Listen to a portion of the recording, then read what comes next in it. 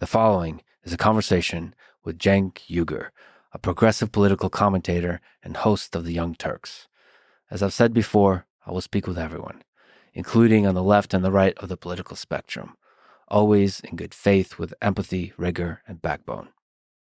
Sometimes I fail. Sometimes I say stupid, inaccurate, ineloquent things, and I frequently change my mind as I'm learning and thinking about the world. For all this, I often get attacked, sometimes fairly, sometimes not. But just know that I'm aware when I fall short, and I will keep trying to do better. I love you all. And now, a quick few second mention of each sponsor. Check them out in the description. It's the best way to support this podcast. We got Saily for eSIM when you're traveling, Policygenius for insurance, AG1 for health, MasterClass for learning, LMNT for electrolytes, and NetSuite for your business. Choose wisely, my friends. Also, if you want to get in touch with me for a variety of reasons, to give feedback, submit questions for AMA, and so on, go to lexfriedman.com/contact. And now on to the full ad reads. As always, no ads in the middle. I try to make this interesting, but if you skip them, please still check out our sponsors. I enjoy their stuff. Maybe you will too. This episode is brought to you by Saily, a brand new eSIM service offering several affordable data plans in over 150 countries. I've had a bunch of experience when I was traveling where it was a legitimate pain in the ass to get a SIM card or an eSIM working. And being abroad in a foreign land, far away from home, all these signs and ways of life you don't understand all around you. All that combined with the fact that you don't have access to this little tablet of wisdom, which is the smartphone. It can be a real pain in the ass. So a great eSIM that works, easy to set up, is worth its weight in gold. That said, when I was in the Amazon, it was also nice to have no reception whatsoever, to be completely disconnected from the world. At first it was painful, but after going rapidly through all the stages of grief, I was able to discover freedom. I was able to, let's say, quiet the mind to a degree that I'm not usually able to in the busyness of urban life. And the smartphone certainly is a thing that creates that turmoil in the mind. You can always look, and something in there can just perturbate the mind, and now it's off to the races. So not having a smartphone to do that is a really nice catalyst for peace.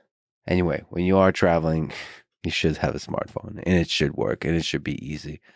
Go to Saily.com/Lex and choose the 1 gigabyte Saily data plan to get it for free. That's Saily.com/Lex to get 1 free gig of Saily. This episode is also brought to you by Policygenius, a marketplace for insurance, all kinds, life, auto, home, disability, and so on. Really nice tools for comparisons. Having talked to Peter Levels, I realized how awesome it is to create a website that compares stuff, whether it's hotels, neighborhoods, and whatever else. It's nice. Some of it is an interface challenge, some of it is a data challenge, all of that. When a company, when a service does it well, it just makes life easier. You can compare stuff, you can choose the thing that's right for you. I know how powerful it is because most people do it poorly. And it's a real pain in the ass. Like with hotels, booking hotels.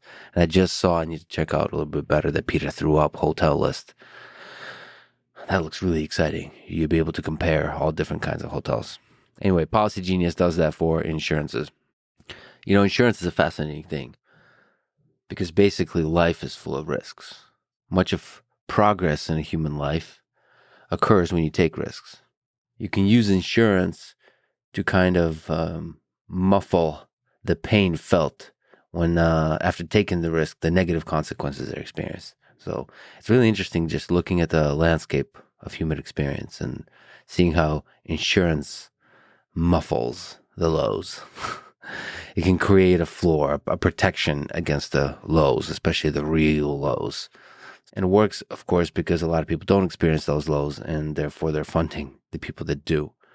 It's a fascinating system. And I'm glad we figured out a way how to take risks together in the society and help each other out financially for the people who feel the pain of it. So with Policygenius, you can find life insurance policies that start at just $292 per year for $1 million of coverage. Head to policygenius.com/Lex or click the link in the description to get your free life insurance quotes and see how much you could save. That's policygenius.com/Lex. This episode is also brought to you by AG1, the thing I just drank. And I sometimes drink twice a day. And I'm traveling for a bit here, and I don't have travel packs. And so I will be going without AG1 for a couple of days, and I'll miss it because it makes me feel like home. So I need to get the travel packs. It's just a really, really nice multivitamin that provides a nutritional basis for a crazy physical and mental existence. All the crazy stuff I do diet-wise, I'm still doing mostly one meal a day, mostly low carb. And so for that, it's nice to make sure you're getting all the right nutrition. I find when I'm extremely stressed, my ability to enjoy a long run or enjoy a hard training session in jiu-jitsu is diminished. The physical challenge is a kind of catalyst to let whatever the underlying reason for the stress come out and pass through you, and maybe you even get a chance to let it go. But when you're in it, sometimes it's rough. Anyway, jiu-jitsu is still a huge source of happiness for me. I think the puzzle of it, I still try to train with a very large variety of people from white belt to black belt. As I've talked about with Craig Jones, it could be sometimes a little bit difficult. Certain people, especially the lower ranks, go a little bit too hard, so you have to figure out that puzzle. Let them submit you a few times, kind of let them chill out. But it's still a fascinating puzzle of human psychology, of human sort of biomechanics from arms and legs, and sort of pressure and dynamic movement and transitions, all that kind of stuff. It's just a fascinating game. It's a fascinating dynamic game. It really is not like chess, because chess is a static game. There are elements of chess, but it's not discrete. It's continuous. And sometimes the subtlest movements make all the difference. And the timing of those movements can make all the difference. Anyway, go check out AG1. They'll give you 1 month supply of fish oil when you sign up at drinkag1.com/Lex. This episode is also brought to you by MasterClass, where you can watch over 200 classes from the best people in the world in their respective disciplines. I've really enjoyed the one that Martin Scorsese did on filmmaking. I'm fascinated by dialogue in film and the contrast that dialogue has with, say, podcasts. Because podcast is a single take, if you will. It's sort of genuine, relaxed conversation. It's not really planned. There's not a script. And so it's a single take. Now you take film, and depending on the director, you're doing 5, 10, 20, 30 takes on a single piece of dialogue. And you're crafting that with the lighting, with the mood, with the intensity of the faces of the actors and the music, all of that. And the final result, honestly, is looking for the same kind of thing. It's looking for something real. Now, great interviews, great conversations arrive at that something real, like an improvised dance, let's say. And sort of great film arrives at something real, like a great choreographed dance. And it still does have similar elements. Like I think about with lighting and all the kinds of things I have very little idea about. But as someone who can appreciate it, I can reach out towards that and try to achieve that in some kind of way. To really see a person, to really bring out the beauty of that person is something I would love to do. And I listen to a lot of great interviewers in podcasts, and I'm just in awe, inspired, truly, truly inspired and humbled. There's just so many people that do a much, much better job than me, and I learn from them. I'm inspired by them. Yeah, it's just great. I think I really enjoy just being a fan. MasterClass lets me be a fan of all these cool people. Get unlimited access to every masterclass and get an additional 15% off an annual membership at masterclass.com/LexPod. That's masterclass.com/LexPod. This episode is brought to you by LMNT, my daily zero sugar and delicious electrolyte mix.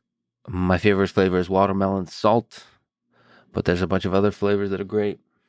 And like I said, when I'm training really hard in jiu-jitsu, especially in the Texas heat, this is something I notice most clearly because I usually don't like drinking water during training. And so what happens is I drink some LMNT beforehand. I train for, an hour and a half, a bunch of hard rounds, and you're drained from water.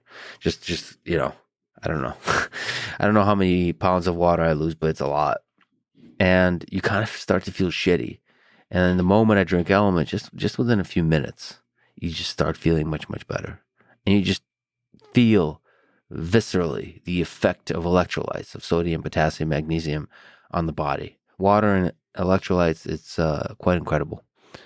And the same is actually true when you're fasting. And it's been actually a while since I fasted for more than 24 hours. So most days I fast, I guess you could say 24 hours. I eat one meal a day, 22 hours or whatever it is, 23 hours. But when I do even longer fasts, LMNT is a lifesaver. It just removes the headaches and even helps with the hunger and all of that. Get a sample pack for free with any purchase. Try it at drinkelement.com/Lex. This episode is brought to you by NetSuite, an all-in-one cloud business management system. In this episode with Cenk, I talk a lot about capitalism.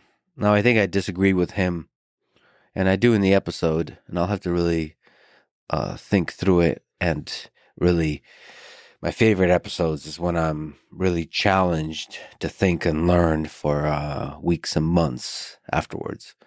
But I don't think our capitalist system is as broken as Cenk suggests. So he feels that companies have completely captured our politicians, our government. But I think that a significant number of companies have undue influence on our politicians, but not as much as Cenk says, and I have a lot of hope. Primarily underlying that hope is a kind of sense that even among the politicians, there's integrity. Not every politician, but a lot of them. I don't think that money can so easily buy the human heart, can so easily corrupt the values of the people who want to serve. So, I don't know. I just think if you want to make money, you're not going to go into politics. There's a lot easier ways, cleaner ways, more pleasant ways to make money.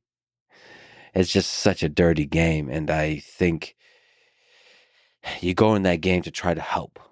So anyway, but yes, corporatism is a very serious problem. So the way out to me is great companies, quite honestly, and celebrating those companies. And that's something I try to do. Call out bullshit, call out shitty behavior on the parts of companies when they do it, but celebrate companies when they do great stuff. Anyway, underlying the flourishing of our nation is great companies and the very system of capitalism. And so if you're running a company, you should be using the best tools for the job of running that company because it is an incredible machine with so many moving pieces. And so it's not an easy job to run it, no matter the scale. Over 37,000 companies have upgraded to NetSuite by Oracle. Take advantage of NetSuite's flexible financing plan at netsuite.com/Lex. That's netsuite.com/Lex. This is a Lex Friedman podcast. To support it, please check out our sponsors in the description. And now, dear friends, here's Cenk Uygur.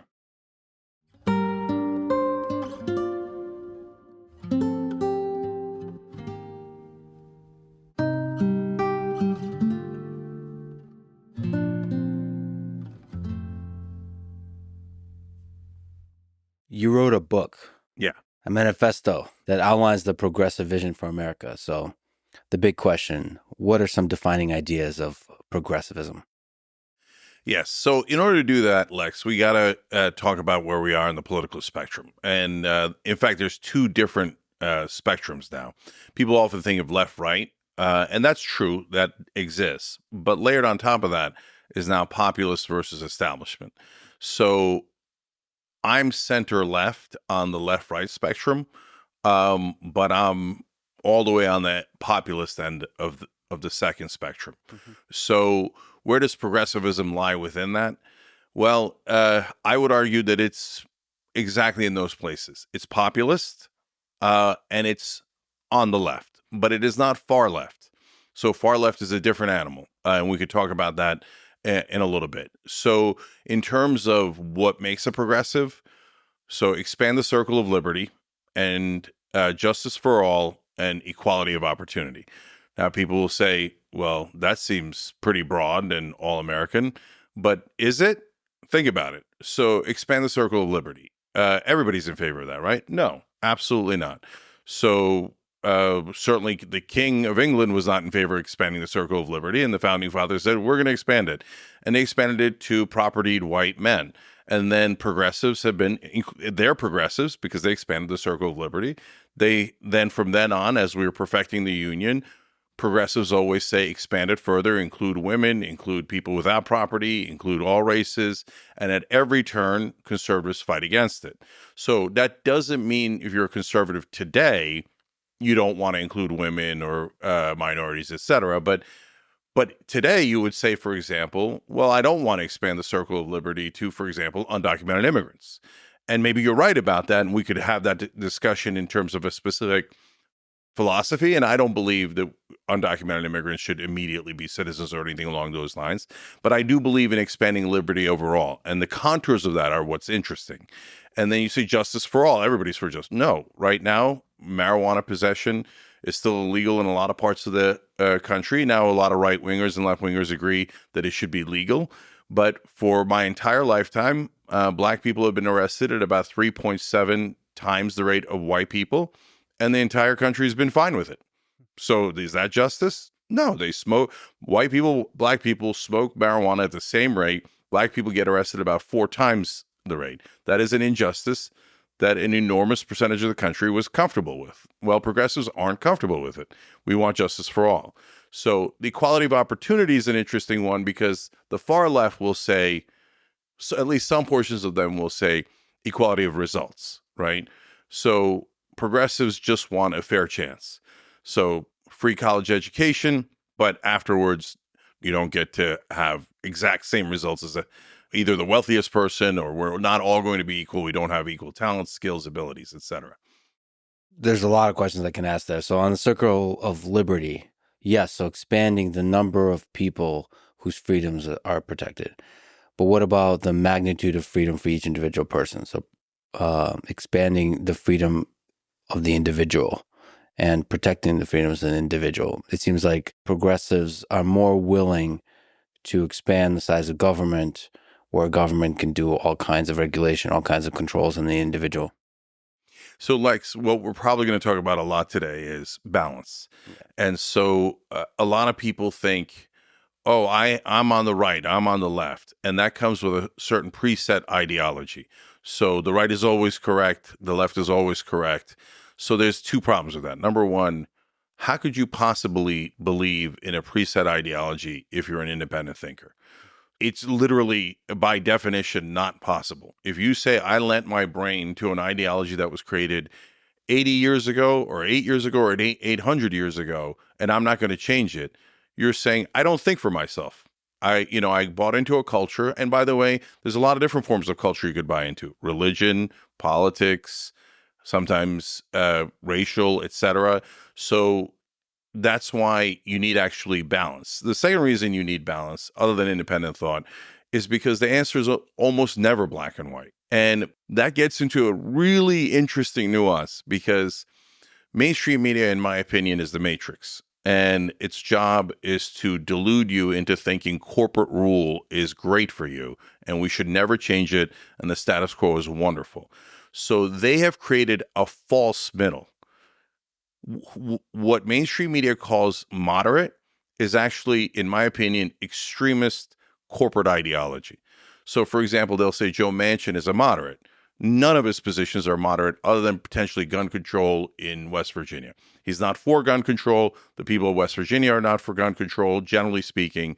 So, and he uses that, and they usually have these shiny objects where they're like, you see this? I'm a moderate because of guns, or I'm a moderate because I'm a Democrat from West Virginia. But wait, let's look at your positions. You're against paid family leave. That polls at 84%. So you're a radical corporatist who say that women should be forced back into work the day after they have birth. You're against a higher minimum wage. You're for every corporate position, and they all poll at 33% or less.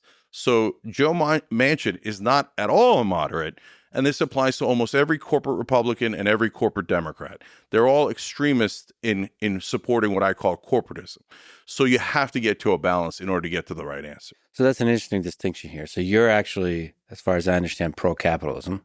Yes. Which is an interesting place to be. That's the thing that probably makes you center left and then still populist. You're full of beautiful contradictions, let's say this, which will be great to untangle. But what's the difference between corporatism and capitalism? Is there a difference? So I really believe in capitalism. I don't think that there's really a second choice. Where it gets super interesting is the distinction between capitalism and socialism, because that's not at all as clear as people think it is. And people often say socialism and communism as synonyms when they're not synonyms, right?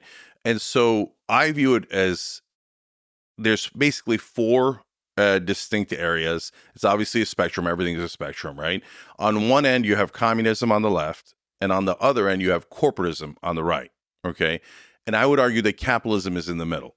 And so communism, we know, state owns all property. You're not allowed to have private property. So I will piss off a lot of people in this show. Mm-hmm. And so I'm asking for their patience. Please hear me out. And because don't worry, I'm going to piss off the other side too. Great. Okay. So communism makes no sense at all. Totally opposed to human nature. It never works. It always evolves into dictatorship because it is not built for human nature. We're never going to act like that. It's not in our DNA. You could try to wish it into existence, and they have, and it never works. And it's because once you have almost no rules in terms of, we're all equal. And even though communism eventually winds up having an enormous amount of rules, right? It creates a power vacuum when you say, hey, there's no structure of power here, right? We're all equal. It's a flat line. One guy usually gets up because that's human nature and goes, I don't think so. I think if you're going to leave a power vacuum, I'm going to take that power vacuum. That's actually a really interesting way to put it, because when everyone is equal, nobody is in power, and human nature is such that there's a will to power. So when you create a power vacuum, somebody's going to fill it. So the alternative is to have people in power, but there's a balance of power. And then there's like a democratic system that elects the people in power and keeps churning and rotating who's in power. That is exactly it, Lex. You got it exactly right, in my opinion. Okay. So that's why communism never works and can never work. So it's an idea of like, we're all going to work as hard as we possibly can and take only what we need. Mm-hmm. Where? When has that ever happened in the history of humanity, right? We're just not built that way. So, okay, we can get into that debate with my friends on the left, et cetera. Now, corporatism is just as extreme and just as dangerous. And that is basically what we have in America now. What we have in America now, and this is another giant trick that the Matrix played on everybody, that they did a shell game, and all of a sudden extreme corporatists like Manchin and almost every Republican in the Senate are moderates. Oh my God, Mitch McConnell all of a sudden is a moderate, and et cetera. As long as you're not a populist. Populists are never moderate, okay? But if you love corporations and corporate tax cuts and everything in favor of corporations, you're magically called a moderate when you actually, according to the polling, have super extreme positions that the American people hate. And by the way, that's part of the reason for the rise of Trump. We can come back to that, okay? But the second shell game is taking out capitalism, putting in corporatism, but still calling it capitalism. Okay, so what is corporatism?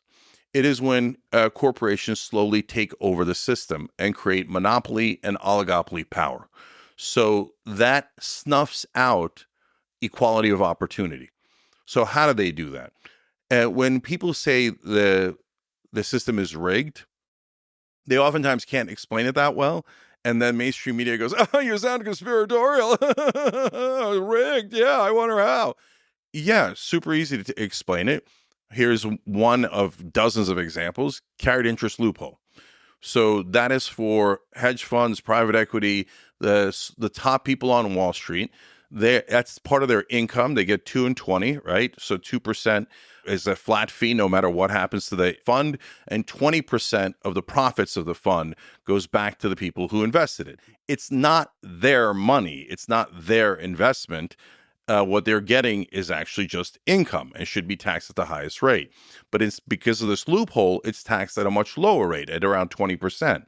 So do you know at what income level you go above 20% if you're a regular Joe? It's at $84,000 a year. So these billionaires are getting the same tax rate as people making $84,000 a year. It's unbelievably unfair. And that's corporatism taking over and starting to rig the rules. I'm going to pay less taxes. You're going to pay more taxes. Okay.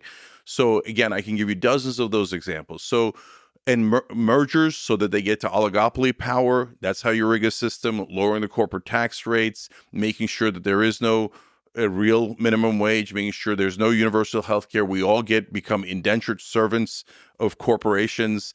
They take away power from the average guy, give it to the most powerful people in the world. So, but the most important distinction, Lex, is that corporatism hates competition. It wants monopoly and oligopoly power, whereas capitalism loves competition and wants the free markets. And I remember, we started Young Turks back in 2002. So we've been around for 22 years, longest running daily show on the internet ever. And so we were pre-Iraq War. And the Iraq War starts, and Dick Cheney starts handing out no-bid contracts. I'm like, what part of capitalism is a no-bid contract? You can't negotiate drug prices. That's the most anti-free market thing I have ever heard. It's almost like communism for corporations. They get everything, you get nothing, right? So it's preposterous. It's awful. And it kills the free markets, and it's killing this country. And it is the main ideology and religion of the establishment.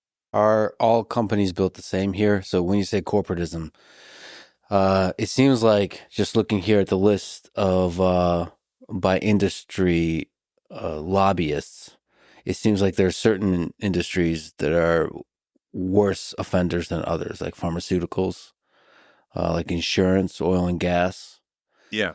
So it seems to me it feels wrong to just throw all companies into the same bucket of like they're all guilty. No, they're not all guilty. So let's make a bunch of distinctions here. So first of all, are they quote unquote guilty? No, they're doing something that is logical and natural, right? So if you're a company, do you want to pay higher taxes or lower taxes? Of course you want to pay lower taxes, right? Do you want to have higher employee costs or lower employee costs? Of course you want lower employee costs, right? So, but the government needs to understand that and protect us from that power that they are going to exercise to get to those results. And if you think free markets is there is no government, you read it wrong. Go back and reread Adam Smith. He says you must protect against monopoly power. If you do not protect against monopoly power, you will have no free markets. And he's absolutely right. So second distinction is between small business and big business. That's why Republicans will always be like, oh, we're doing this for small business. That's why we got the biggest oil companies in the world, $30 billion in subsidies. What happened to small business, right? So I run a small business. And so if people were to say like, hey, maybe there should be exemptions for some of the regulations if your company has less than 5 employees, 10 employees, 50 employees, et cetera. There's some logic in that because businesses have different stages of growth and they have different interests and different needs in those stages of growth. And we want to facilitate small business growth because that's great for the economy, that's great for markets, freedom, et cetera. But the bigger corporations, even there's a third distinction. It isn't that there are certain industries that are worse. There's just that there are industries that are better at lobbying. So anyone who, like right now, number one donor in Washington, a lot of people make a mistake. They think it's APAC, or they think it's the oil companies or the banks. No, it's Big Pharma. Okay. And who has the most power in this country? Big Pharma. So we can't even negotiate the drug prices. I mean, look, guys, think about it this way. That's like saying, okay, here's a bottle of water. And normally in the free market, that would cost about $1, right? And in the for Medicare, the drug companies come in and go, no, I'm not charging $1 for that water. I'm charging $100. And the government has to say, yes, sir. Thank you, sir. Of course, sir. We'll pay $100. That's why I compared it to communism, because I can't imagine anything more diametrically opposed to the free market than you, the consumer, have to pay whatever the hell a corporation charges. That's insanity, let alone the patents, let alone the fact that the American people pay for the research and then they make billions of dollars off of it and we get nothing but robbed by them. So it's about lobby power. Oil companies have huge lobby power. Defense contractors have huge lobby power. It's not that they're more evil. It's just that they have figured out the game better, and they have basically taken the influence they need to capture the market, capture the government, and snuff out all competition. Well, or okay. A lot of competition. Figured out the game better. So I think a lot of companies are good at winning the right way by building better products, by making people happier with the work they're doing, and winning at the game of capitalism. And then there's other companies that win at the game of lobbying. And I just want to sort of draw that distinction, because I think it's a small subset of companies that are playing the game of lobbying. It's like Big Pharma. So, Lex, first of all, you have to set rules for what makes sense, not, oh, I don't like this industry, or I don't like this company, or, hey, this company is not doing that much lobbying at this point. They will later when they realize what's going on. So, for example, in my opinion, AIPAC has totally bought almost all of Congress. And so now other countries are going to wake up and go, wait, you could just buy the American government? So AIPAC is going to spend about $100 million in this cycle, and then they're getting $26 billion back. So every country in the world is soon going to realize, oh, take American citizens that live there, get them a tremendous amount of money, and just buy the U.S. government, right? But for corporations, they've already realized that on a massive scale, right? So, for example, in the two industries you gave, automotive. So in New Jersey, about a decade ago or so, one of the most powerful lobbies is car dealerships. So at the national level, you got pharma and you've got defense contractors, et cetera. At the local level, guys who have huge power, number one is utilities, number two is real estate, and then car dealerships are hilariously among the top, right? Because it's local businesses that are, financing the politicians at the local level. So they passed a law saying that you have to sell through dealerships. But Tesla doesn't sell through dealerships, and it was intended to bully, intimidate, and push out Tesla out of the market. They then did that in a number of different states throughout the country. So does that make any sense in a democracy? Of course not. Why do you have to sell your product through a specific vehicle or medium? You can sell it any way you like. That's the most anti-free market thing possible. Why? It was just total, utter corruption. But it's perfectly legal. The Supreme Court legalized bribery. So then what happened in that case? So then Elon came in and gave campaign contributions and reversed it.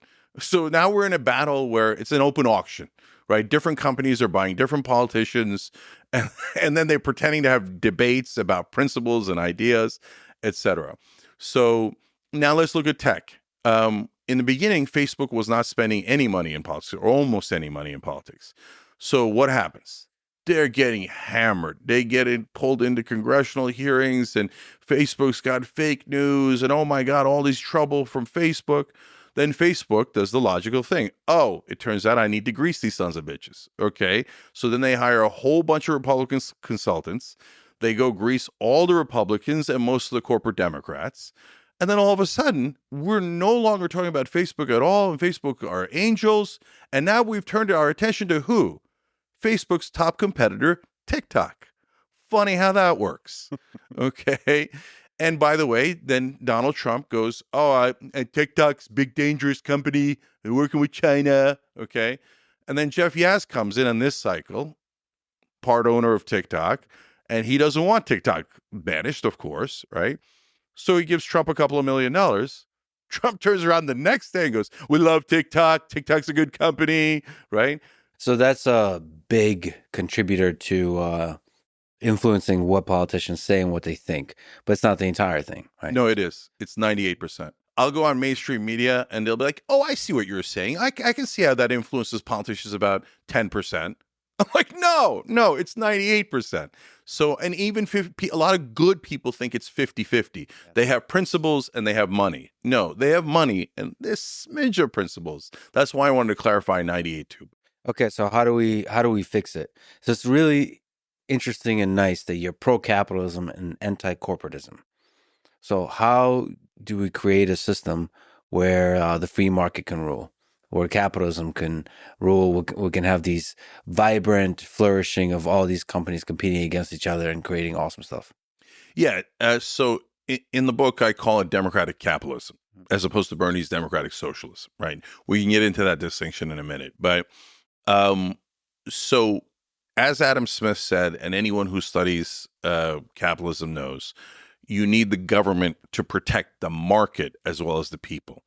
Because why do we have cops? Because if we don't have cops, somebody's going to go, well, I like Lexus equipment. Why don't I just go into his house and take it, right? So you need the cops to protect you, and that's the government. So people say, oh, I hate big government. Do you? Right? It depends, right? If your house is getting robbed, all of a sudden you like the government. But you also need cops on Wall Street. Because if you allow insider trading, the powerful are going to rob you blind and the little guy's going to get screwed. So that's this easy example. And so if you don't have those cops, the bad guys are going to take over. They're going to set the rules, rig the rules in their favor. So that's why you need regulation. And so the Republicans on purpose made regulation a dirty word. They're like, oh, all regulation is bad. And then sometimes on the left, people fall for the trap of all regulation is good. A guy I like has a great analogy on this, Matt Stoller. He's one of the original, I would argue, progressives. And there's about 4 of us. I'm sure there's more, but that have stayed true to the original meaning of progressivism and populism. Me, Matt Stoller, David Sirota, Ryan Grimm. Okay. And they used to be in that original blogger group. There was guys like Glenn Greenwald and other interesting cats, right? But they went in different directions. So Matt has a great line. He says, if somebody comes up to you and says, how big a pipe do you want? There is no answer for that. It depends on the job, doesn't it? Right? What are we doing? What are we building? I'm going to tell you the size of the pipe depending on the project. So when people say, are you in favor of regulation or against it? That's an absurd question. Of course you need regulation. It just means laws, right? So don't kill your neighbor is a regulation, right? So my idea is a simple one and one we're going to keep coming back to, balance. So when my dad was a small business owner in New Jersey and they inspected the elevators 6 times a year, that was over-regulation. And I said to my dad, so should they not inspect it at all? I'm a young kid growing up. And he said, no. You got to inspect it at least twice a year. I said, why? He said, because in Turkey, sometimes they don't inspect it and then the elevator falls. Okay. So bounds of reason, correct regulation to protect the markets and to protect the American people. Yeah, but finding the right level of regulation, especially for example, in tech, something I'm much more familiar with, is very difficult because people in Congress are living in the 20th century before the internet was invented. So how are they supposed to come up with regulations? Yeah. Well, that's the idea of the free market, is you should be able to sort of compete. The market regulates. And then the government can step in and protect the market from forming monopolies, for example, which is easier to do. Yeah, but that's a form of regulation. Right. But then there's more checking the elevator twice a year. That's a more sort of specific watching, micromanaging. So, Lex, here's the deal. There's no way around the laws are made by politicians. Okay. Yeah. So you can't give up then and go, oh, it's a bunch of schmucks. I think most politicians are just servants for the donor class. The media makes it sound like they're the best of us. Oh, they deserve a lot of honor and respect and they kiss their ass, etc. I think generally speaking, they're usually the worst of us, especially in this corporatist structure, right?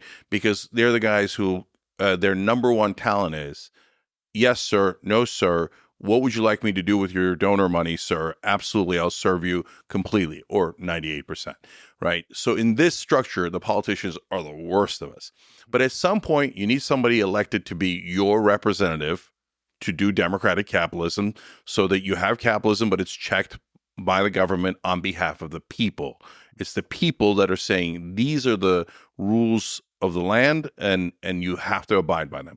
So how do you get to the best possible answer, which is related to an earlier question you asked, Lex, which is the number one thing you have to do is get big money out of politics. Everything else is near impossible as long as we are drowned in money, and whoever has more money wins. And by the way, when it comes to legislation, again, that's true about 98% of the time. Like, we predict things ahead of time. People are like, wow, how did you know that bill wasn't going to pass or was going to pass? It's the easiest thing in the world. And we literally teach our audience on the Young Turks. Watch, you'll be able to see for yourself. And now our members comment in, they do these predictions. They're almost always right? Because it's so simple. Follow the money. So if you get big money out of politics, and I could explain how to do that in a sec, then you're at a place where you got your best shot at honest representatives that are going to try their best to get to the right answer. Are they going to get to the right answer out of the gate? Usually not. So they pass a law. There's something wrong with the law. They then fix that part. It's a pendulum. You don't want it to swing too wildly, but you do need a little bit of oscillation in that pendulum to get to the right balance. By the way, I was listening to Joe Biden from when he was 30 years old, the speeches. He was eloquent as hell. Yeah. It's fun to listen to, actually. And he has a speech he gives, or just maybe a conversation in Congress, I'm not sure where he talks about how corrupt the whole system is. Yeah. And he's really honest and fun, and that Joe Biden is great, by the way. That guy, I mean, age sucks, people get older. But he was talking quite honestly about having to suck up to all these rich people, and that he couldn't really suck up to the really rich people. They said, come back to us 10 years later when you're more integrated into the system. But he was really honest about it. And he's saying that's how it is. That's what we have to do. And that really sucks that that's what we have to do. Yeah. So we did a video on our TikTok channel, Then and Now of Joe Biden. This is when I was trying to push Biden out. We should say you're one of the people early on saying Biden needs to step down. Yeah, I started about a year ago because I was positive that Biden had a 0% chance of winning. And it turned out, by the way, 2 days before he dropped out, his inside advisors inside the White House said, yeah, near 0% chance of winning. Yeah. So we were right all along. You got a lot of criticism for that, by the way. But yeah. Yeah, we can come back to that. Yeah. Yes, I did. And which makes it Tuesday for me. Yeah, sure. I get a lot of criticism for everything. And by the way, Democratic Party, you're welcome. Yeah. So, but Biden's a really interesting example. I'm really glad you brought it up. So the video on TikTok was just showing Biden then, Biden now. And you're right, Biden was so dynamic. When you see how dynamic he was, we did side by side, right? And then you see him now going, you're barely finished. Anyways, right? You're like, oh, that's not the same guy. I get it, right? So, and that got 5 million views because it resonates. They're like, yeah, of course, right? But when he first started, to the point you were making, Lex, in fact, I know because I talked to him about this, his very first bill was anti-corruption. Why? Because at that point, everything changes in 1976 to 78. It's Supreme Court decisions that basically legalized bribery. But remember, Biden is ancient. So he's coming into politics at a time when money has not yet drowned politics. And in fact, the American population is super pissed about the fact that it's begun. They don't like corruption. So early Biden, because he's reading the room, is very anti-corruption. Mm-hmm. And the first bill he proposes is to get money out of politics. Okay? But as Biden goes on for his epic 200-year career in Washington, he starts to get not more conservative, more corporate, because he's just taking more and more money. By the middle of his career, he has a nickname, the senator from MBNA. Okay? MBNA was a credit card company based in Delaware. And the reason he had that nickname is because there isn't anything Joe Biden wouldn't have done for credit card companies and corporations based in Delaware, which are almost all corporations. Okay. So he became the most corporate senator in the country, and hence the most beloved by corporate media. And corporate media has protected him his entire career until about a month ago. So, for example, in the primaries, both in 2020 and 2024, if you said the senator from MBNA, I guarantee you almost no one in the audience has heard of it. If you heard of it, good job. You know politics really well, okay? But the reason you didn't hear of it is because the mainstream media wouldn't say that's outrageous of Joe Biden to be such a corporate stooge. They'd say, that's outrageous of you to point out something that's true and something we reported on earlier, okay? And so they protected him at all costs. Now, finally, when you get to this version of Joe Biden, he can't talk, he can't walk, he bears no resemblance to the young guy who came in saying that money in politics was a problem. Now he's saying money in politics is the solution. And in 2020, he said, well, I can raise more money than Bernie. I can kiss corporate ass better than Bernie. I'm the biggest corporate ass kisser in the world, so I'm going to raise $1 billion, and you need to support me. Now, of course, he doesn't say it in those words, but that was a message to the establishment. And Buttigieg, Klobuchar, Obama, Clyburn, everybody goes, oh, that's right. Oh, Biden, not Bernie. I don't know that there's anybody in the country who instinctually dislikes Bernie more than Barack Obama.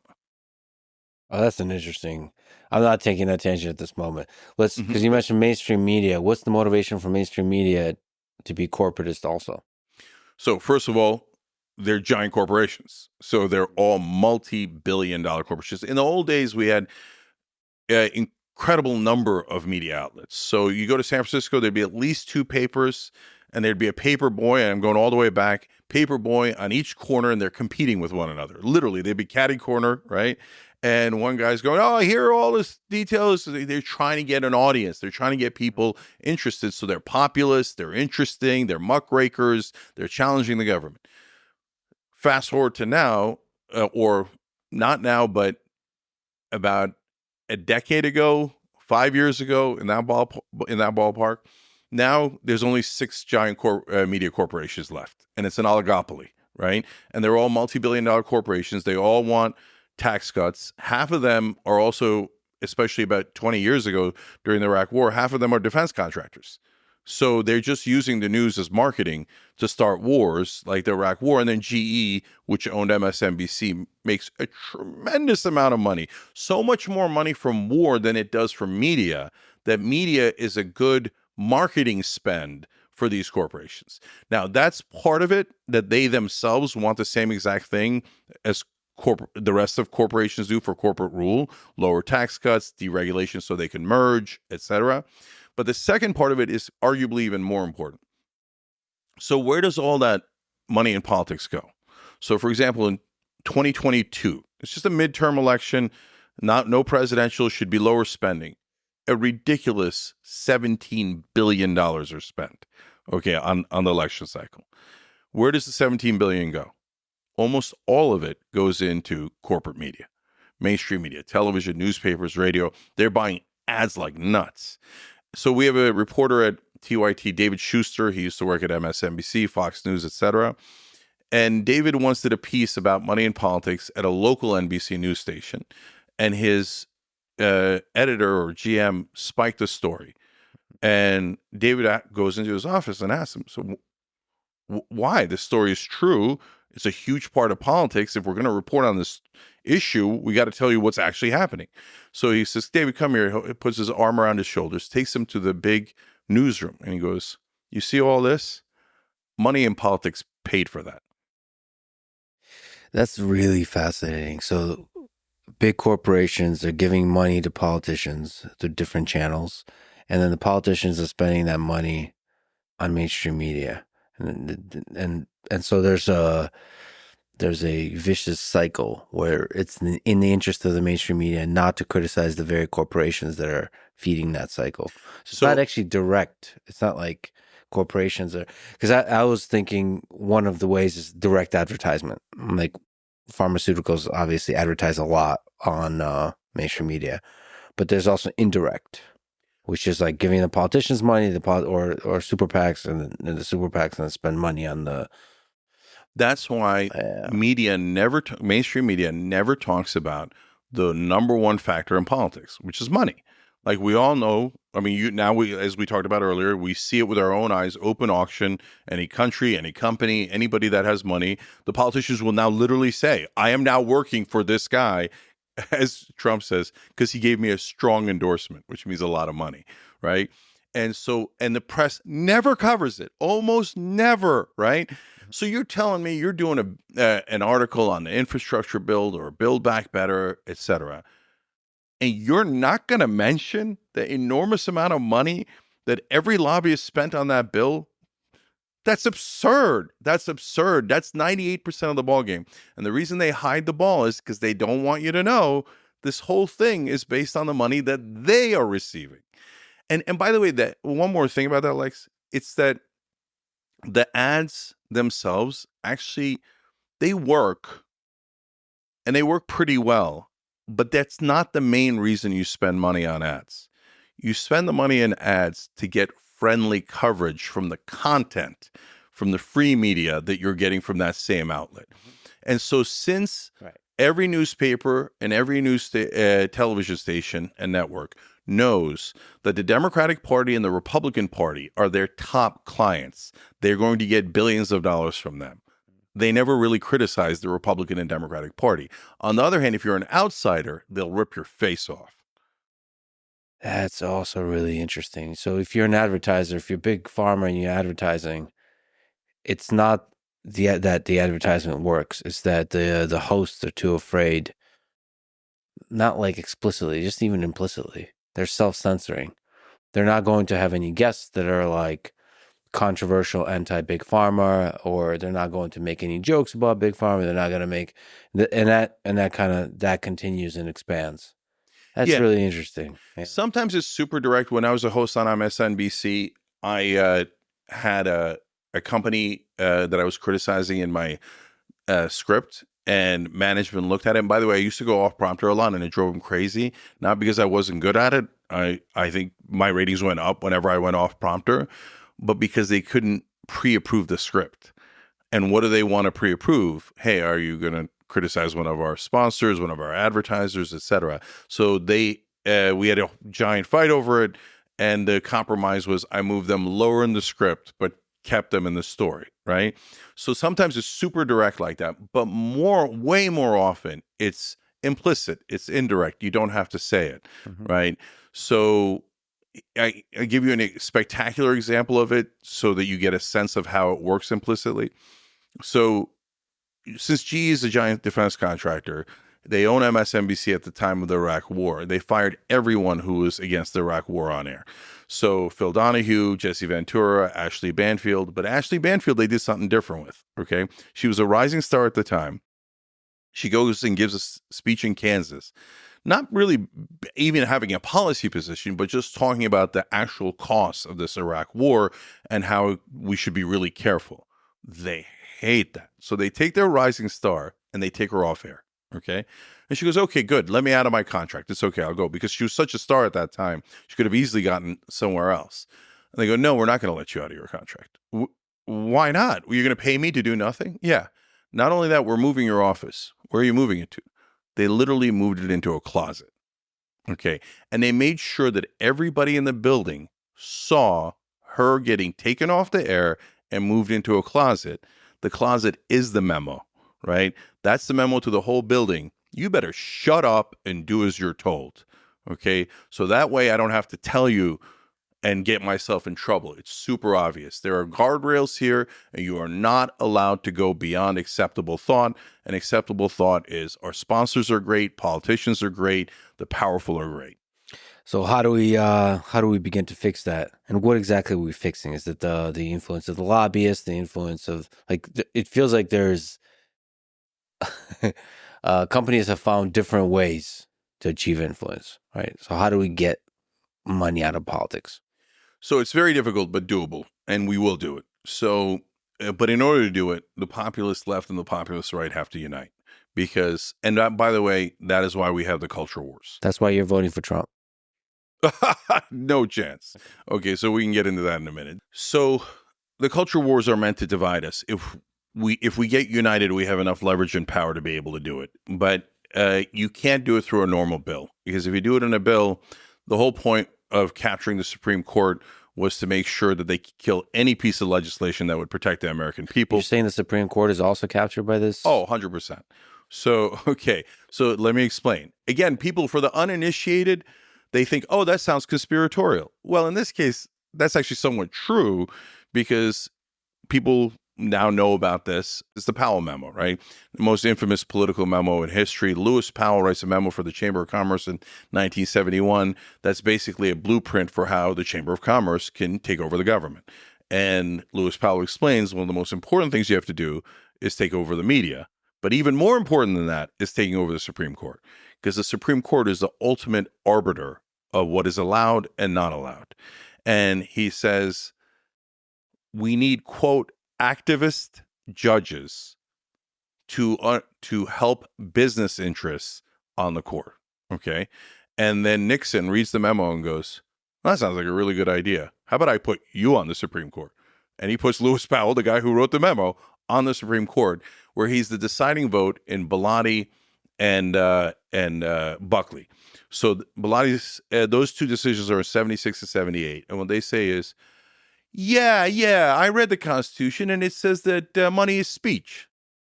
No, it isn't. And no, it didn't. That's not even close to true. They just made it up. And they said, okay, and corporations, they're human beings. No, they're not. That's preposterous, right?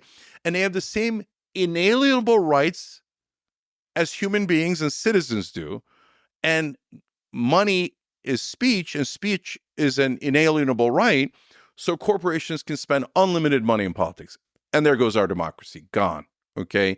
So Citizens United just shot a dead horse with a Gatling gun and made it worse and put it on steroids. But it was already dead in 78. So that's why every chart you see for the rest of your life, you'll see this. Every chart about the American economy starts to diverge in 1978. So until 38 to 78, we have golden 40 years of economic prosperity. We create the greatest middle class the world has ever seen. And our productivity is sky high, but our wages match our productivity. After 78, productivity is still sky high, best in the world. Okay, sometimes people, the American worker is lazy. Not remotely true. We work our ass off, okay? But wages flatline. And they've been flatlining for about 50 years straight. And the reason is because the Supreme Court made bribery legal. So in order to get past the Supreme Court, you only have one choice. That's an amendment. And so you have to get an amendment. Amendments are very difficult. But so, for example, you need 2/3 of Congress to even propose the amendment. So, well, why would Congress propose an amendment that would take away their own power, right? Because almost everybody in Congress got there through corruption. Their main talent is, I can kiss corporate ass better than you can, right? So they take the most amount of money. A person with more money in Congress wins 95% of the time, right? But the good news is the Founding Fathers were geniuses, and they put in a second outlet. They said, or 2/3 of the states can call for a convention where you can propose an amendment. And after an amendment is proposed, then 3/4 of the states have to ratify it. That's what makes it so difficult, because getting 3/4 of the states, there's so many red states, so many blue states, getting 3/4 of the states to agree is near impossible. But there is one issue that the whole country agrees on. 93% of Americans believe that politicians serve their donors and not their voters. So this is the one thing we can unite on. If we unite on this, we push our states to call for a convention. We all go to the convention together. We bring democracy alive, and we propose amendments to the Constitution. And the best amendment gets 3/4 of the states to ratify. You go above the Supreme Court, and you solve the whole thing. So if 93% of people want this, why hasn't it happened yet? I mean, the obvious answer is there's corporate control of the media and the politicians, but it seems like our current system and the megaphone that a president has, you should be able to kind of unite the populace left and right. So it shouldn't be that difficult to do. Like, why hasn't a person like Trump, who's a billionaire, or on the left, a rich businessman, run just on this and win?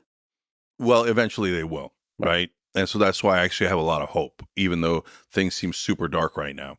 So and that's why I was for Bernie. So I can come back to that. But why hasn't Trump done it is easy. He's like, what am I, a sucker?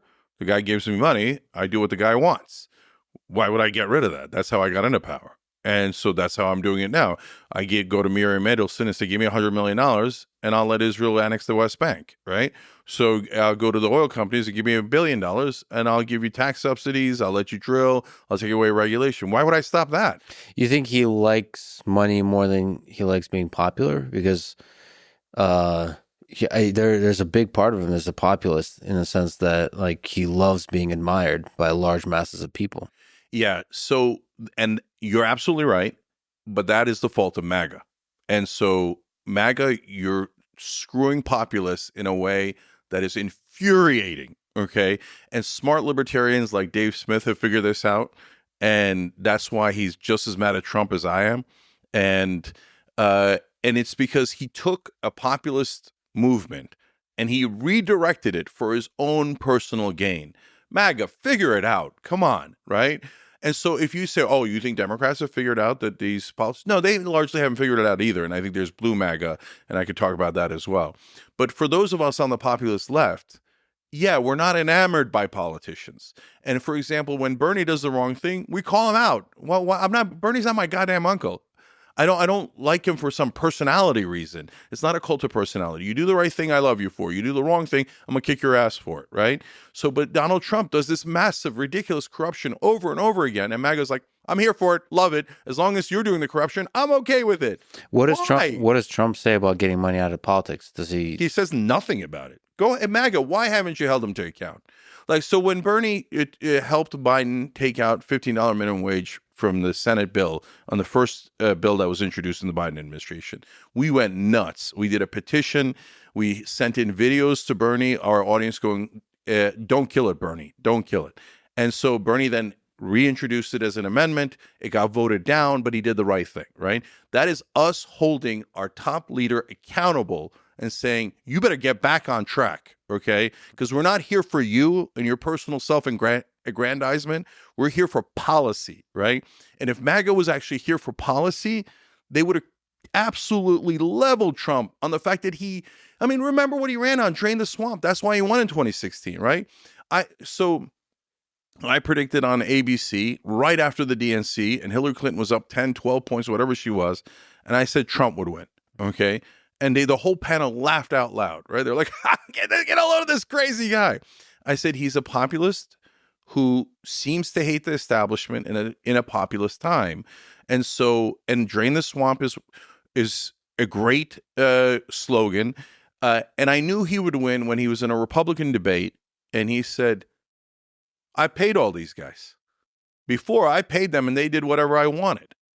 And I was like, that's so true, right? And people will love that, and especially Republican voters will love that. I actually have a lot of respect for Republican voters because they actually genuinely hate corruption. So what would an amendment look like that helps prevent money being an influence in politics? So I started a group called Wolfpack. Nice name. Thank you. Wolf-pack.com. And the reason why I named it Wolfpack is because everyone in Washington I knew would hate that name. Mm-hmm. It's a populist name. And everybody in Washington snickers. Like, no, you're supposed to name it Americans for America and just trick people, et cetera. No. Wolfpack means we're coming for you, okay? We're not coming for you in a weirdo, physical, or violent way. We're coming for you in a democratic way, okay? So we're going to go to those state houses. We're going to get them to propose a convention. And we did it in 5 states. But then the Democratic Party started beating us back. We'll get to that. And so we are going to overturn your apple cart. And we're going to put the American people back in charge.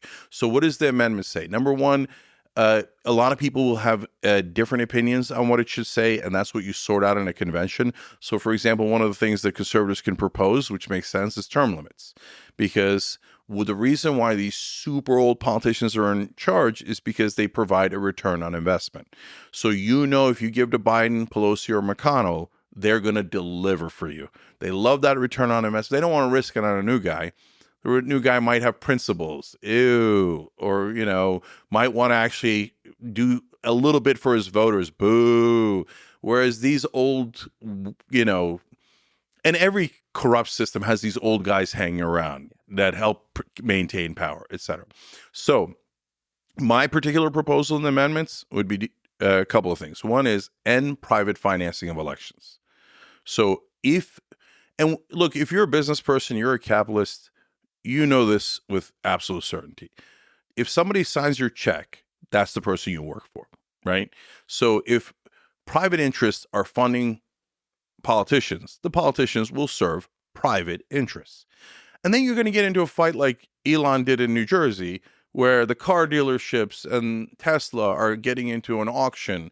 Can I hear 100,000? No, a million, 2 million, 3 million, right? And now you got to go bribe the government official. That's called a campaign contribution. And this is a terrible system, right? And the private financing, go to complete public financing of elections. That's when conservatives, because they've been propagandized by corporate media. Yes, mainstream media got into your head too, and right-wing media got into your head too. And right-wing media also financed by a lot of this corrupt interest.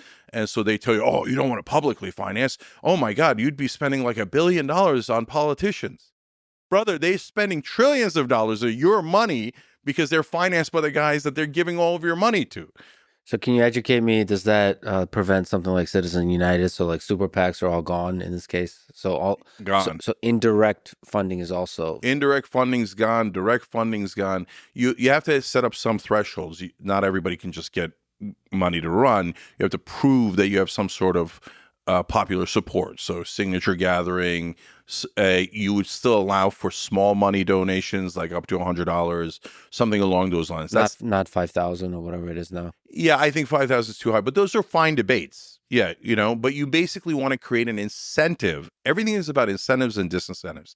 Again, capitalists realize this better than anyone else, right? So you want to set up an incentive to serve your voters, not your donors. So if you take away private donors, well, there goes that incentive, and that's gigantic, right? And then if you set up small grassroots funding as a way to get past the threshold to get the funding to run an election, well, then good, because then you're serving small donors, which are generally voters, right? So that's what you want.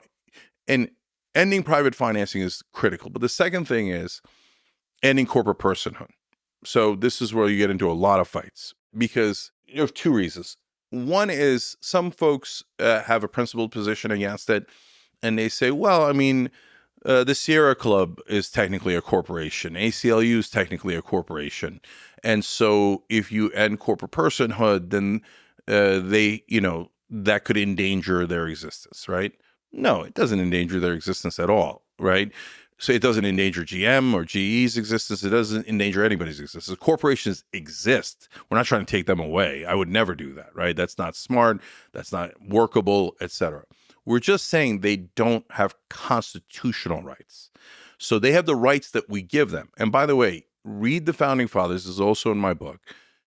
They hated corporations. The American Revolution was partly against the British East India Company. And so the Tea Party in Boston was against that corporation. They threw their tea overboard. It was not against the British monarchy.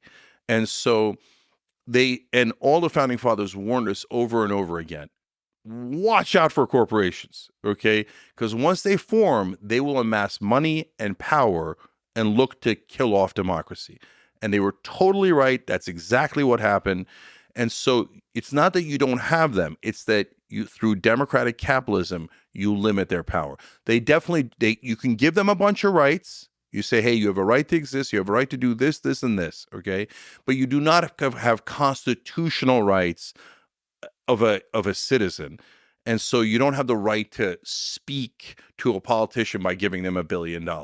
And you believe that the people will be able to find the right policies to regulate and tax the corporations such that capitalism can flourish still. Yes. You know why? Because I'm a real populist and I believe in the people. So I drive the establishment crazy because they don't believe in the people. They think, oh, Cenk, have you seen MAGA? Have you seen these guys? Have you seen the radicals on the left? We're so much smarter. Well, you know how many Ivy League degrees we have, right? And we know what we're doing. No, you don't. No, everybody to some degree looks out for their own interests, right? Why I like capitalism and why I love democracy is because it's the wisdom of the crowd. And so in the long run, the crowd is right. Oftentimes in the short term, we're wrong, okay? But the wisdom of the crowd in the long run is much, much better than the elites that run things. The elites say, well, we're so smart and educated, so we're going to know better what's good for you. No, brother, you're going to know what's better for you. And so here's something that a lot of people get wrong on the populist left and right. They think, oh, those guys are evil. They're not evil. I've met them. I worked at MSNBC. I worked on cable. I went to Wharton, Columbia Law. I know a lot of those guys. And so they're not at all evil. They don't even know that they're mainly serving their own interests. They just naturally do it, right? And so they think the carried interest loophole makes a lot of sense, right? They think corporate tax cuts makes a lot of sense. You not getting higher wages, you not having health care makes a lot of sense.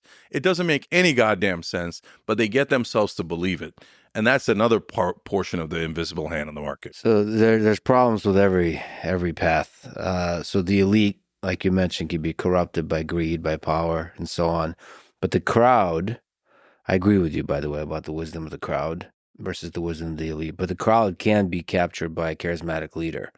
So the problem with populism, and I'm probably a populist myself, the problem with populism is it can be and has been throughout history captured by bad people.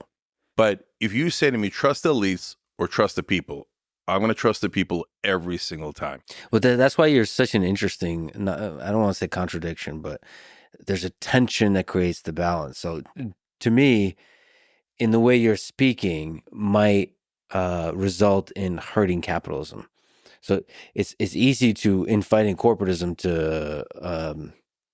to hurt companies. So to go too far the other way. Yeah, of course. And so like when you talked about corporate tax, so what's the magic number for the corporate tax? Because if it's too high, like companies leave, right? Yeah. Companies have so much power right now. This pendulum has swung so far, and we're almost out of time. The window's closing. The minute private equity buys all of our homes, the residential real estate market, we're screwed. We're indentured servants forever. Okay, there goes wealth creation for the average American. So you're right, Lex.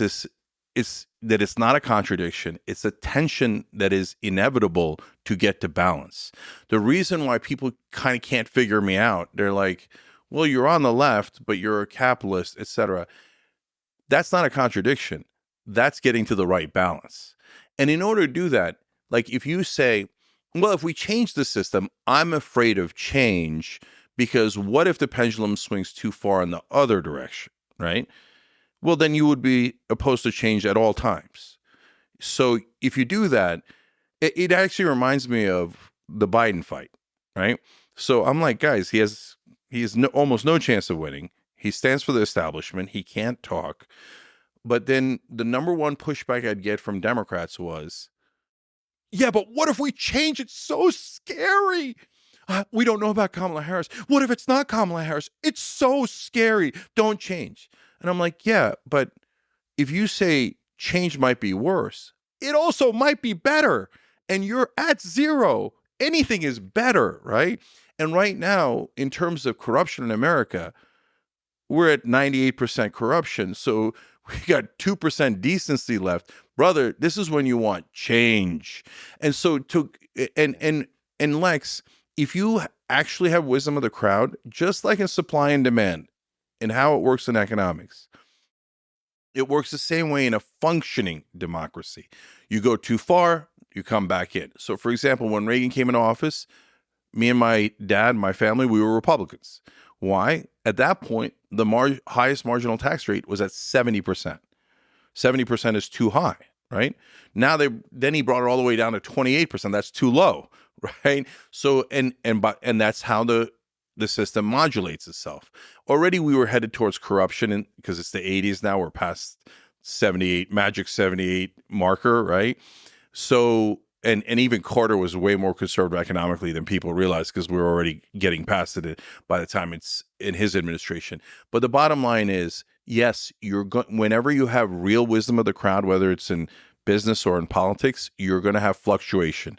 You're going to have that pendulum swinging back and forth. You don't want wild swings. Communism, corporatism, right? You want to get to, hey, where's the right balance here between capitalism and what people think is socialism? Yeah, so I guess I agree with most of the things you said about the corruption. I just wish there would be more celebration of the fact that capitalism and some incredible companies in the history of the 20th century has created so much wealth, so much innovation that has increased the quality of life on average. They've also increased the wealth inequality and exploitation of the workers and this kind of stuff. But you want to not forget to celebrate the awesomeness that companies have also brought outside the political sphere, just in creating awesome stuff. Look, I run a company. Yeah. And so I don't want companies to go away. And I don't want you to hate all companies. I think Young Turks is a wonderful company, right? We provide great health care. We take care of our employees. We care about the community, et cetera. And we're building a whole nation online on those principles and the right way to run a company, right?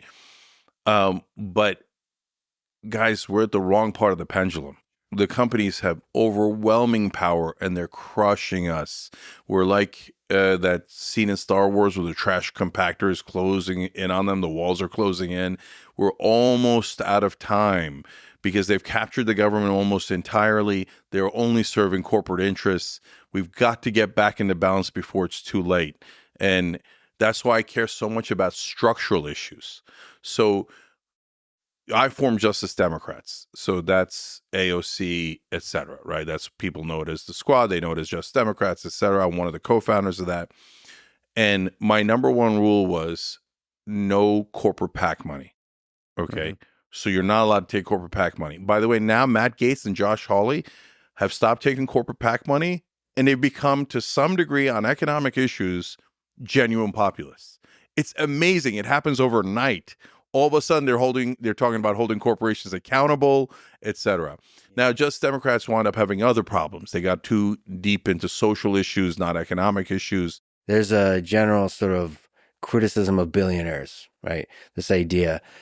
Now, you could say that billionaires are avoiding taxes and they're not getting taxed enough. But I think under that flag of criticizing billionaires is criticizing all companies that do epic shit, that build stuff. Oh, okay. So that create stuff. That's what I'm worried about. I don't hear enough like genuine, I like celebrating people. I like celebrating ideas. I just don't hear enough genuine celebration of companies when they do cool things. Okay, so are you right? Not about companies, but about capitalism? Yes. Because, you look at life expectancy 200 years ago, and you look at it now, and you go, wow, holy shit, we did amazing things, right? So, and what happened in the last 200 years? We went from dictatorships more towards democracy, wisdom of the crowd. We went from, serfs and indentured servants and a nobility that holds the land to more towards capitalism. And boom, the crowd is right. Things go really well. The advances in medicine are amazing. And medicine is a great example.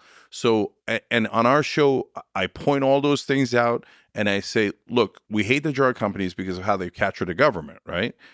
But we don't hate the drug companies for creating great drugs. Those drugs save lives. They saved my life. They saved countless millions upon millions of lives. So the right idea isn't shut down drug companies. The right idea is don't let them buy the government, right? So, and I know we get back into our instinctual shells. So on the left, they'll be, oh, we should get rid of all billionaires. Why? Like, how does that fix the system? Tell me how it fixes the system, and I'm all ears, right? My solution is end private financing. Then you can be a billionaire all you like. You can't buy the government, right? That's a more logical way to go about it. I've never worn an Eat the Rich shirt, and it drives me crazy. I'm like, you would have eaten FDR, right? And FDR is the best president, most populous president, in my opinion. And so, no, there's wonderful rich people. Of course, there's a range of humanity, right? But you don't want to get rid of the rich. You don't want to get rid of companies, but you also don't want to let them control everything. So, okay, here, I'll give you an example that's really, and that informs a lot of how I think about things, which is my dad. So my dad was a farmer in southeastern Turkey near the Syrian border. No money. In fact, his dad died when he was 6 months old, and so they were saddled with debt.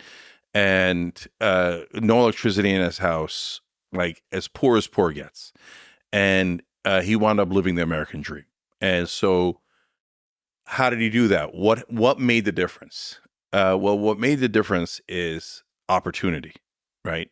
So I'm a populist because my dad was in the masses, right? And the elites say the masses are no good. We're smart, you're not. We're educated, you're not. We at meritocracy, we talk about that. We have earned merit, and if you're poor or middle class, you have not earned merit. Okay, you're useless and worthless, and I hate that. So, what did Turkey do back in the 1960s that liberated my dad? They provided free college education. You had to test into it, okay? But the top 15% got a free college education at the best colleges in Turkey. So, and my uncle saved all of our lives when he came to my dad and said, "Do you like working on this farm?" And my dad's like, "Fuck no," right? It's super hot. It's super hard. It's just, they got to get up at 4 a.m. If they're lucky, the family next door gives them a mule. If they're not, they got to carry the shit themselves. Okay. So my uncle told him, work just as hard in school and you'll be able to get a house, a car, pretty girls, etc. So my dad works his ass off, gets into the school, and he comes out a mechanical engineer and starts his own company. He creates a company in Turkey, hires hundreds of people. He then moves to America, creates a company here, hires tons of people, right?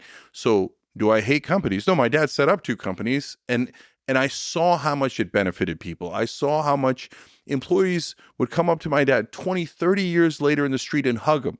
And they'd tell me as a young kid, your dad's the most fair boss we ever had, and we love him for it, right? That's how you run a company. And he taught me the value of hard work. But the reason I brought it up here is because he taught me, look, like skill and ability is a genetic lottery. So you're not going to just get the rich to win all the genetic lottery. No, there's going to be tons of poor kids and middle-class kids who are just as good, if not better. You have to provide them the opportunity, the fair chance to succeed. You have to believe in them. So this isn't about disempowering anyone. It's about empowering all of those kids who are doing the right thing or smart and want to work hard so they could build their own companies and add to the economy. What in general is your view on meritocracy? So I love meritocracy. I wish that we lived in a meritocracy, and I want to drive towards living in a meritocracy. So that's why I don't like equality of results. So, okay, now people that are on the left will get super mad at that and go, "What do you mean?" Well, okay, brother, let's say you're at work and you got one guy who's working his ass off, and the other guy that's going, "I don't care, I'm not going to do it," right? Well, the guy who works super hard has to pick up the slack. Now he's working twice as hard, right? And now you want the same results? You want the same salary as that guy? No, brother, no. He's working twice, 4 times, 10 times harder than you. That's not fair. Fairness matters.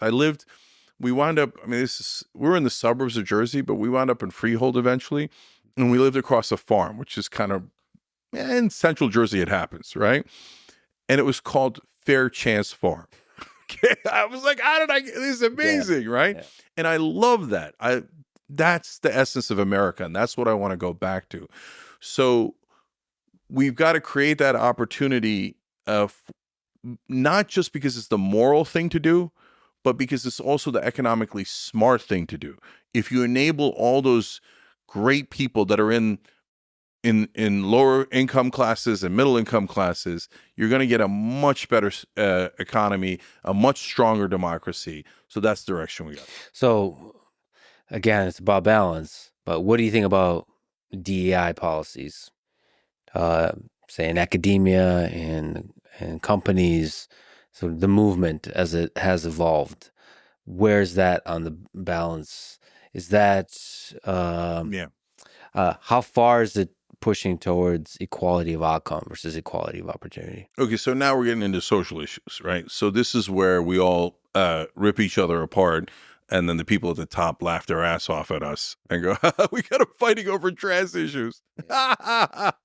They're killing each other. It's hilarious, and they're so busy they don't realize we're running the place, right? Okay, but let's engage. Some people will look at DEI and go, "Well, that just gives me an opportunity, just like anyone else. I love DEI." Another person will look at it and go, no, that says that you should be picked above me, and I hate DEI, right? So the reality of DEI is a little bit more complicated. And so, but you got to go back. So first, did we need affirmative action in the 1960s? Definitely. Why?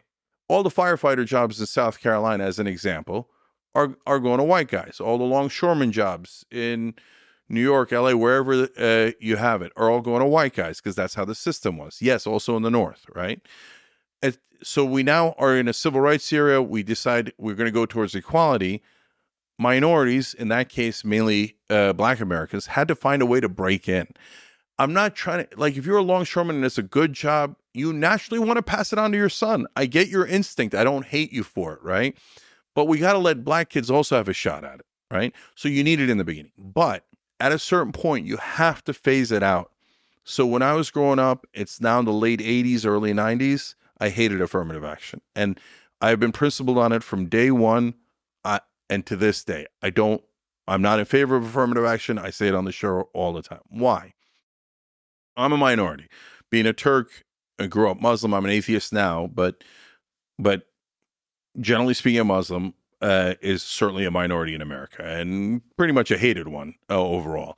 But I didn't check off Muslim or Turkish or any ethnicity when I applied to college because I believe in a meritocracy, as we were talking about.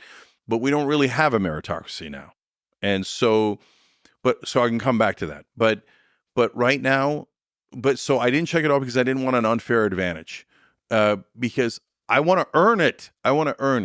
So now I'm in law school and I'm hanging out with right wingers because at that point I'm a Republican. And one of the guys says to me about one of our, a Black student going to Columbia, he says, "Oh, I wonder how he got in here." God, that is the problem with affirmative action. It devalues the accomplishments of every minority in the country. You have to transition away from it. If you don't, it sets up a caste system, and that caste system is lethal to democracy. So does DEI go too far in some instances? Yes. But is it a boogeyman that's going to take all the white jobs and make them black, as Trump would say, black jobs, right? And give minorities too much power, et cetera? No, the idea isn't to rob you and to give all the opportunity to minorities. The idea is to make it equal. But as the pendulum swings, did it swing too far in some directions? Yes.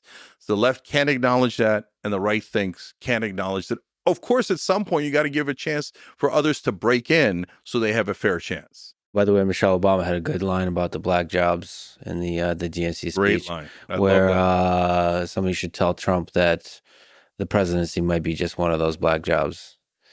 Anyway, but why do you think the left doesn't acknowledge when DI gets ridiculous, which it in certain places and in certain places at a large scale has gotten ridiculous?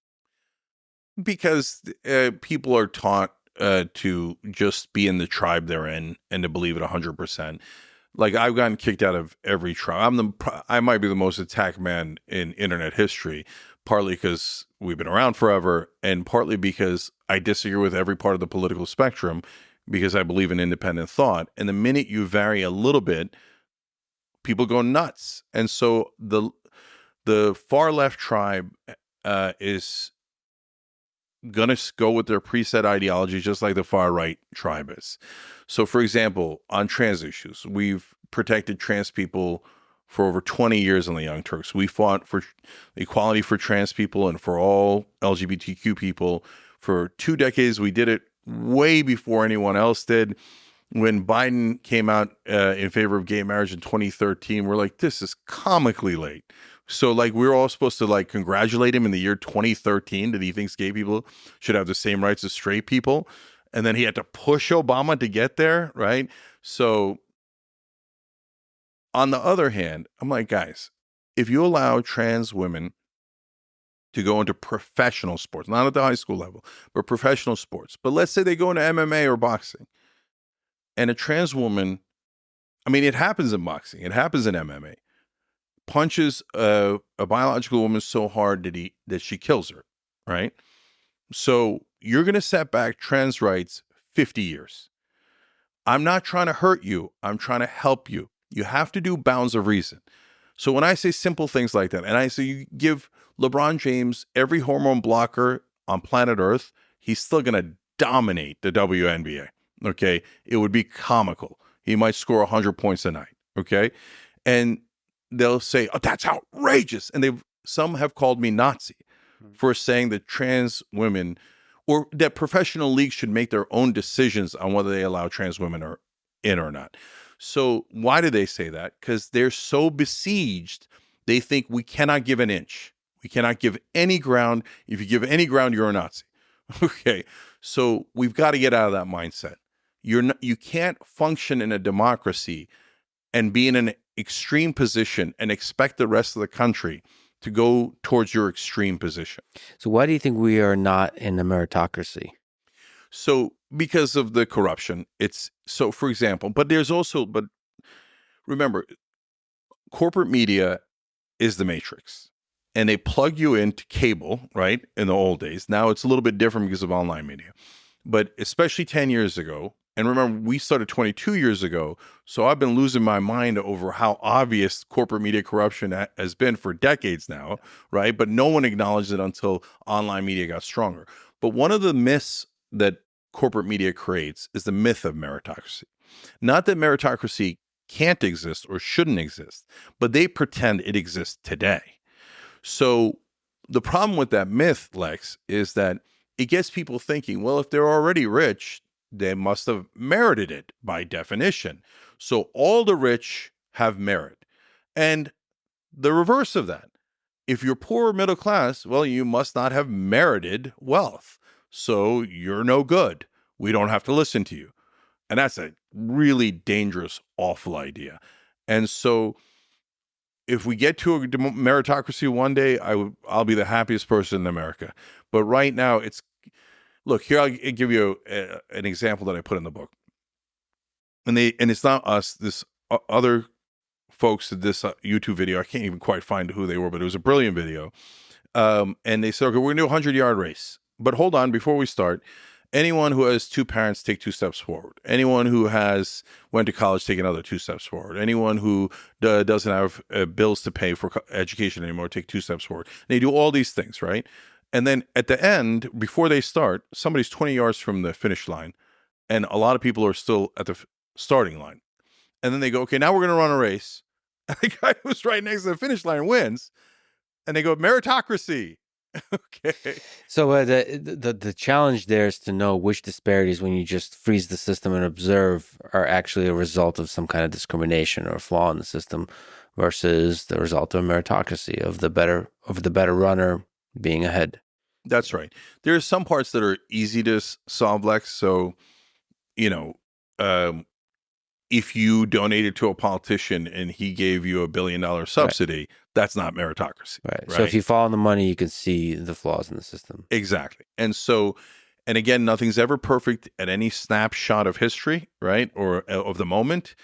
You're going to be at some point in the pendulum swing. But if you trust the people and you let the pendulum swing, but not wildly, then you're going to get to the right answers in the long run. So you think this woke mind virus that the right refers to is a problem, but not a big problem? No. So the right wing drives me crazy. So look, guys, your instincts of populism is correct. Your instincts of anti-corruption is correct, right? And I love you for it. And so, and in a lot of ways, the right wing voters figured out the whole system's screwed before left-wing voters did. Now, I shouldn't say left-wing voters because progressives and left-wing have been saying it for not only decades, but maybe centuries, yeah, right? But Democratic voters, a lot of Democratic voters, some of them actually like this current system. A lot of them have been tricked into liking this current system. And the left should be fighting against corruption harder than the right. But right now, unfortunately, that's not the case. So there's a lot that I like about right-wing voters, okay? But you guys get tricked on social issues so easily, right? So how many people are involved in trans high school sports, and a girl who should have finished first in that track race in the middle of Indiana finished second? First of all, this is the big crime. And how many people are involved? About 7, 13 out of a country of 330 million people, and you can't see that that's a distraction, right? So, and everything they did that is like bait that the right-wing media puts out there, they run after. I mean, Tucker Carlson doing insane segments about M&M's should be sexier. Mr. Potato Head has gender issues. Guys, get out of there. Get out of there. It's a trap. Okay. Yeah, that doesn't mean that there absolutely. It doesn't mean that there's larger scale issues with things like DEI that aren't so fun to talk about or viral to talk about on an anecdotal scale. There is DEI does create a culture of fear with cancel culture, and it does create a kind of culture that limits the freedom of expression, and it does limit the meritocracy in another way. So you're basically saying, forget all these other problems. Money is the biggest problem. So, first of all, on AOC, as an example, and I don't mean to pick on her, but she won through the great work of her and Shoykat Chakrabarti and Corbin Trent and others who were leaders of the Justice Democrats that went and helped her campaign. They were critical help. And we all told her the same thing. So it's not about me. And so we all said, you've got to challenge the establishment and you've got to work on money and politics first. Because if you don't work on money and politics and you don't fix that, you're going to lose on almost all other issues. But she didn't believe us because it's uncomfortable. And all the progressives that went into Congress, they drive me crazy. They think, oh, no, you're exaggerating. No, these are, and the minute they get in, all of a sudden, my colleagues, right? Your colleagues hate you and they're going to drive you out. You're a sucker. And Jamal Bowman, Cori Bush, what did they do? They drove them out. Marie Newman drove them out, right? And because they're not on your side, they're not your colleagues. And what happened to $15 minimum wage? And I remember talking to one of those Congress people, I won't leave out the name, and saying, hey, they're not going to do $15 minimum wage. And he's like, oh, Cenk, you're out of the loop. Nancy Pelosi assured us that they are going to do $15 minimum wage. I'm like, I love you, but you're totally wrong. Moneyed interests are not going to do $15 minimum wage. You have to start fighting now, right? And they didn't get it, so they lost on almost all those issues because it's all about incentives and disincentives and rules. If you don't fix the rules, you're going to constantly run into the same brick wall. Now, the second issue that we were talking about is in the culture wars. The rest of us are stuck between the two extreme 2%ers, right, on both sides. So the 2%er on the left goes, if you're a white woman, you need to shut up and listen now, okay? That's ridiculous. No, you don't. If you're a white woman, you have every right to speak out. You have every right that every other human being has. And so would I love for all of us to listen to one another, to have empathy for one another and go, hey, I wonder how a right-winger thinks about this. I wonder how a left-winger thinks about this. I wonder why they think that way, right? I love that and I want that. So I want you to listen, but I don't want you to shut up. So that 2% gets extreme and I don't like it. But on the right wing, you got your 2% who think that that's all that's happening on the left. And that's all that's happening in American politics. And they think the entire left believes that tiny 2%, right? And so they hate the left. And they're like, oh, I'm not going to shut up. I'm not going to wear a mask. I'm not going to do any of these things. And I'm not going to do any. That's a freedom. And then a Republican comes along and goes, oh, yeah, that thing you call freedom, that's deregulation for corporations because you shouldn't really have freedom. Companies should have freedom, right? And then the guy goes, yeah, freedom for ExxonMobil. No, brother, they tricked you. Yeah, the 2% on each side is a useful distraction for the corruption of the politicians via money. Still, I'm talking about the 96% that remains in the middle and the impact that DEI policies has on them. So here's where it gets absurd. I'll give you a good example of absurdity. So in a school, I believe in California, they noticed that Latino students were not doing as well in AP and honors classes. So they canceled AP and honors classes. Yeah. Oh, come on. What are you doing? That's nuts. No, your job is to help them get better grades, get better opportunity, etc. That's the harder thing to do and the right thing to do. Your job isn't, I'm going to make everything equal by taking away the opportunity for higher achievement for other students. If that's what you're doing and you think you're on the left, you're not really on the left. I actually think that's like an authoritarian position that no progressive in their right mind would be in favor of. So, but it's all definitional. So here's another example of definitional: communism. Like they say, oh my God, Kamala Harris is a communist. Well, when you're telling on yourself, brothers and sisters, when you say that, that means A, I don't know what communism means, and B, I don't have any idea what's going on in American politics. Kamala Harris is a corporatist. That's her problem. Not that she's a communist. She's on the other end of the spectrum, right? The idea that Kamala Harris would come into office and say, that's it, there's no more private property. We're going to take all of your homes and it's now government property, all your cars, etc. She was not going to get within 1 billion miles of that. Her donors would never allow her to get within 1 billion miles of that.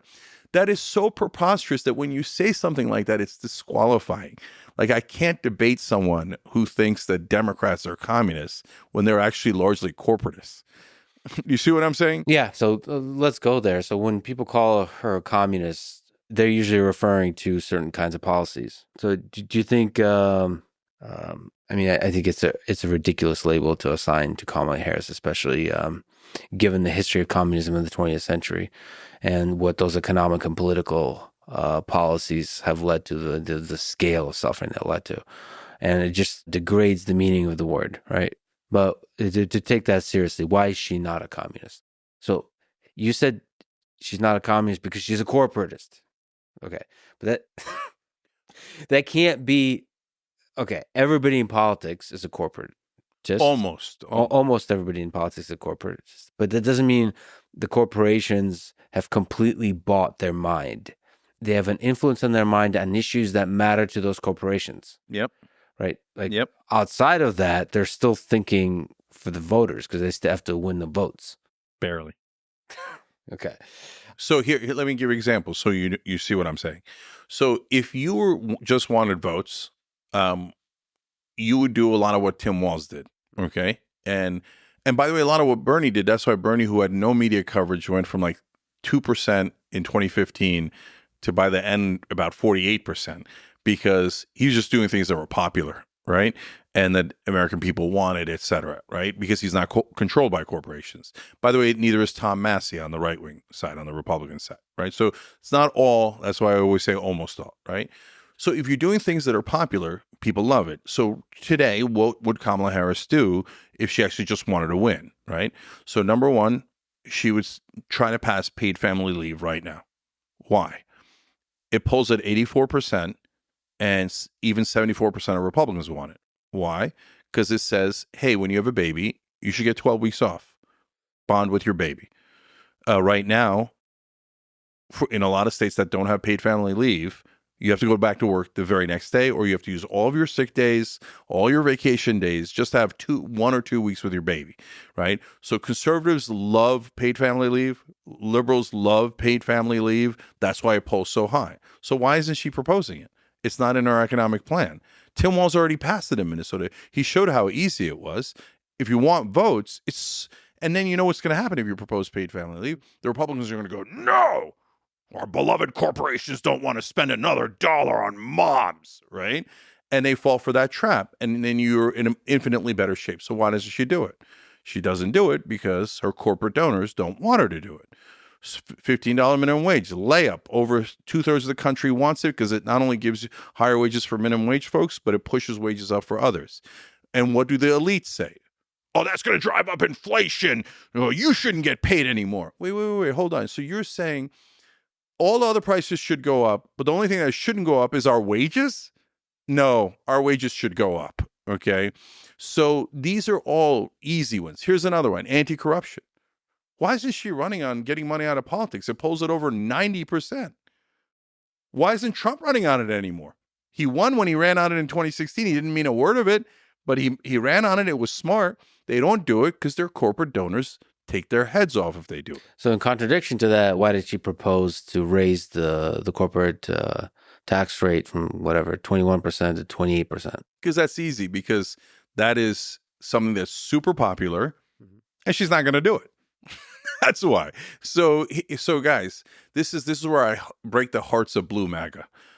Blue MAGA thinks, oh my God, these Democrats, they're angels, and the right wingers and the Republicans are evil, and they work for big business, but not Kamala Harris, not Joe Biden, right?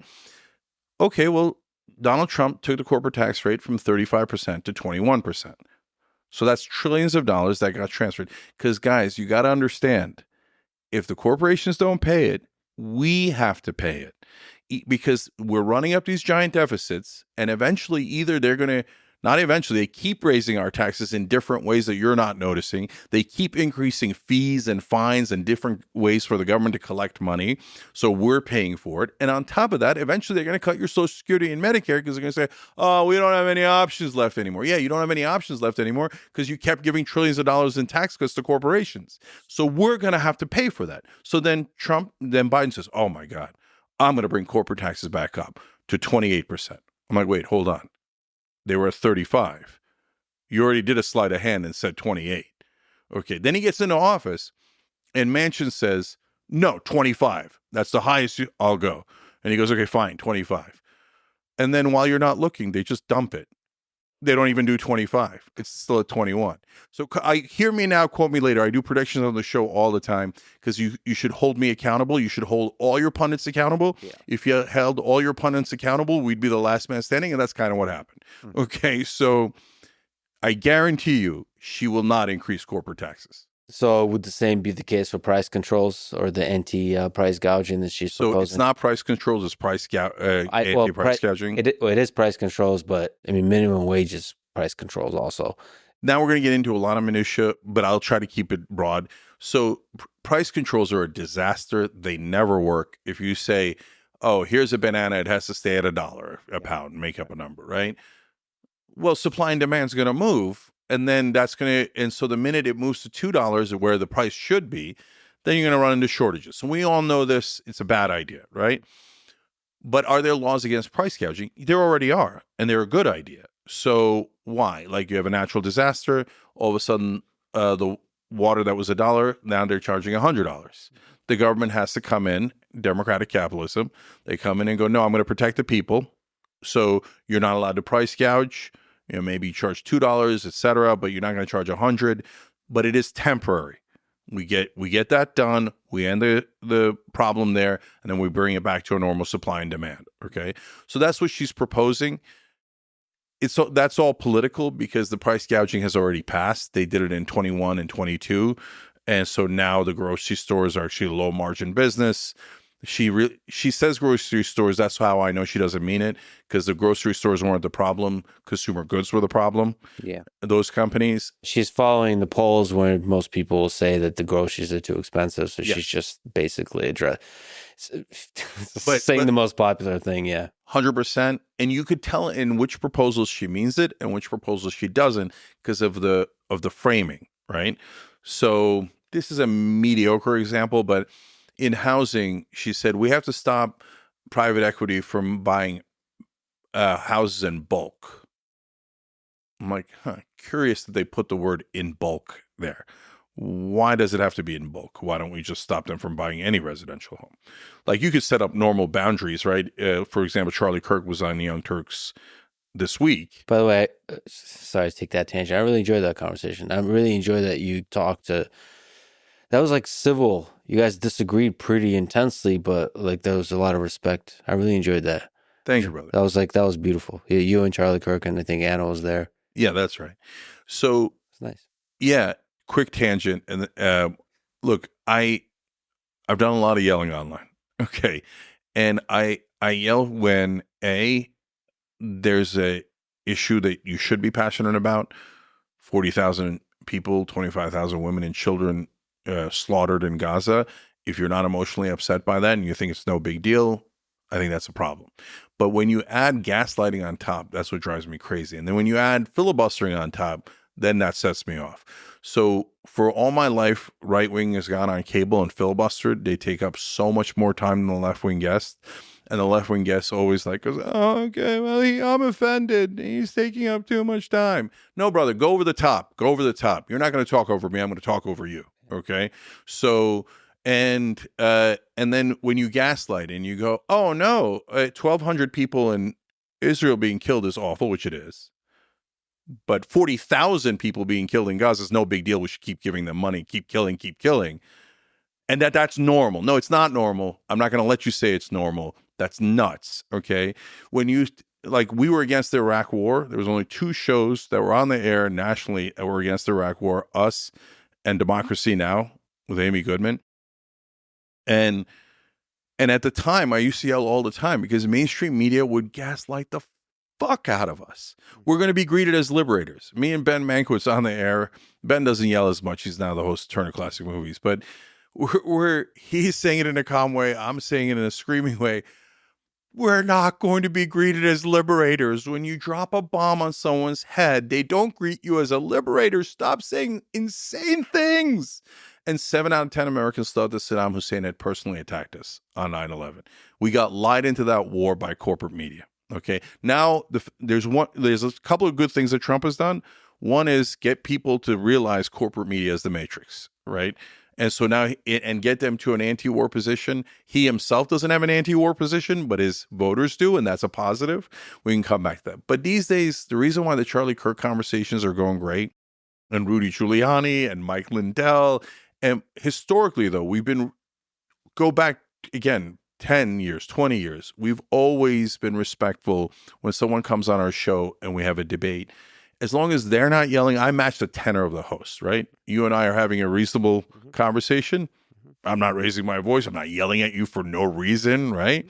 So now when Charlie's not going to battle anymore for like talking points, I'm shutting off my mind, all I'm doing is yelling at you, then I'm going to yell back at him.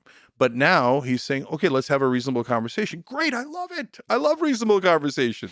It was great. It was refreshing. And what were we talking about? You buying up housing. Yes. So Charlie, when he was on, said, hey, listen, I think that there should be a cap, though. I forget if he said 10 billion or 100 billion in assets. If you have less than that, you should still be able to do real estate as an investment, even if it's residential. But above that, it gets to, okay, that's good. No problem. We can have a debate about that. And we can figure out is the right number 10, 125, no problem. You could put in reasonable limitations. But we got to get them to stop buying the homes. So when Kamala Harris says, oh, we'll stop them from buying homes in bulk, I'm like, okay, there's the loophole. And so they're going to use that loophole. And besides which, it's not going to pass. Wall Street owns the government.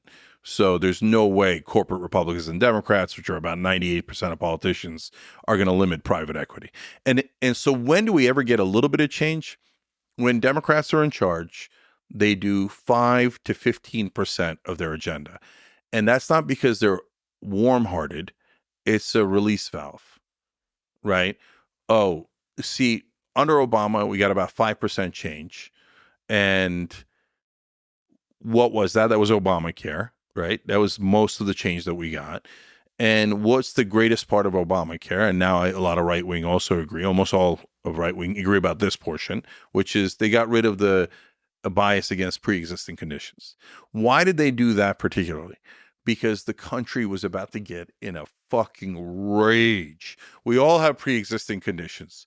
If you deny me when I'm sick, what the fuck's the point of insurance, right? And the anger had gotten to a nuclear level. So they're like, release valve, get rid of pre-existing conditions. Let's go back to just milking them regularly. And oh, by the way, put in a mandate so that they have to buy it from us, right? Do you know who originally came up with Obamacare? The Heritage Foundation. It was their proposal. Romney did it in Massachusetts. It was called Romney Care. So I think this is a super important election, but I've earned the credibility to be able to say that because in 2012, I said this is a largely unimportant election. Mitt Romney and Barack Obama's policies on economic issues are near identical. Obamacare was literally Romney Care. Right now, the left says, oh, the Heritage Foundation, it's so dangerous, Project 2025. Well, brother, they're the ones who wrote Obamacare. and you say that's the greatest change in the world, right? So that's why the Democrats, I'll take the 10% change overall. I think Biden did about 15%. Obama did 5%. But they'll also march you backwards by deregulating like Clinton did and Obama did. The bank bailouts like Obama did. But 10% is better than 0%, but it's not to help you. It's the release valve so the system keeps going. Is it possible to steelman the case that uh, that not all politicians are corporatists, or maybe how would you approach that? For example, this podcast has a bunch of sponsors, and I give zero fucks about what they think about what I'm saying. Like they have zero control over me. Maybe you could say that's because it's not a lot of money, or maybe I'm a unique person or something like this. But I just think it's possible to have, and I would like to believe a lot of politicians are this way, that they have ideas, and while they take money, they kind of see it as a game that, you accept the money, kind of go to certain parties, hug people and so on, but it doesn't actually fundamentally compromise your integrity on issues you actually care about. I could steelman almost anything. I could steelman Trump. I could steelman conservatives easily, right? Corporate politicians is a hard one. So first, it's not all politicians. We could start out nice and easy. Tom Massey, now Hawley and Gates not taking corporate PAC money. Bernie, the squad, they don't take corporate PAC money. You could disagree on either end of those folks on social issues, but generally they are 1,000 times less corrupt. They're more honest. And part of the reason you might hate the squad is because they're so honest. Mm-hmm. They tell you their real opinion on social issues that you really disagree with. A lot of the corporate politicians won't do that because they're trying to get as many votes as possible so they can fillet their donors when they get into office and do all their favors for them. Okay, but you see I'm already falling apart on the steelmanning of corporate politicians. Let's zoom in on that. So if you take corporate PAC money, that's it. You're corrupted. Can you imagine yourself, say you're a politician, you're a president, you're a human being, you're a person with integrity, you're a person who thinks about the world. You're saying if I was a corporate PAC and I gave you $1 billion, I could tell you anything? So Lex, everything is a spectrum. Humanity is a spectrum. So can you find outliers who could take corporate PAC money and still be principled enough to resist its lure? Yeah. And I would hope that I would be a person like that, but I wouldn't take corporate PAC money. But if you force me to, I think I would still stay principled and do it. Could you find 10, 20 other people in the country? Yeah. But on average, that is not what will happen. What will happen is they will take the money and do exactly as they are told. See, I think most people have integrity. Okay, hold on. So what I'm more worried about is when you take corporate PAC money, it's not that you are immediately sold, it's over time. Over time, that's true. So yeah, I get it. But I wonder if the integrity that I think most people have can withstand the gradual slippery slope of the effect of corporate money. Which, if what I'm saying is true, that most people have integrity, one of the ways to solve the effect of corporate money is term limits, because it takes time to corrupt people. You can't buy them immediately, and then the term limits can for the listener. Cenk is shaking his head. Okay. Yeah. Right. No, so look, you're right that over time it gets way worse. And as we talked about earlier, Biden's a great example of that. Comes in anti-corruption, winds up being totally pro-corruption by the end. But he was also here for almost all of it, as we started in a world that was not run by money in politics and is now completely run by money in politics.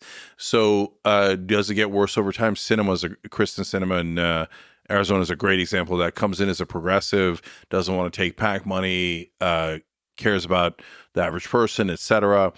Over time, she becomes the biggest corporatist in the Senate and a total disaster. But if you say that the majority of politicians have, I don't know if this is what you're saying, majority of politicians have integrity? No, let's start at the majority of human beings. Beings. I think that politicians are not a special group of like sociopaths. I think they are. They lean a little bit towards that direction, but they're not like only sociopaths going to politics.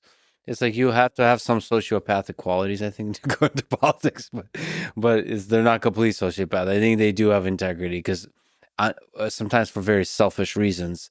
It's not all about money. Even for a selfish person, for a narcissist, it's also about being recognized for having had positive impact on the world. Yeah, I get it. But all right, so let's break it down. So first, human beings, then we'll get to politicians.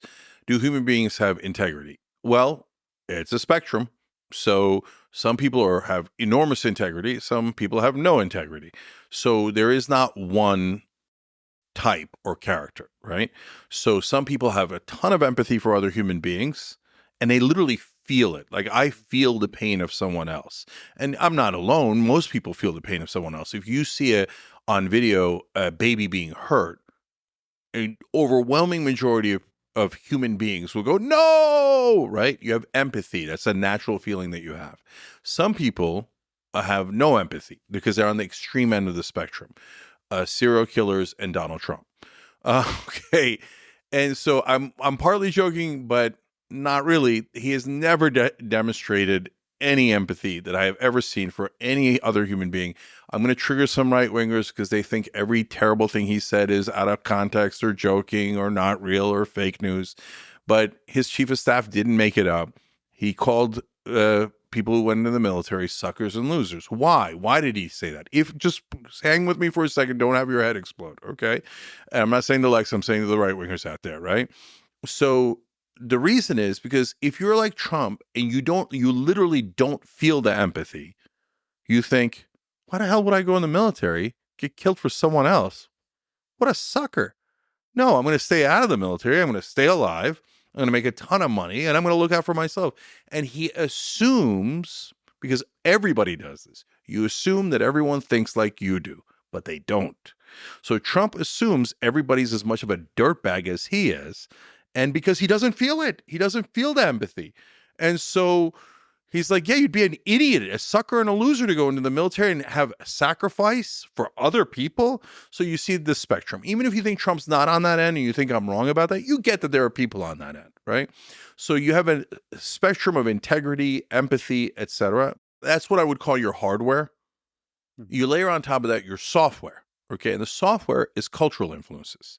Your parents, media, your friends, all these are cultural influences. So now, when you're in certain industries, they value more integrity. So religious leaders, if you're doing it right, which is also very rare, right? But if you're doing it right, you're supposed to have empathy for the poor, the needy, the whole flock, right? So that profession is incentivizing you towards empathy and integrity, okay? And even then, a giant amount of people abuse it, right? But okay, good. In politics, it creates incentives for the opposite, no integrity. And that software, to your point, over time gets stronger and stronger and stronger until it takes over.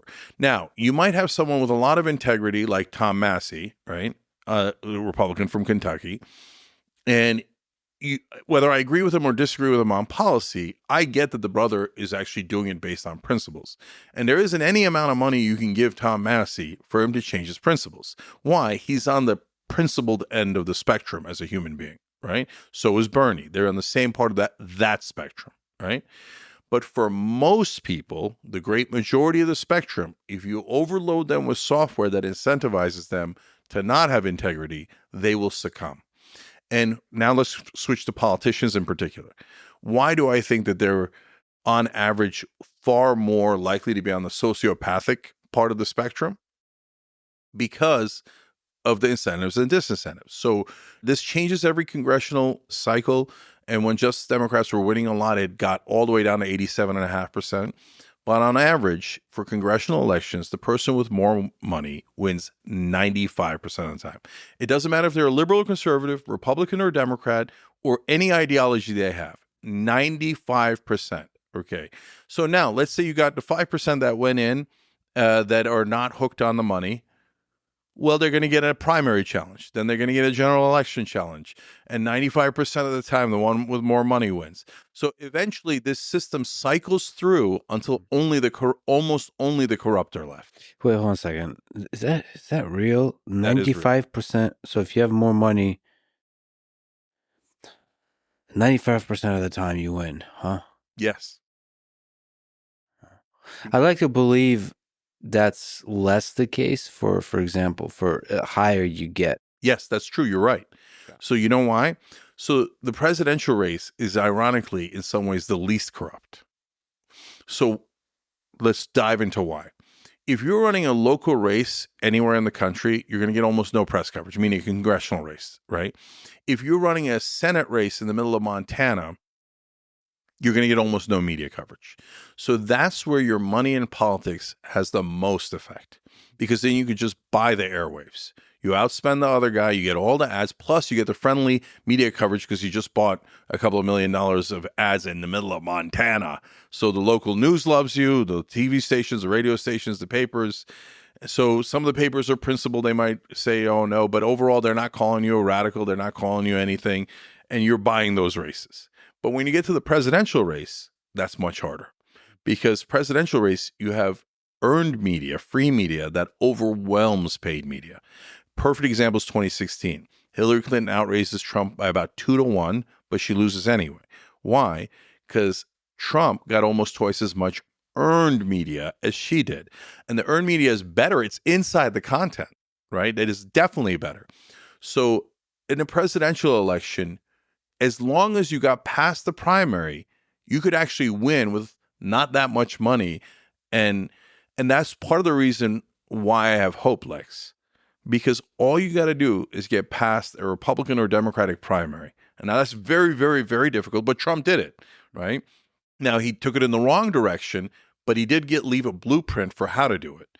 And so once you get to the general election, you're off to the races. You could do any goddamn thing you like, okay? You could be super popular. You don't have to give a shit about the donors. You can get into office. You could bully your own party and the other party into doing what you want, and you can get everything done. You could even get money out of politics. So don't lose hope. I mean, we even started Operation Hope at TYT, and our first project was to knock Biden out. And everybody said, you guys are nuts. That's totally impossible. And we knocked Biden out. Right? Did we do it alone? Of course not. We were a small part of it, right? But we laid the groundwork for hope. And we laid the groundwork for when he flopped in the debate, people had already been told, remember, he's bad, he's old, he's not right.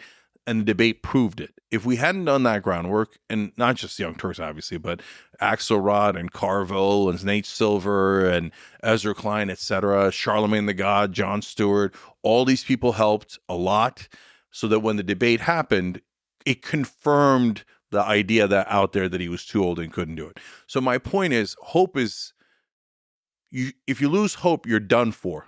Then they're definitely going to win, right? Hope is the most dangerous thing in the world for the elites. So whether you're right wing or left wing, I need you to have hope, and I need you to understand it's not misplaced. We just got to get past the primary, and we're going to turn this whole thing around. So you basically a presidential candidate who's a populist who, in part, runs on getting money out of politics. Okay, well then let's talk about Donald Trump. Mm-hmm. So to me, the two biggest criticisms of Trump is the fake elector scheme. Out of that whole 2020 election, the fake elector scheme is the thing that really bothers me. And then the second thing, across a larger time scale, is the counterproductive division that he's created in, let's say, our public discourse. What are your top 5 criticisms of Trump? Okay, so number one, I have the same exact thing as you. The fake elector scheme is unacceptable, totally disqualifying. So the fake elector scheme was a literal coup attempt. So he doesn't win the election. For folks who don't know, I need to explain why it's a coup attempt, because you just throw out words and then people get triggered by the words and then they go into their separate corners, right? So the January 6th rioters, they were not going to keep the building. That was not a coup attempt. It's not like, oh, the MAGA guys have the building, I guess they win, right? No, that was never going to happen. So what was the point of the January 6th riot? It was to delay the proceedings. Why did it matter that they were going to delay the proceedings? Because if you can't certify the election, they wanted general confusion and chaos so that the Republicans in Congress could say, well, we don't know who won, so we're going to have to kick it back to the states. In the states, they had the fake electors ready. And remember, the fake electors are not Trump's electors. There's both candidates have a slate of electors, Biden's electors and Trump's electors. They go to the Trump electors first in this plan, and half the Trump electors go, no, I'm not going to pretend Trump won the election when he didn't win the election. So they're like, shit, now we got to come up with fake electors, okay? So they enlist these Republicans to go, yeah, I'll pretend Trump won, right? And so they sign a piece of paper. That's fraud, and that's why a lot of them are now being prosecuted in the different states. And so the idea is the Republican legislators then go, we're sending these new electors in, and we think Trump won Arizona and Georgia and Wisconsin, right? That was the idea. That was the plan. And then you come back to the House. At that point, when there are two different sets of electors, the constitutional rule is the House decides. But the House decides not on a majority, because the Democrats had the majority at the time. They decide on a majority of the states. They vote by state. And the Republicans had the majority of the states. So in that way, you steal the election. Even though Trump didn't win, you install him back in as president. That is a frontal assault on democracy. And I loathe it. And then Trump, on top, just blabbers out, well, sometimes if there's massive fraud in an election, in other words, I think I won. I don't even think that. I'm just saying that I won, right? He says you can terminate any rule, regulation, or article even in the Constitution. No, brother, you cannot terminate the Constitution because you'd like to do a fake elector scheme and do a coup against America. Fuck you. Okay, so I'm never going to allow this wannabe tyrant to go back into the White House and endanger our system. And so you want to endanger the corrupt system? I'm the guy. Okay, let's go get that corrupt system and tear it down. If you want to endanger the real system, democracy, capitalism, the Constitution, then I'm your biggest enemy. So I'm never going to take that risk. And you see it every time he goes to talk to a dictator. Look, guys, I'm asking you to be principled, right? I ask the left of that, and we drive away some of our audience when we do that. So we got the balls to do that to our own side. So for the right wing, be honest. If it was Joe Biden or Barack Obama or Kamala Harris that went and wrote, quote, unquote, love letters to a communist dictator who runs concentration camps, you would say, communist, we knew it. Look at that. And Trump literally says about Kim Jong-un, we wrote love letters to one another. We fell in love. If a Democrat said that, they'd be politically decapitated, right? Their career would be instantly over, right? But Trump, whenever it's Xi Jinping, Vladimir Putin, don't get into Russia, but it's just that he's a strong man, right?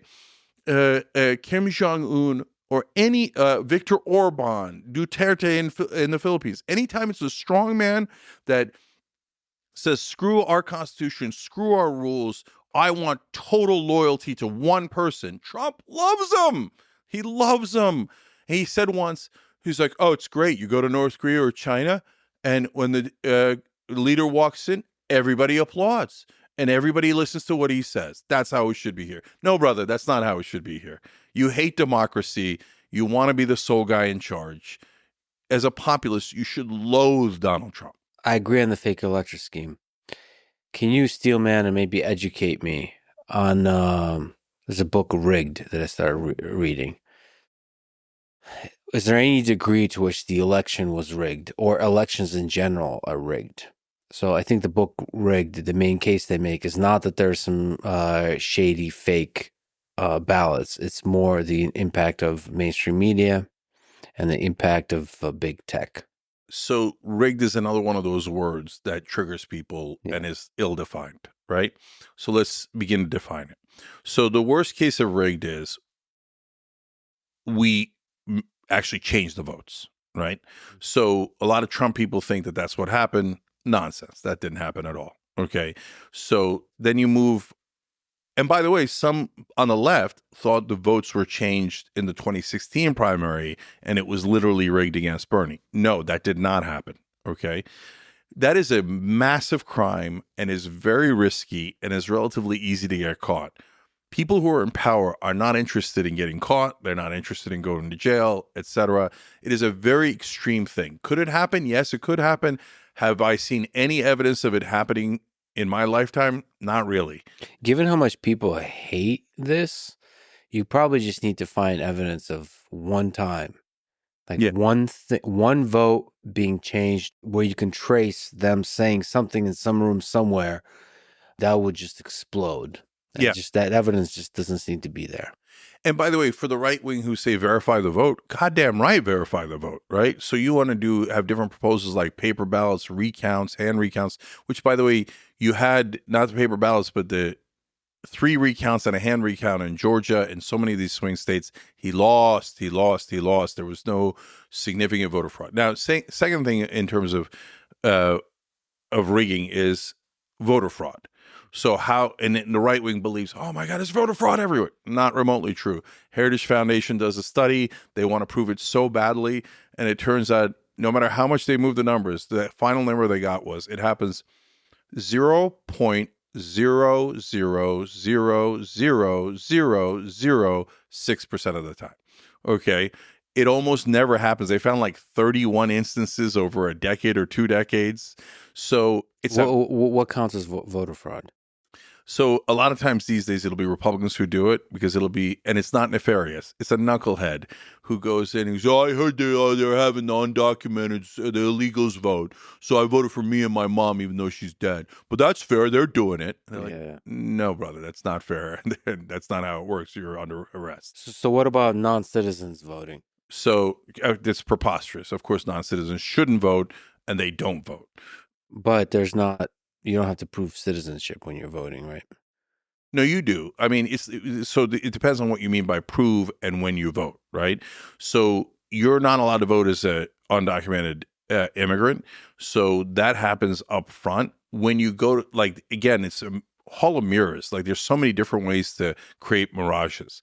So the Republicans will say, well, when you go to the voting booth, they don't make you show a passport.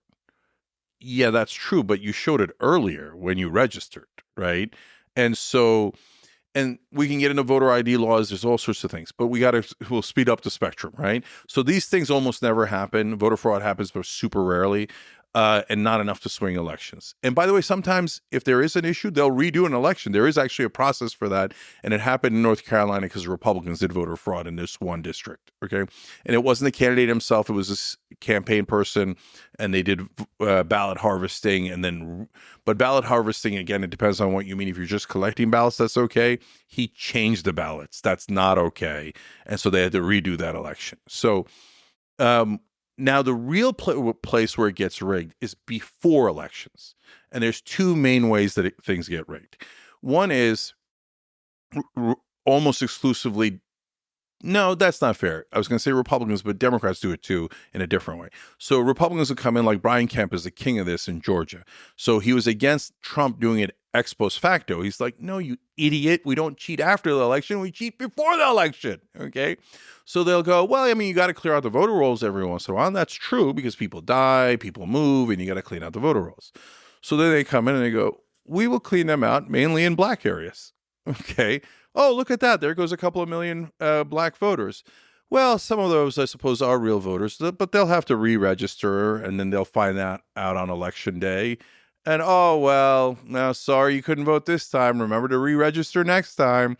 And so do they go, hey, we're going to take black people off the voter rolls? No. What they do is, we're having more issues in these districts, right? Here's another way they do it. How many voting booths do you have in the area? So primarily Republican areas will get tons of voting booths, so you don't have to wait in line. You go in, you vote, you go to work, no problem. You're in a black area run in a Republican state. All of a sudden, hey, look, that city, well, we sent you 4 voting booths. Oh, you got 1 million people there? Well, what are you going to do? I guess you got to wait in line the whole day. You can't go to work, etc. So that's the way. I refuse to believe it's only the Republicans that do that. I would say. So that's why I paused. Yeah, that just seems too obvious to do by both. No. By both the sides. Democrats are so weak, Lex. They mainly don't do that, but they do the third thing, which is gerrymandering. So both Republicans and Democrats. Also, their favorite flavors of messing with the vote. Okay. Yeah. So gerrymandering is the best way to rig an election. That way the politicians pick their voters instead of the voters picking their politicians, right? So all these districts are so heavily gerrymandered that the incumbent almost can't lose. They'll push most of the voters into one district, most of the voters in another district, because they don't want competition, right? So then you're screwed. The vote isn't rigged, but the district is rigged so that the incumbent wins almost no matter what, right? So that's why we've gotten so polarized, because the gerrymandering creates like 90% of seats that are safe.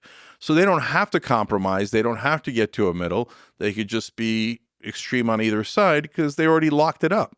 Okay, so that's the number one way to rig an election. Now, finally, the last part of it is maybe the most important, maybe even more important than gerrymandering, and that's the media. So it just happened to RFK Jr. It happened to Bernie in 2015. It happens to any outsider, right or left. The media, if you're an outsider, will say, well, radical. Number one, they don't platform you, right? So they're not going to have you on to begin with. Nobody's even going to find out about you. If nobody finds out about you, you're done for, right? So Bernie broke through that because he was so popular and the rallies were so huge that local news couldn't help but cover him. Jesus Christ, what are all these people doing in the middle of the city, right? And he slowly broke through that. But do you know that in 2015, as he's doing this miraculous run against Hillary Clinton, nobody thinks he has a chance. And here comes Bernie, and he's almost at 48%. He had 7 seconds of coverage on ABC that year. They just will not put you on. That is the number one way they rig an election. Bobby Kennedy Jr. sitting at 20% in a primary.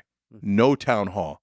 20% is a giant number, right? And you're not going to do a town hall. You're not going to do a debate. 12% in the general election. A giant number in a general election. No town hall, no debate. If no one finds out about you, they don't know to vote for you, right? Yeah. If they don't find out your policies. Corporate media rigs elections more than anything else in the world. Now, this is something you've been a bit controversial about, but the general sort of standard belief is that there's a left-leaning bias in the mainstream media because, as I think studies show, a large majority of journalists are left-leaning. And then that there's a bias in big tech. Employees of big tech companies, from search engines to social media, are left-leaning. And that's a huge majority is left-leaning. So the conventional wisdom is that there is a bias towards the left. Yeah. So do you think, first of all, I think you've argued that that's not true, that there's a bias in the other direction.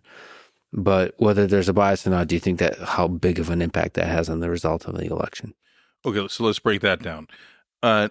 Tech and media are totally different. So let's do media first, and we'll do tech. So on mainstream media, corporate media, and I actually think that right-wing media like Fox News is part of corporate media. They just play good cop, bad cop. And so in that realm, the bias is not right or left, except on social issues. Okay, so and that's where that image comes from. On social issues, yes, the media is generally on the left. And right wing, sorry, but like this started in the 1960s, and the right wing got super mad at mainstream media saying that black people were equal to white people. That's not the case anymore. Okay, right wing, calm down. I'm not calling you all racist. But in the 1960s, were there racism? Was there racism? Of course, they wouldn't even let black kids into the schools, right? There was massive segregation in the South, but a lot in the North as well. And at that point, the mainstream media says, well, I mean, they are citizens. They should have equal rights. And the right wing goes, bias. Okay, yeah, I mean, you're kind of right. It is a bias. It is a bias towards equality in that case. But that is perceived as on the left. Now, fast forward to today, you don't have that on the racial issues as obviously as much as you had it back then. But on gay marriage, that existed for a long time where the media is like, well, they kind of should have the same rights as straight people, right? And the right wing went, bias, right? So, okay, you're kind of right about that. But at the same time, I would argue their position is correct, right? So, but can they go too far? Of course they can go too far. Okay, now, but that's not the main deal, guys. That's to distract you. The main deal is economic issues. And again, we say it ahead of time and you can see if we're right or wrong, right? So we will tell folks when we get to an economic bill, you will see all of a sudden the guys who theoretically disagree, Fox News and MSNBC, close ranks. And you just saw it happen with price gouging, that issue of price gouging. All of a sudden, there's a lot of MSNBC hosts, CNN hosts, Washington Post writes an op-ed against it, and everybody panics. It's like, no. You can't control anything a corporation does. This is wrong, right? Oh, what happened? I thought you guys hated each other. All of a sudden, you totally agree. Fascinating. Okay. Same thing happened on increasing wages. When they were talking about increasing the minimum wage, Stephanie Rule, giant screed against it on MSNBC. All of a sudden, Fox News and MSNBC agree, right? Do not touch beloved corporations. So now that gets us to our real bias. It's not left or right. It's pro-corporate for all the reasons we talked about before. Corporate media, corporate politicians. So if you don't believe me today, whether you're on the right or the left, watch. Next time an economic issue, where do they fall? How do they react? When anytime it's a corporate issue, where does the media go, right? So that's the real bias of the media. And so since the real bias of the media is pro-corporations, that is not a left-wing position. That is considered more of a right-wing position. I even think that's a misnomer because, to be fair to right-wing voters, they're not pro-corporations. They're not pro-big business. They're not pro-corruption. But the Republican politicians are, so it gets framed as a right-wing issue, right?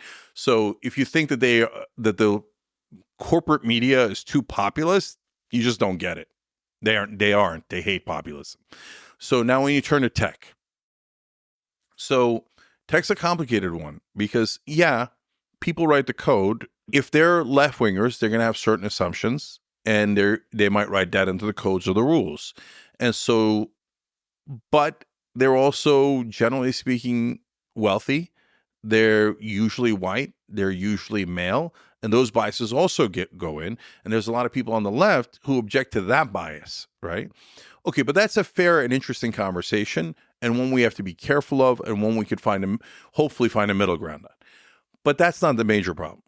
The major reason why big tech gets attacked is because they are competitors of who? Social media competes with mainstream media. So mainstream media has been attacking big tech from day one, pretending that they're really concerned. Yeah, they're really concerned because that's their competition and they're getting their ass handed to them. So I did a story on the Young Turks about CNN article about all the dangers of social media. I'm like, guys, this is written by their advertising department, okay? And in fact, they go to the advertisers and they find a rando video on YouTube or Facebook, right, out of billions of videos. And they're like, look at your ad is on this video. Do you denounce and reject every big tech company and every member of social media? And the advertiser's like, shit. Yeah, I do, right? Meanwhile, they're doing MILF Island on TV. Okay. I didn't know that. Okay, there's literally a show that came out recently where it's moms and their sons, and they fuck each other. Okay. Oh, wow. Okay, they don't have sex with their mom. They have sex with a different mom. Or they date. But then the show's, then they go off into a corner, etc., right? I'm like, you're doing this kind of like the worst, degrading, ridiculous, immoral programming, and then you found a video on YouTube that has a problem. Get the fuck out of here. You're just trying to kneecap your competition. Let's talk about the saga of Joe Biden. So over the past few months, can you just rewind? Where have you, maybe tell the story of Joe Biden as you see from the election perspective?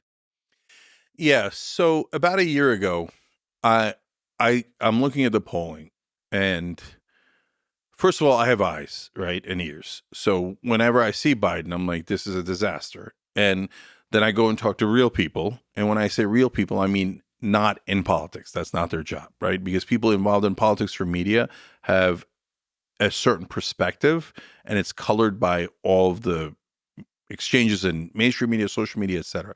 Real people aren't on Twitter having political fights. They're not watching CNN religiously, et cetera. Whenever I was at a barbecue, you guys all Democrats in some barbecues? Yeah. What do you guys think of Joe Biden? Like almost in unison, too old. Every real person said too old.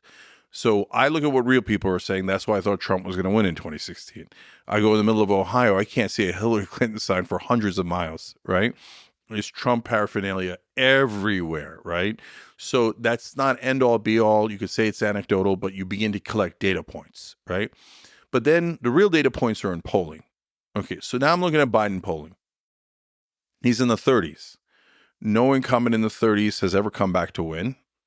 So I'm like, it's already over. Then all of a sudden, oh my God, Trump takes the lead with Latinos. It's double over. Later in the process, Trump took the lead with young voters. I'm like, this is the most over election in history.